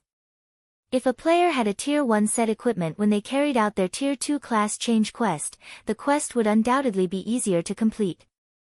Shifeng then appraised the Yin-Yang Walker's chest plate. Yin-Yang Walker set equipment. Level 20, level 50. Equipment requirement, Tier 1 Guardian Knight. Set consists of 5 parts: head, chest, hands, legs, and feet. Binds when equipped. Set effect. 2-piece effect, defense skill increased by 3 levels, defense increased by 10%, damage received reduced by 15%, and healing received increased by 15%. 4-piece effect, endurance increased by 15%, and strength increased by 10%. Obtain Yin-Yang Shield skill, cast a magic shield on yourself, reducing all magic damage received by 60% and gaining immunity to all control effects for 15 seconds. Cooldown, 2 minutes.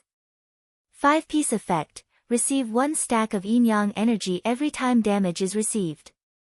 After 30 stacks, Yin-Yang power skill can be activated, hatred increased by 100%, all attacks deal holy damage, all Guardian Knight skill effects increased by 50%, and all attributes increased by 15% for 24 seconds. Cooldown, 5 minutes.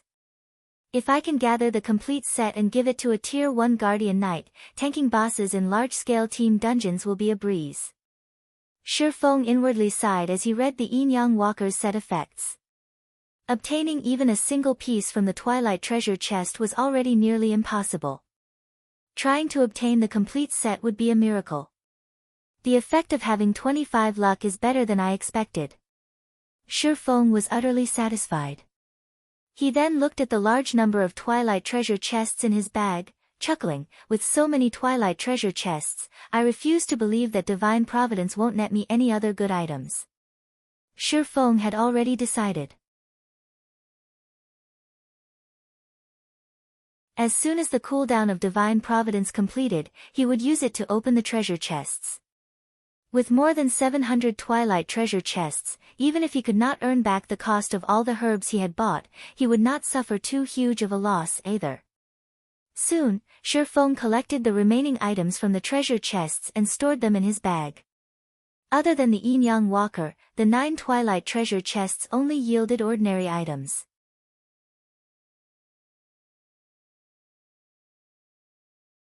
Feng had only obtained a few silver coins and some rare materials, as well as a forging design to create the light stone. Although it was a forging design, it wasn't very valuable. It was not worth even 30 silver. This was because the light stone forging design was quite common. It had a chance to drop from any level 40 or above maps. However, God's Domain's current players were very much in need of light stones.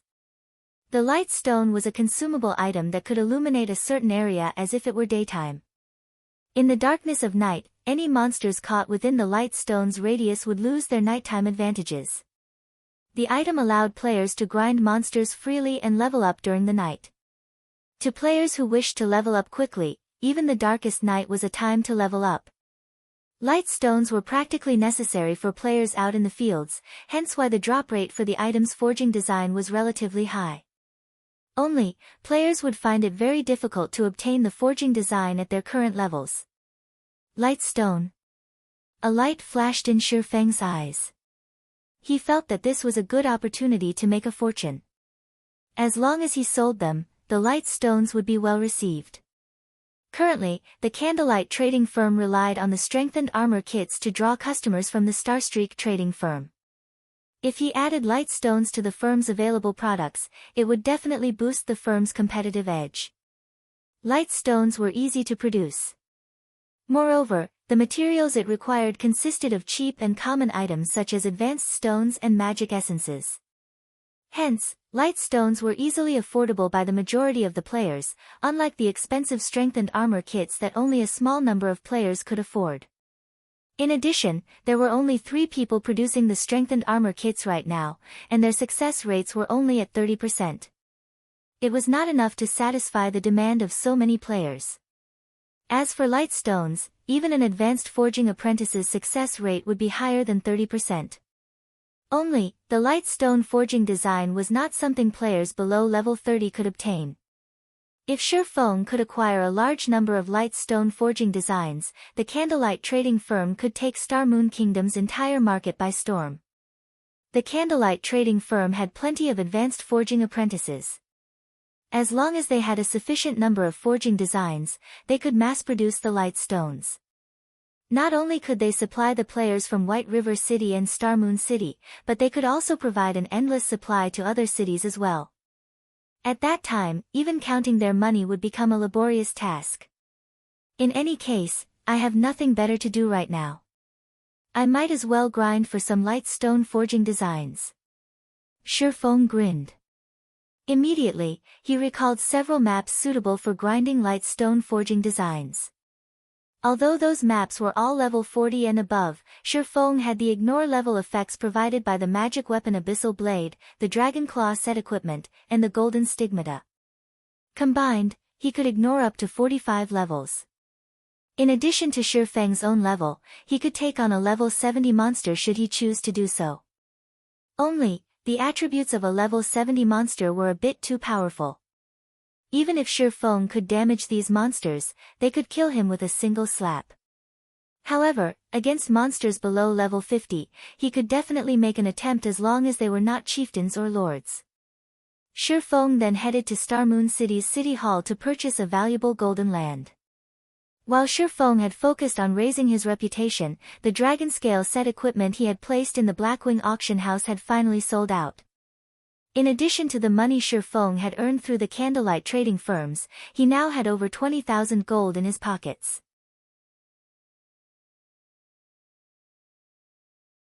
Thus, Feng decided to buy one of the plots of land beside the Star Moon Bank for 16,000 gold.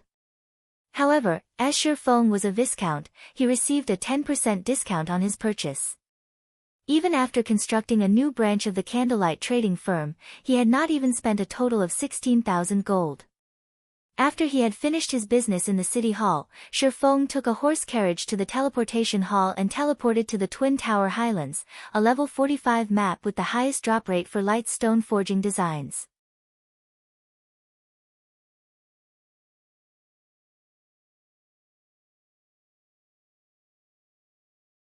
Chapter 505, Domineering Melancholic.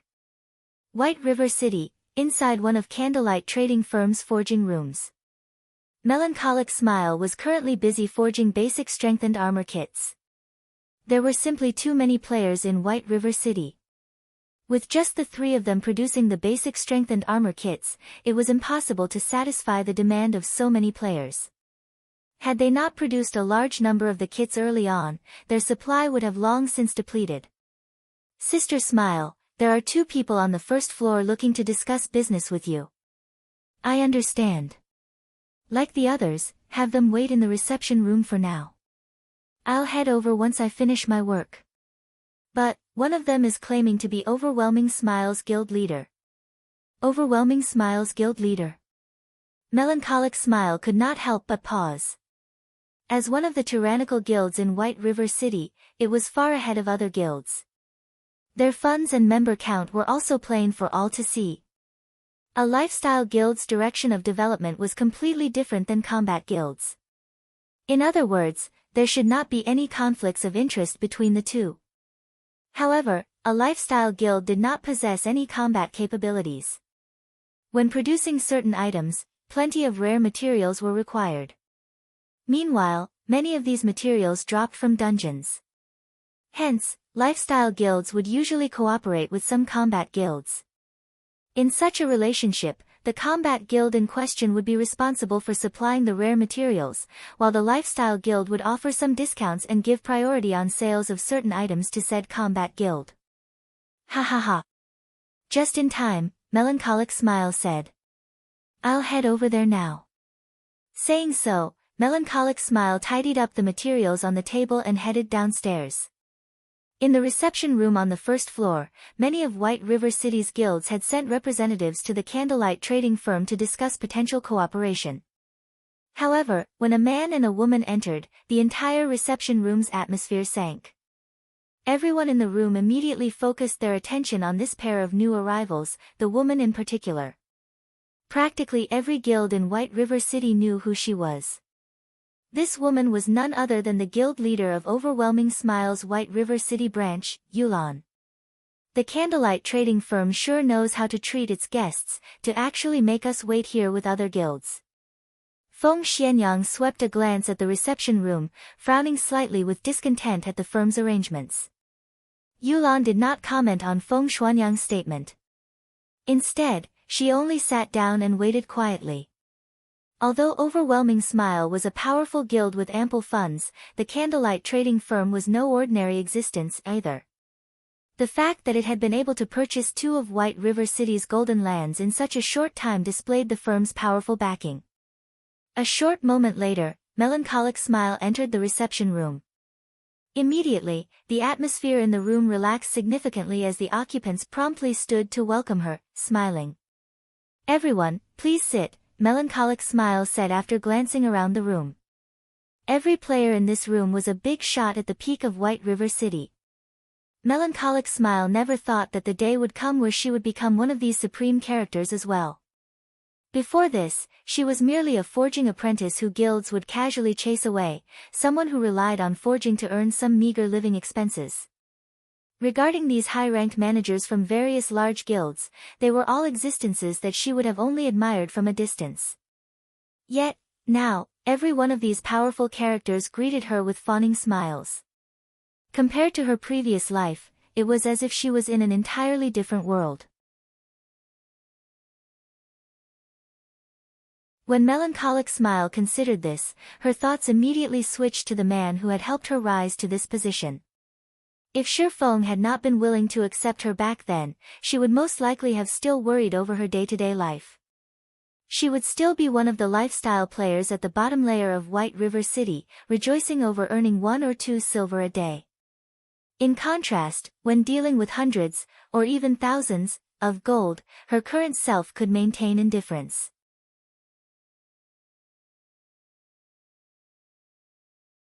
Before her were the upper managers of the various large guilds in White River City. Among them, there was even the guild leader of Overwhelming Smile. One could just imagine how much pressure one would feel from having to discuss business with these people. Yet, Melancholic Smile, who had never encountered such a scene, spoke as naturally as if she were sipping tea while enjoying light conversation. Seeing as everyone present wishes to cooperate with us, I will make things simple.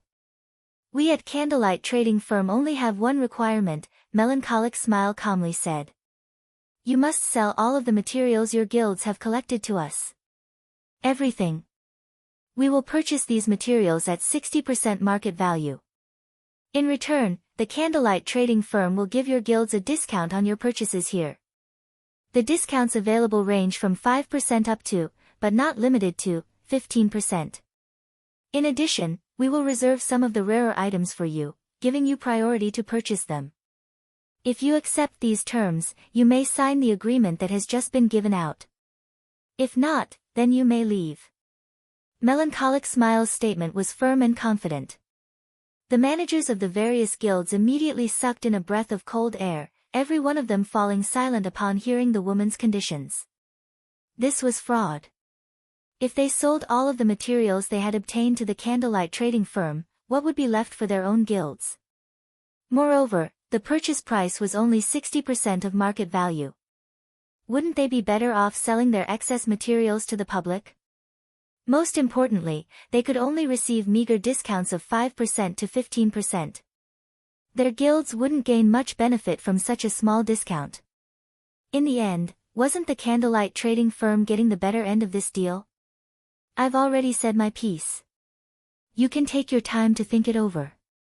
However, note that I will take back the contracts in 30 minutes.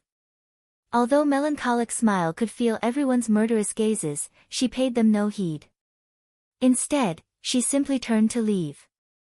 It was as if her actions had said, if you want to sign, go ahead.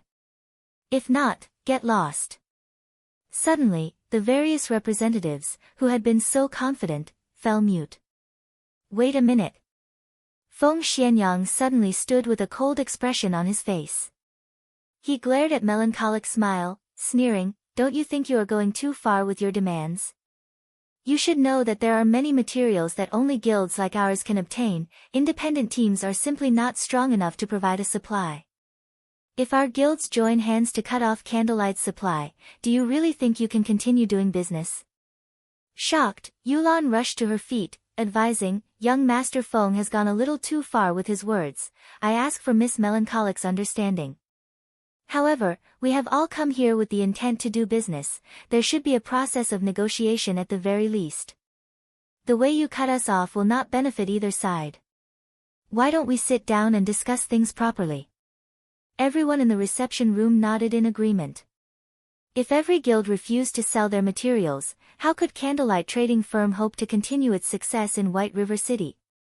At the end of the day, a lifestyle guild was still a lifestyle guild, they were born to lower their heads to combat guilds. Ha ha ha. Your statement is indeed reasonable. After thinking it over for a moment, Melancholic Smile nodded as she looked towards Feng Xianyang and Yulan. Smiling sweetly, she said, although what you've said is logical, I stand by my decision. Moreover, from this point onward, I retract Overwhelming Smile's contract. You two may leave now. You? Feng Xuanyang's eyes immediately became bloodshot as he nearly spat blood in rage. If not for the fact that they were still in the Candlelight Trading Firm, with the owner of the firm having absolute control over and being an invincible existence inside this place, he definitely would have killed Melancholic Smile by now. Yulan was similarly stunned by Melancholic Smile's words. Meanwhile, the upper managers of the various large guilds were also stupefied by this situation. In White River City, Overwhelming Smile was only second to Zero Wing. Yet, Melancholic Smile had dismissed them with just a few words, showing no pretenses at all. This was simply too domineering.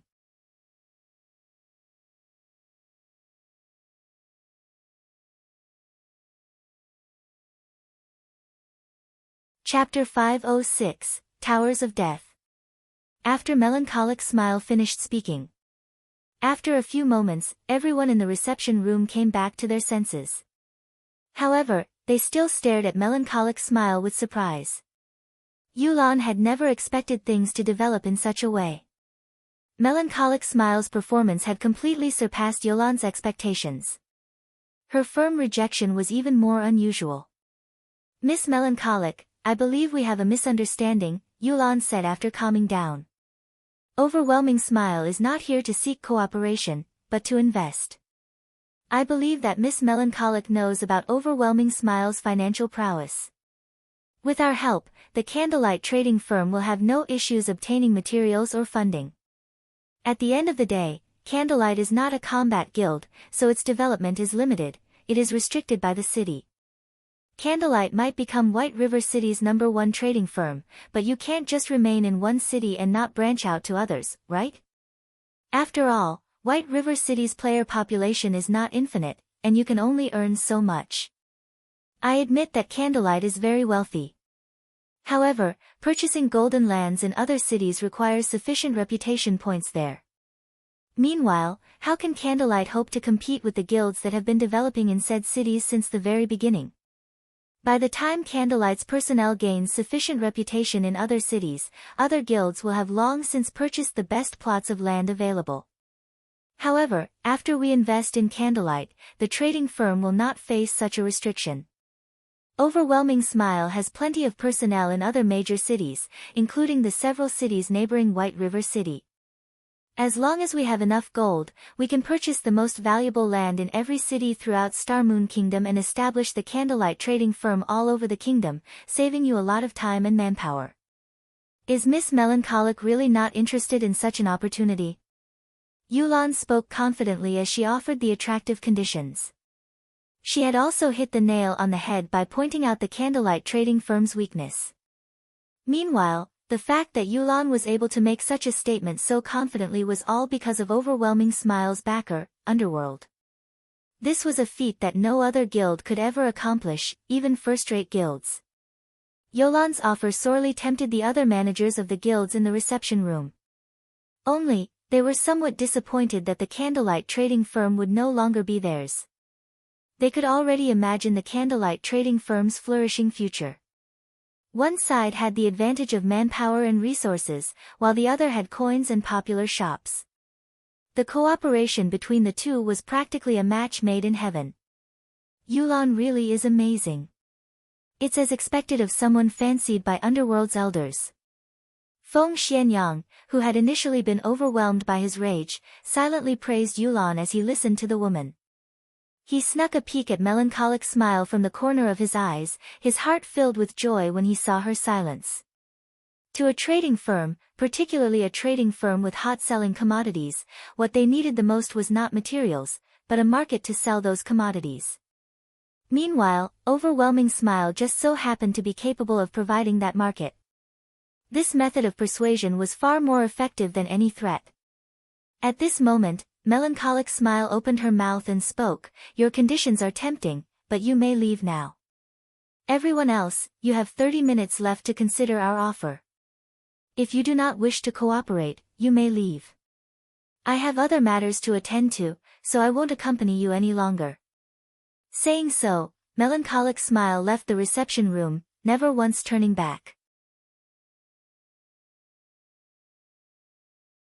From the moment she had entered the room, she had acted as if she did not care about any of the representatives. Is she really not tempted? Yulan was stunned. With such huge potential profits, no sane trading firm would reject their offer. Even if Melancholic Smile rejected them eventually, it should be based on too harsh conditions. Yet, before they could even state their conditions, she had turned them away. Just what sort of situation was this?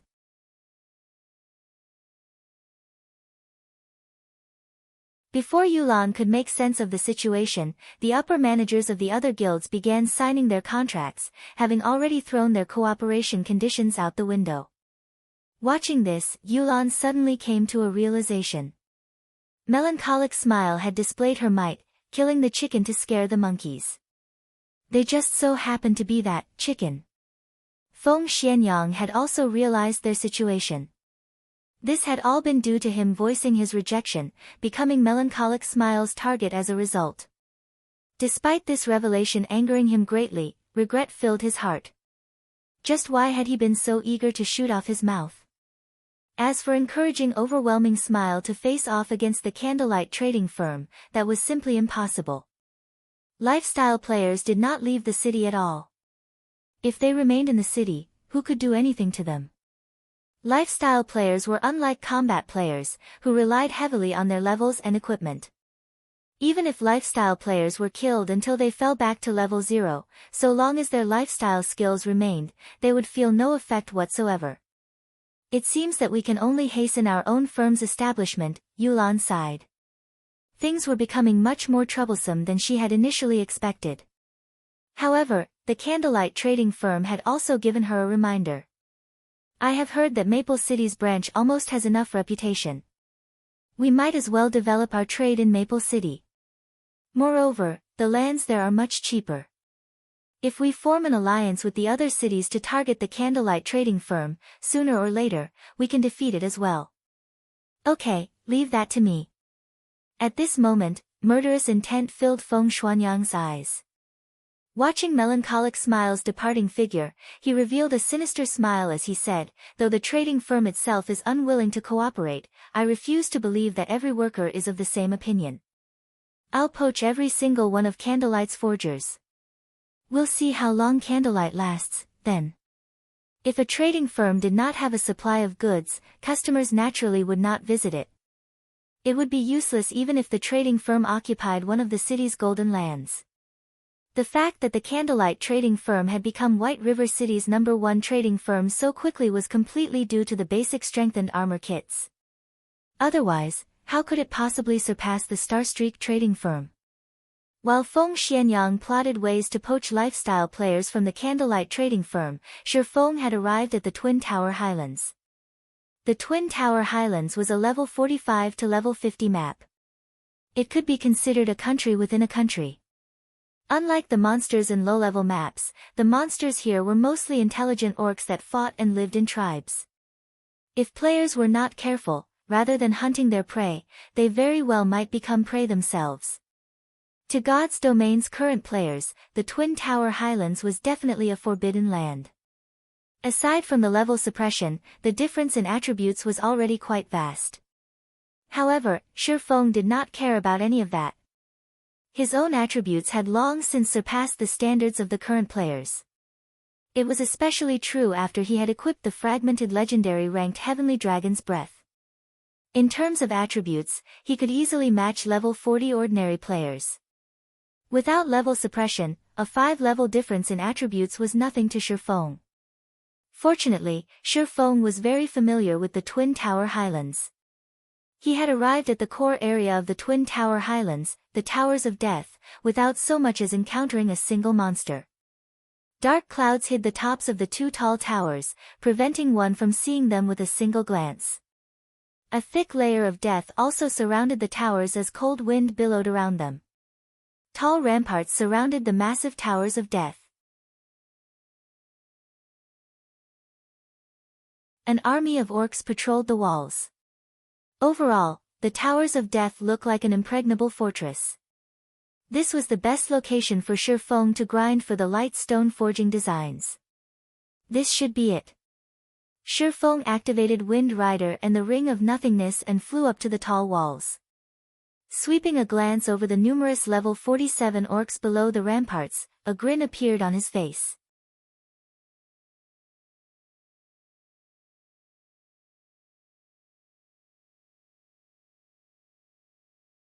Chapter 507, Explosive Power. Not only did the Towers of Death resemble a fortress, but there were also tens of thousands of monsters wandering inside their walls. It was simply impossible to infiltrate without a large team of more than 100 players. However, it was also why the Towers of Death were a good grinding spot. Although the common monsters, the hot-blooded orc warriors, behind the wall seemed to be covered in steel-like muscles, in reality, their strength was only an illusion, they were actually quite weak. Moreover, they were all melee monsters. As long as a team had several powerful AoE classes, the Towers of Death would become a leveling heaven. Hot-blooded orc warrior, orc, common monster. Level 47.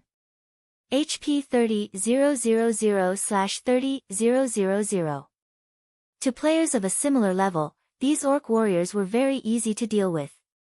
To Feng, who was only level 26 right now, they were just as easy to defeat.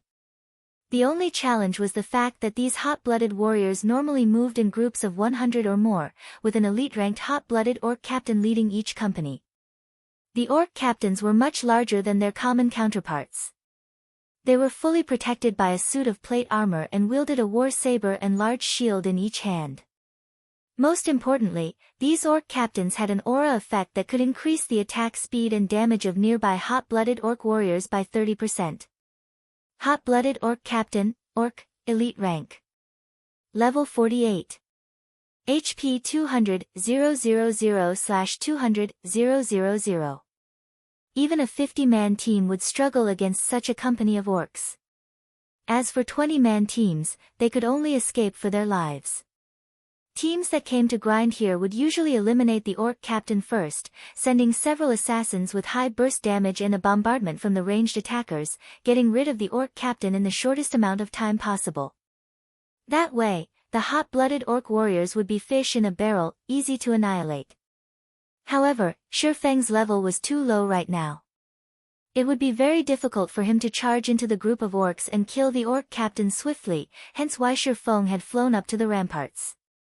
The ramparts were very tall, and it would not be easy for one to reach the top quickly, especially common monsters like the hot-blooded orc warriors. Monsters like them could only use the only staircase. Moreover, it was a long way from the bottom to the top of the stairs, and it would take the orc warriors quite some time to reach the top of the walls. The orc captain, however, was different. The captain's strength was impressive, and he could easily reach the top of the walls with just a few jumps. In the past, many people had used this method to grind orcs and level up. After Shifeng positioned himself on the rampart, he switched the 7 luminaries' rings aura of wind to the aura of fire. Simultaneously, he activated the ice blue devil flame, pale blue flames suddenly covering his entire body. With the effects of the aura of fire and the ice blue devil flame combined, his damage instantly increased by 60%. The combined effects were no weaker than when he activated a berserk skill. Moreover, these effects lasted indefinitely and had no side effects whatsoever. He then took out the blazing meteor and threw it at a hot-blooded orc warrior. Shio! The blazing meteor streaked across the air like a shooting star, instantly striking at a hot-blooded orc warrior who patrolled below the fortress walls. -904. Although there was no level suppression, a level 47 monster was far superior to a level 20+ monster regarding both defense and attack power. Shifeng only had the attributes of a level 40 or so ordinary player, his damage was very limited. Intruder! The orc warrior bellowed angrily as he turned towards Shifeng on top of the wall. Immediately, the entire company of hot-blooded orcs also discovered Shifeng.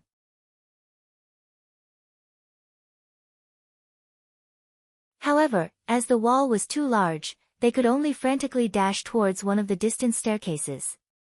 The armored hot-blooded orc captain, unlike his allies, simply bent his legs and jumped. In just a moment, the orc captain had jumped up to half the height of the wall. The captain stabbed his saber into the sturdy wall. Using his saber as a foothold, the captain jumped once again, reaching the top of the ramparts. His robust and powerful hand grabbed and tugged on the chain wrapped around his wrist.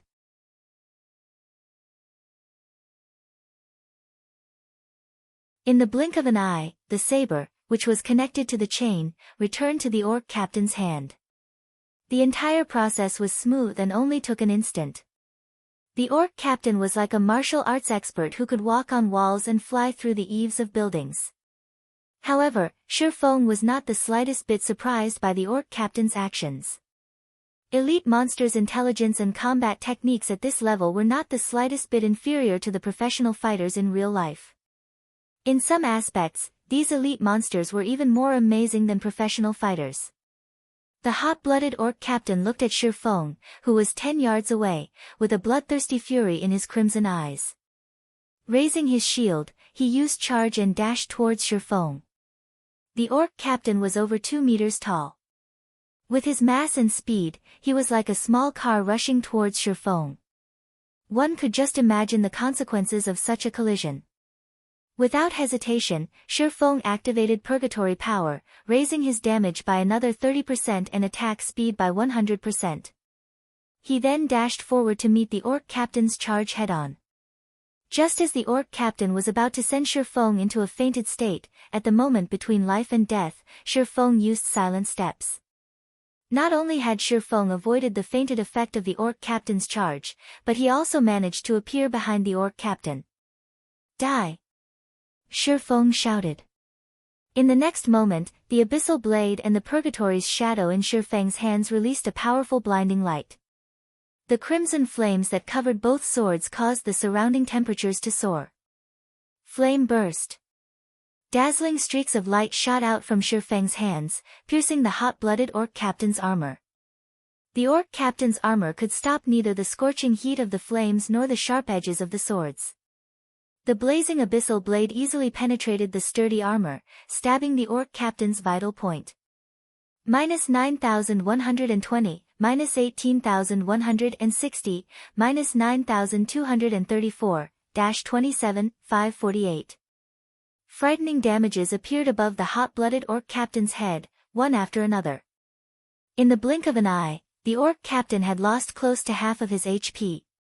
The orc captain bellowed at the damage he received. Responding quickly, the orc captain used War Stomp, causing all enemies within a range of 6 yards to enter a fainted state for 3 seconds. However, Shifeng, who had already grasped the flowing water realm, had long since seen the orc captain's intentions. The instant the orc captain lifted his leg, Shifeng swung his sword. Abyssal Bind. When the orc captain's feet were only several centimeters from the ground, 9 pitch-black chains emerged from the ground and bound the captain, restricting all of his movements. Taking this opportunity, Shifeng launched a barrage of attacks towards the orc captain. Due to Abyssal Bind reducing the orc captain's defense by 100%, Shifeng's flame burst skill became even more powerful. Now, each attack dealt around -20,000 damage, while double critical hits dealt around -40,000 damage. Before Shifeng could exhaust the 12 instances of flame burst, the hot-blooded orc captain was already dead, dropping a few silver coins and a piece of equipment. From beginning to end, Shifeng took less than 4 seconds to kill the hot-blooded orc captain. Meanwhile, only now did the hot-blooded orc warriors finish climbing the stairs, reaching the top of the rampart. However, there were still more than 60 yards between them. After collecting the drops, Shifeng used Skywheel Sword on the orc warriors who were 40 yards away from him. Golden divine swords descended from the sky, sealing the hot-blooded orc warriors in a radius of 20 yards for 4 seconds. At the same time, the orc warriors each received over -4,000 damage, while some received close to -10,000 critical damage. With a single attack, the hot-blooded orc warriors lost close to half of their 20,000 HP. While the hot-blooded orc warriors ceaselessly bellowed with anger, Shifeng followed up his attack with Firestorm. Suddenly, heavenly fire descended from the skies, annihilating the company of orc warriors. Items scattered across the ground around the orc warriors' corpses. Meanwhile, Shifeng's experience bar rose at a rate visible to the naked eye. Shifeng marveled at the dropped items on the ground. Fragmented legendary items and epic items really are frightening.